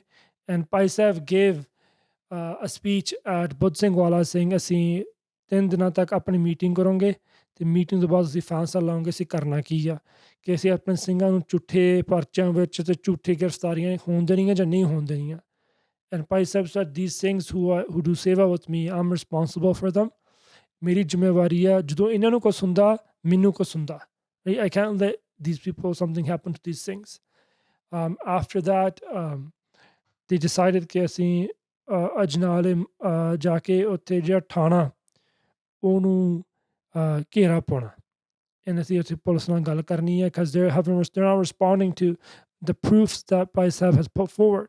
So just to confirm, sorry, so Bhai Sahib and the Singhs said that we're going to go and do a protest at the jail where that Singh had been falsely arrested. Yeah, we're going to do a protest and we're going to go speak with the officials there because they're talking to them over the phone and they're saying that thoda Singh chhad donge par chhad nahi rahe wo la rahe Bhai Sahib said we're going to go and do a protest there and this was something that was very normal during the 80s and 90s where sade Singh chakke jande sige te sangat would go protest outside of the thana that they were to make sure that they're not killed or they're not disappeared, right? From that, what happened was Bhai Sahib went there and people made this thing that Bhai Sahib Guru Maharaj nu ek ਢਾਲ ਬਣਾ ਕੇ ਉੱਥੇ ਗਏ which was not the case at all. Bhai Sahib used to say to me and everyone ਕਿ ਮੈਂ ਪਾਪੀ ਹਾਂ I don't have it inside of me to lead the qawm. ਅਸੀਂ ਬਹੁਤ ਬੰਦਿਆਂ ਤੇ ਵਿਸ਼ਵਾਸ ਕਰ ਲਿਆ ਸਾਡਾ ਆਸਰਾ ਬਣਾ ਲਿਆ ਕਿ ਉਹ ਸਾਡੀ ਅਗਵਾਈ ਕਰਨਗੇ ਅਸੀਂ ਹੁਣ ਗੁਰੂ ਗ੍ਰੰਥ ਸਾਹਿਬ ਜੀ ਮਹਾਰਾਜ ਨੂੰ ਅਗਵਾਈ ਬਣਾਉਣਾ we're going to make Guru Granth Sahib Ji Maharaj our support we're not going to put our faith in people and the people are the one that are the people are going to follow the Guru and not a person don't follow me follow your Guru so anywhere Bhai Sahib went after the Vaheer they always took Maharaj's sawara whether that was the morcha in Chandigarh ਬੰਦੀ ਸਿੰਘਾਂ ਦੀ ਰਿਹਾਈ ਲਈ ਜਾਂ ਮੁਕਤਸਰ ਸਾਹਿਬ ਉਹ ਗਏ ਜਾਂ ਉਹ ਜਿੱਥੇ ਵੀ ਉਹ ਜਾਂਦੇ ਸੀਗੇ anywhere they went during that period I don't remember everywhere they went but everywhere they went they always had Maharaj's swara with them and what happened after that was even they went to Jeera ਇੱਕ ਜੀਰਾ factory ਆ ਉੱਥੇ ਸ਼ਰਾਬ ਦਾ ਇੱਕ factory ਸੀਗੀ ਤੇ ਉਹਨਾਂ ਨੇ ਵੀ ਮੋਰਚਾ ਲਾਇਆ ਸੀ because all the waste from the factory was going into the earth and it was polluting all the water of the community And when we went there with Bhai Sahib ਨੇ ਇਹੀ ਗੱਲ ਕਹੀ ਸੀ ਕਿ ਤੁਸੀਂ ਆਪਣੇ ਸਿਰਾਂ ਤੇ ਨਾ ਮੋਰਚਾ ਲਾਓ, ਤੁਸੀਂ ਇਹ ਗੁਰੂ ਗ੍ਰੰਥ ਸਾਹਿਬ ਮਹਾਰਾਜ ਦੇ ਸਿਰ ਤੇ ਜਿਵੇਂ ਮਹਾਰਾਜ ਜੀ ਦਾ ਆਸਰਾ ਲਵੋ, have the support of Maharaj, and then from there go and continue your morcha. ਤੇ ਉਹਨਾਂ ਨੇ 2 ਸਾਜ ਪਾਠ ਕੀਤੇ. halfway through the second ਸਾਜ ਪਾਠ on the morcha ਫਤਿਹ ਹੋ ਗਿਆ, and the Sarkar took back the factory and said it will be shut down, the water will be cleaned. So they had this belief and faith that Maharaj Ji is the one who's going to lead everything. Guru Sahib ne ਸਭ ਕੁਝ ਕਰਨਾ. So ਅਜਨਾਲੇ ਜਾਣਾ ਸੀਗਾ, ਉਹ ਵਹੀਰ ਦੇ ਰੂਪ 'ਚ ਹੀ ਗਏ. ਅੱਗੇ ਨਗਾਰੇ ਸੀ, ਪਿੱਛੇ ਮਾਰੇ ਪਾਲਕੀ ਸੀਗੀ ਤੇ ਭਾਈ ਸਾਹਿਬ ਸੀ ਤੇ ਦੂਜੀ ਸਾਰੀ ਸੰਗਤ ਸੀ, ਤੇ ਉਹਨਾਂ ਨੂੰ ਇਹ ਸੀ ਕਿ ਇਹਨੂੰ protest is going to be Gurmat based protest. ਅਸੀਂ ਉੱਥੇ ਜਾਵਾਂਗੇ, ਉੱਥੇ ਮਹਾਰਾਜ ਜੀ ਸਵਾਰਾ ਹੋਊਗਾ, ਕੀਰਤਨ ਹੋਊਗਾ, ਕਥਾ ਹੋਊਗੀ, ਉੱਥੇ ਆਪਾਂ ਅੰਮ੍ਰਿਤ ਸੰਚਾਰ ਕਰੋਗੇ, ਪ੍ਰਚਾਰ ਕਰੋਗੇ, ਨਾਲੇ ਸੰਗਤ ਜੁੜੂਗੀ. ਸੰਗਤ ਨੂੰ ਜਦੋਂ ਸੱਦਿਆ ਸੀ, they called all the sangat, hey, come here, and they want to make it into not just a protest to get his own their sing out or the panth sing. People said ਕਿ ਆਪਦੇ ਬੰਦੇ ਨੂੰ ਬਚਾਉਣ ਵਾਸਤੇ ਹੀ ਕੀਤਾ. ਜਦੋਂ ਵੀ ਕੌਮ ਲਈ ਕੋਈ ਤੁਰਦਾ, when anyone walks for the ਕੌਮ, ਉਹ ਆਪਣੇ ਵਾਸਤੇ ਨਹੀਂ ਹੁੰਦਾ, ਉਹ ਪੰਥ ਵਾਸਤੇ ਹੁੰਦਾ, right? ਜੇ ਪੰਥ ਨਾਲ ਕੋਈ ਵੀ ਇੱਕ ਸਿੰਘ ਤੇ ਭੀੜ ਪੈਂਦੀ, ਉਹ ਪੰਥ ਦਾ ਸਿੰਘ ਹੈ, and the panth should stand up. And at that time what happened was there was a huge police presence, and that when the Sangat was approaching the Thana, right away the police started attacking the Sangat in the front. And according to what Bhai said, it was only for a 7 or 8 second period that this altercation took place. And soon as Bhai was walking as well, and soon as he saw there's an altercation taking place, they went to the front as well, and Maharaj nu piche rakhya. So Maharaj was never brought to the front. And what happened was, people know in India that after the Beadbi of Babel Kala, the police or the government wants nothing to do with Guru Granth Sahib Ji's Beadbi. And they stepped back. They weren't going to do anything when Maharaj is there. And ਇਹ Maharaj ਦੀ ਕਲਾ, ਇਹ ਕੋਈ ਢਾਲ ਬਣਾਉਣ ਵਾਲੀ ਗੱਲ ਨਹੀਂ, ਇਹ Maharaj ਦੀ ਕਲਾ. And Singh Sahib getting Jagtar Singh, who was a head Granthi of Harmandir Sahib, he came out in support and said ਕਿ Maharaj ji ਦੇ ਆਸਰੇ ਲੈਣਾ ਸੀ, ਹੋਰ ਕਿਹਦਾ ਆਸਰਾ ਲੈਣਾ? So Sangat was supporting this, and people, someone like me who was on the ground, I knew how Bhai Sahib worked. ਜਿੱਥੇ ਵੀ ਜਾਣਾ ਸਤਿਗੁਰੂ ਸਾਹਿਬ ਜੀ ਨੂੰ ਨਾਲ ਲੈ ਕੇ ਜਾਣਾ. ਸੰਤ ਕਰਤਾਰ ਸਿੰਘ ਜੀ ਵੀ emergency ਵੇਲੇ ਇੱਦਾਂ ਕਰਦੇ ਰਹੇ. There was an emergency where more than 5 people couldn't get together, and Sant Kartar Singh Ji ne, they broke up the emergency that Indira Gandhi implemented by doing big processions with Maharaj and Guru Sahib, right? So those were protests as well. This is something that the Panth has done. There's been situations where Maharaj Ji hasn't been taken, but there's been many cases, whether that was in the World War or whether that was in Sant Kartar Singh Ji's time, where Maharaj Ji naal hunde sige. And it wasn't Bhai Sahib's technique to take Maharaj with them. It just, that's how, and to use Maharaj as a shield, but that's how the procession always worked. And the police made that into this whole thing that, hey, ਅਸੀਂ ਬਹੁਤ ਚੰਗੇ ਸਿੱਖਾਂ police ਸੀਗੇ, Maharaj ਦਾ ਸਵਾਰਾ ਸੀ, ਉੱਥੇ ਤੈਨੂੰ ਅਸੀਂ ਕੁਛ ਕੀਤਾ ਨਹੀਂ, ਤੇ ਬਾਕੀ ਅੰਮ੍ਰਿਤਪਾਲ ਸਿੰਘ ਨੇ Maharaj ਨੂੰ ਇੱਕ ਢਾਲ ਬਣਾਇਆ. Just on that note as well, it's I guess a reference from Itihas. We could think about when Guru Hargobind Sahib Ji Maharaj was in Gwalior Fort, and I guess it's the first reference to a Nagar Kirtan many people reference, where Baba Buddha Ji came, and chalo, there wasn't Guru Sahib in the Granth form, but they did a Nagar Kirtan as a form of a protest, but also as a yearning for darshan of Guru Hargobind Sahib Ji Maharaj, and they read Bani, they did Kirtan, so you could also reference that as an equivalent example. And yeah, you mentioned one thing, people are getting very annoyed, oh, why did they take Guru Granth Sahib Ji Maharaj to a protest? But when it comes to November and Remembrance Day for the World War I and World War II every year, we all plaster this image of the Sikh battalion taking Guru Granth Sahib Ji Maharaj around and put poppies everywhere. But when it comes to someone in Punjab standing up, then it doesn't hold as much weight. And even with that World War II example, I remember reading a book where there was an account, and the Sikh battalion were surrounded within a foresty area, and after doing an account part, one of the Singhs actually got darshan of Shaheed Singh and told him to go in a certain direction. So it's not just taking Guru Sahib as a relic or anything like that. If the Sharda is there, then Guru Sahib, as you've mentioned themselves, resolve all of the affairs, especially in those awkward situations, which is when you went Guru Sahib there the most. And like you said, if a Singh Sahib, a respected Gursikh, a respected Granthi has come out and supported this, then I guess who from Harmandir Sahib, who are we to even start questioning their experience and their knowledge with regards to this in particular situation? And when the Akal Takht Sahib, when this was brought to the Akal Takht Sahib, they formed a committee of 16 or 17 people, and they said that we'll discuss this matter. And Bhai Amritpal Singh went to Sri Akal Takht Sahib and met with the Jathadar and had a 2-hour meeting with him, and they spoke with each other. And he said himself, like, whatever the Faisla Sri Akal Takht Sahib does, we're gonna follow that. There's no issue with that, right? And it wasn't purposely done or in any way.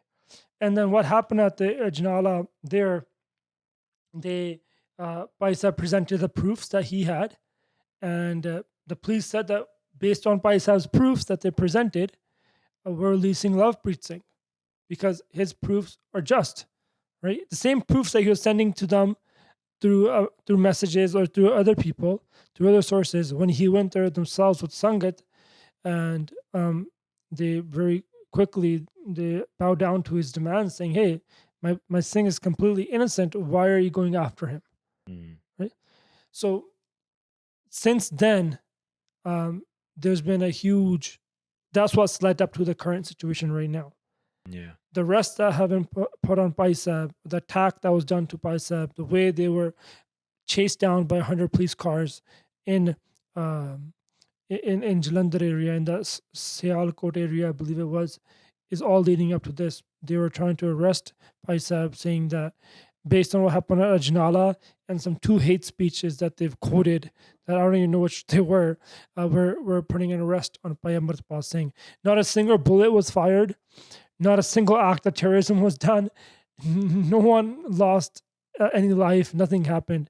But there was a mass censorship of media and of dharmic accounts being blocked that supported Bhai Amritpal Singh, and media not being allowed to report what was happening in Punjab, and then eventually leading up to that. So, I think it's March 5th, Bhagwant Mann went to Amit Shah and met with him about this issue.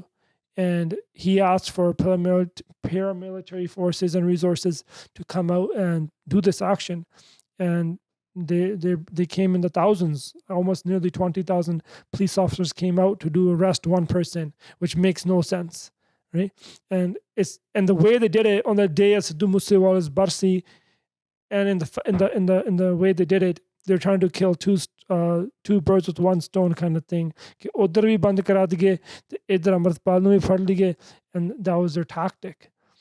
And again, if they wanted to arrest him, they could have gone to his house and arrested him. But the way they wanted to put fear into the Sikhs. Okay, if anyone's going to speak up, they're going to be treated like this, and they're going to be picked up and flew to Assam. And who knows how they're being tortured. And we have no idea where Bhai Amritpal Singh is. We have no idea where Bhai Sahib's main Singhs are. And our fear is that Bhai Sahib is being tortured, and who knows, they could be assassinated, murdered, and disappeared, and we never hear about them again. Because that's just something that's happened in the past. Yeah, and just on that, we've seen this happen many times. Operation Blue Star, Operation Black Thunder, and even in recent times where we've seen a mass police force entered into Punjab, or even specifically Harmandir Sahib, as you've mentioned, as a show of power, but to drive that fear within the psyche of a Sikh, so that again they just stay numb and don't stand up for their own rights, and then as a result cause no threat to the state. Thank you for that. Just finishing off, Sukhdeep Singh, is there anything else from yourself or Gurkeerat Singh, anything else you'd like to add for the Sangat? We've covered a huge amount of important. I want to add one more thing. Yep. What can we do now? How can we support Bhai Amritpal Singh? Where is this going, right? Yep. I want to say 2 things to this. First thing is be vocal, right? Understand that Bhai Amritpal Singh 15, 16 months ago, he wasn't Kesatari, he wasn't a practicing Sikh, but and in 15 months, he rose up and he took Amrit, came into Punjab, and started talking about the real issues of Punjab. So it doesn't matter what your background is, where you are in your Sikhi right now, whether you're practicing Sikh or you're just a Punjabi or you go to the club or you drink or whatever you do, right? Bhai Sahib welcomed everyone with open arms. He used to say, I have more love for those ਜਿਹੜੇ ਆਪਣੇ case ਕਤਲ ਕਰਦੇ ਕਿਉਂਕਿ ਮੈਂ ਉਹਨਾਂ ਵਿੱਚੋਂ ਹੀ ਨਿਕਲਿਆ ਹਨਾ ਮੈਂ ਤੁਹਾਨੂੰ ਆਪਣਾ ਭਰਾ ਬਣਾਉਣਾ. That's what he used to say. And he's like, and he had the hope. He was giving people hope to get off drugs, and he helped so many people get off drugs. And this is a real eye opener for all of us. कि Punjab te India ਦੀ ਸਰਕਾਰ ਕੀ ਕਰ ਰਹੀ ਆ.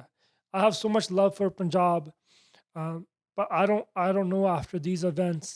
I know Bhai Amritpal Singh, they're not going to let him live in Punjab or speak up in Punjab. They're totally suppressed everything that was happening. They just stopped the whole movement. I fear for my own safety in the future. If I ever go to Punjab, mere naal ki hoga, will they even give me a visa in Punjab? But I feel like because my brothers that I stayed with are struggling, have gone through all this hardship, and I don't know what reason I was brought back to Canada by Maharaj. I feel like I should be there with them. I feel like I should be there with them because this is what we talked about. We used to sit there and talk about Shaheedi. We used to sit there every single day. These guys, one thing I'll say is when you live amongst Singhs who have no fear for death, it rubs off on you. Like they had a cha ke kaum like mari gaye. So that's what they wanted to do, right? That's what they wanted to do. And they expected this to happen. They're not this fast, not this early. Paisa was making plans to open a school up, a hospital up, and to provide a place for the youth to really learn. He was saying Sangat should come from the West, open a school here, and take their kids from the West and teach them in the school here. Ote Nahang Singh uniform hogi. That's what Paisa said to me. Ote young Nahang Singh da bana hoga, that'll be the uniform for Singhs and Singhaniya. The Punjabi ਜਿਵੇਂ ਪੰਜਾਬੀ ਬੋਲੀ ਜਾਊਗੀ ਤੇ ਜਿੰਨਾ ਚਿਰ ਬੱਚਾ 12 ਸਾਲ ਦਾ ਹੁੰਦਾ ਉਹਨਾਂ ਚਿਰ ਅੰਗਰੇਜ਼ੀ ਨਹੀਂ ਸਿਖਾਉਣੀ ਅਸੀਂ it was just Punjabi. And he had all these ideas that he would discuss with me, and just when we were talking and stuff, because it was all, this is all, you know, when someone's obsessed with something, they want to do something, that's all they can talk about.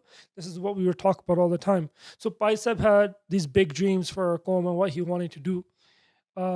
So my beinti to everyone, doesn't matter what background you're from, understand what's happening, connect with it. If Bhai Sahib can come from that lifestyle and get Guru Sahib's bakshish and do something for the Qawm, any one of us can.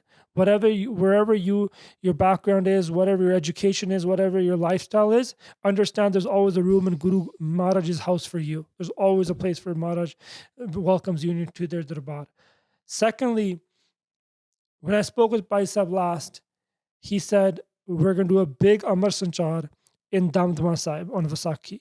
Because as we know, there's many different ਵੱਡੇ ਦਿਹਾੜੇ ਹੁੰਦੇ ਆ ਜਿਵੇਂ ਹੋਲੇ ਮਹੱਲੇ ਦਾ, ਦੁਸਹਿਰੇ ਦਾ, ਦੀਵਾਲੀ ਦਾ ਤੇ ਫਤਿਹਗੜ੍ਹ ਸਾਹਿਬ ਦਾ ਜੋੜ ਮੇਲਾ, ਮਾਘੀ ਦਾ ਮੇਲਾ. ਹੋਲਾ ਮਹੱਲਾ ਉਹ ਮਨਾਇਆ ਜਾਂਦਾ ਅਨੰਦਪੁਰ ਸਾਹਿਬ, ਪਰ ਸਭ ਤੋਂ ਵੱਡੀ ਵਿਸਾਖੀ ਪੰਜਾਬ ਵਿੱਚ ਉਹ ਦਮਦਮਾ ਸਾਹਿਬ ਹੁੰਦੀ ਆ, ਦਮਦਮਾ ਸਾਹਿਬ ਦੀ ਧਰਤੀ ਤੇ. ਖਸ ਗੁਰੂ ਗੋਬਿੰਦ ਸਿੰਘ ਮਹਾਰਾਜ ਨੇ ਉੱਥੇ ਚਮਕੌਰ ਸਾਹਿਬ ਤੋਂ ਬਾਅਦ ਉੱਥੇ ਵਿਸਾਖੀ ਆ ਕੇ ਮਨਾਈ ਸੀ ਤੇ ਉੱਥੇ ਦੁਬਾਰਾ ਅੰਮ੍ਰਿਤ ਸੰਚਾਰ ਕੀਤਾ ਸੀ ਮਹਾਰਾਜ ਜੀ ਨੇ. So from that historical time period, Sikhs have continued to celebrate Vaisakhi at Sri Damdama Sahib. And Bhai Sahib was saying that we're going to have a huge Amrit Sanchar at Sri Damdama Sahib, carry the Vaheer, and there we're going to tell Sikhs all around the world कि Vaisakhi te बहुत ਵੱਡੇ ਪੱਧਰ ਤੇ Amrit Sanchar ਕਰੋ. And it's my belief ਕਿ Bhai Sahib ਨੂੰ ਸਭ ਤੋਂ ਵੱਡਾ ਹੌਸਲਾ ਇਹ ਹੋਊਗਾ ਕਿ ਜੇ ਪੁਲਿਸ ਨੇ ਉਹਨਾਂ ਨੂੰ ਚੱਕ ਲਿਆ, ਪੁਲਿਸ ਨੇ ਉਹਨੂੰ ਮਾਰਨ ਦੀ ਕੋਸ਼ਿਸ਼ ਕੀਤੀ, ਜੋ ਵੀ ਕੁਛ ਕੀਤਾ, ਪਰ ਜੇ ਕੌਮ ਉੱਠ ਕੇ ਹਜ਼ਾਰਾਂ ਦੀ ਗਿਣਤੀ ਵਿੱਚ in the thousands and hundreds of thousands all around the world go and do Amrit Sanchars and take Amrit, and those people who are patat, who are away from Sikhi, start connecting back into Sikhi and adopting Sikhi, that's going to give boost to Bhai Sahib even more. That's my message. That's wherever I'm going, anyone I'm talking to, मैं सारे ਨੂੰ ਇਹੀ ਬੇਨਤੀ ਕਰ ਰਿਹਾ, spread this message ਕਿ ਆਪਾਂ ਅਮਰ ਸੰਚਾਰ ਜਿਹੜਾ ਭਾਈ ਸਾਹਿਬ ਨੇ ਉਪਦੇਸ਼ ਦੇਣਾ ਸੀ ਉਹ ਆਪਾਂ ਹੁਣ we have to follow that. ਕਿ Bhai Sahib wanted to do a big Amrit Sanchar on the upcoming Vaisakhi. Besides that, I like again just saying that ਜਿਹੜੇ ਵੀ Bhai Sahib ਦੇ ਨਾਲ ਸਿੰਘ ਸੀਗੇ ਉਹਨਾਂ ਦੇ ਇੰਨੇ ਕੇਸ ਸੀਗੇ. Many of them I saw do their juda for the first time and get excited because their case had grown long enough they could do a juda. And They're all walking towards Sikhi. They had love for Sant Ji and Maharaj and Guru Sahib. It's realizing where your roots are, connecting back to your culture, your language, and never being afraid to speak up and say we need our own homeland, and learning about what the issues are and why Khalistan is so important for the Sikh survival. And that's my beinti. Don't and control the narrative. Don't blame your own people. Speak up and defend your people. That's what I think. That's what I've learned. And besides that, if there's any questions that anyone has here, I can try to answer those. And if anyone wants to reach out to us, they're always welcome to do that. I have my Instagram page. It's Kotha Guru. Is Basics of Sikhi banned in India, or are you guys still good? We're banned in India, apparently. on TikTok, we're banned in India. Otherwise, Instagram TikTok, we're banned everywhere, apparently. I think Instagram, YouTube, we're fine. Okay, so if like ਜਿਹੜੇ ਵੀ ਸੰਗਤ ਪੰਜਾਬ ਵਿੱਚ they can't reach me through Kotha Guru. I have a second account. You can reach me through there, which is not banned. And I'm just trying to connect with as much people as possible. I have successfully been able to connect with Bhai Sahib's family. They're safe. Bhai Sahib Singhani is safe. And hopefully when things get calmed down, we can start figuring out where all the Singhs are and what's happening. And hopefully Maharaj keeps Bhai Sahib in Chardi Kala. And hopefully Guru Sahib Kirpa Karan, the people of Punjab rise up and don't accept what's happening. Brilliant. I'll just share a quick instance from my experiences of Punjab, just to end on a slightly more positive note. And then we've got a final question for you, if that's okay. So, as you've mentioned... My memory card's almost full. I think I got like 5 minutes. Perfect. Let's finish off then. So, as you've mentioned as well, the kind of the base Gurn, or the things that we get from the Tarti of Punjab can't be matched anywhere. And just a quick experience for the Sangat, because within this time, it's very... We feel very dukhi, we feel helpless. But one thing, I was at a camp at Anandpur Sahib, that organization called Lions MMA run by Nandalal Ji School, which is by Anandpur Sahib. And last year, when we went there, I saw two things that really stuck with me and made us realize that it doesn't matter how many people try to attack Punjab. Within Gurbani, we hear that Abjal Neev Tari Guru Nanak Netane Chade Savai. That knee, that foundation of Punjab and Sikhi has been made by Guru Nanak Dev Ji. So no matter who comes, whether it be the Mughals, whether it be the British, or whether it be the Indian state, they're all going to fail. And we're just watching the play, I guess. The first one was the difference between the kids in Sikhi camps in Punjab and the kids we have in England and probably Canada as well, right? And there was a massive demand. There's 1,000 kids there, MPs, everyone. Granthi Singhs, Gyani Singhs, Jathedars.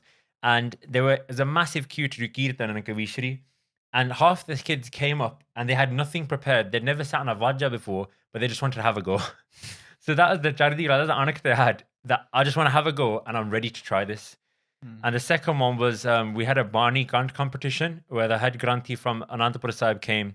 And this really just opened my eyes to the power of Guru Sahib and also the power of old souls as well. And there was a little girl who won. Her name was Komal Preet Kaur. She was 12 years old. And she had 32 Bani account. Bani that I had never even heard of. Talking Sukni Sahib and all these things. And you question how on earth is it possible at the age of 12 to have all of these things gant? But you realize she looked like a standard little, like a Desi Punjabi girl with a got and just, standard. But when I saw that, I realized that Guru Sahib's bakshish can never be destroyed. And there will always be something that Guru Sahib would provide for Punjab to sustain itself. I guess we've just got to try and find our way of helping that movement and being a part of the revolution. So I just thought it important to share because it's all doom and gloom at the moment. And going to Punjab, you'll have those experiences that will make you realize that there is something to fight for, even though we're getting attacked from so many angles. But first of all, massive thank you, Bhai Sahib, for your time and your summer. I know even whilst we were on the phone call with you, you've had about quite a few messages from news channels and you've given us your time. So the Sangat appreciates it and we really appreciate it. We'll put a link in the description to how you can contact Bhai Sahib and more importantly, follow their channel because they're putting great awareness around their experiences and what's happening in Punjab. The last thing we'll finish with, that one of the Singhs sent a question in regarding was, could you give one last inspiring thing and share it with the Sangat that Bhai Amritpal Singh Ji has said to you. His last message to me, his last word, he's like, "Qawm di seva dat ke kari chaliye, kari chalana apan dom." He said, when I met Bhai Sahib the last time, I said, "Bhai Sahib, you know, apna chota bra bana ke rakhyo." He to the sada bra hi hai, but he's like, "Eh sareer Maharaj ne bakshiya, Maharaj gave us his body, te inu qawm de lekhe launa, seva vich." Right? That was Bhai Sahib's message. And I think that's always a message of anyone jehde qawm da dardi hai, whether it's Bhai Gurkeerat Singh or jehde hor vi jinne vi hai na, ke this body is given to you, give it to the qawm, let it serve. Because the qawm, our job is to pass on the baton to the next generation of this qawm. Te sanu kiਵੇਂ ਇਹ baton ਮਿਲਿਆ, ਜਿਹੜੇ ਸਾਡੇ ਵੱਡੇ ਆ, those elders or past generations, ਉਹਨਾਂ ਨੇ ਆਪਣੇ ਸਿਰ ਦਿੱਤੇ. They sacrificed their lives. Because 84 happened, I got inspired into Sikhi. You got inspired into Sikhi. So many people did. ਜਦੋਂ ਸਾਡਾ ਖੂਨ ਦਾ ਸ਼ਹੀਦਾਂ ਦਾ ਖੂਨ ਡੁੱਲਦਾ, ਕੌਮ ਦਾ ਖੂਨ ਡੁੱਲਦਾ, the next generation has life, another heartbeat passed down into it, right? That's it. ਕੌਮ ਦੇ ਲੇਖੇ ਜਿੰਨਾ ਵੀ ਅਸੀਂ ਕਰ ਸਕਦੇ ਹਾਂ ਨਾ, ਕੌਮ ਲਈ ਕਰੋ. ਜਿੰਨਾ ਵੀ ਘੱਟ ਤੋਂ ਘੱਟ ਜਿੰਨਾ ਵੀ ਕਰ ਸਕਦੇ ਹਾਂ, ਕੌਮ ਲਈ ਕਰੋ. And that's what Bhai Sahib said to me right before I said my last fateh to them. And that's my last memory of them in Punjab. Thank you for that. Thank you so much, Bhai Sahib Ji, for sharing that. Thank you for all your time and sharing all your experiences. You're definitely, with Guru's Kidpa, you can say like an ocean of knowledge and so many experiences. So thank you so much for sharing that with us. And hopefully we can do this soon. Hopefully when you come to the UK, we can catch up then, do some more projects together, some more seva together as well. So Mandeep Singh, anything else from yourself? Again, just a massive thank you. Thank you, Singo. Mari Kirpa, I know the seva that you guys do. I'm always keeping an eye on you guys. Mari satho idda seva lende ran te Guru Sahib chaddi kala karan ji. Aap ji nu bhi. Dhanwad. Vaheguru ji ka Khalsa, Vaheguru ji ki fateh.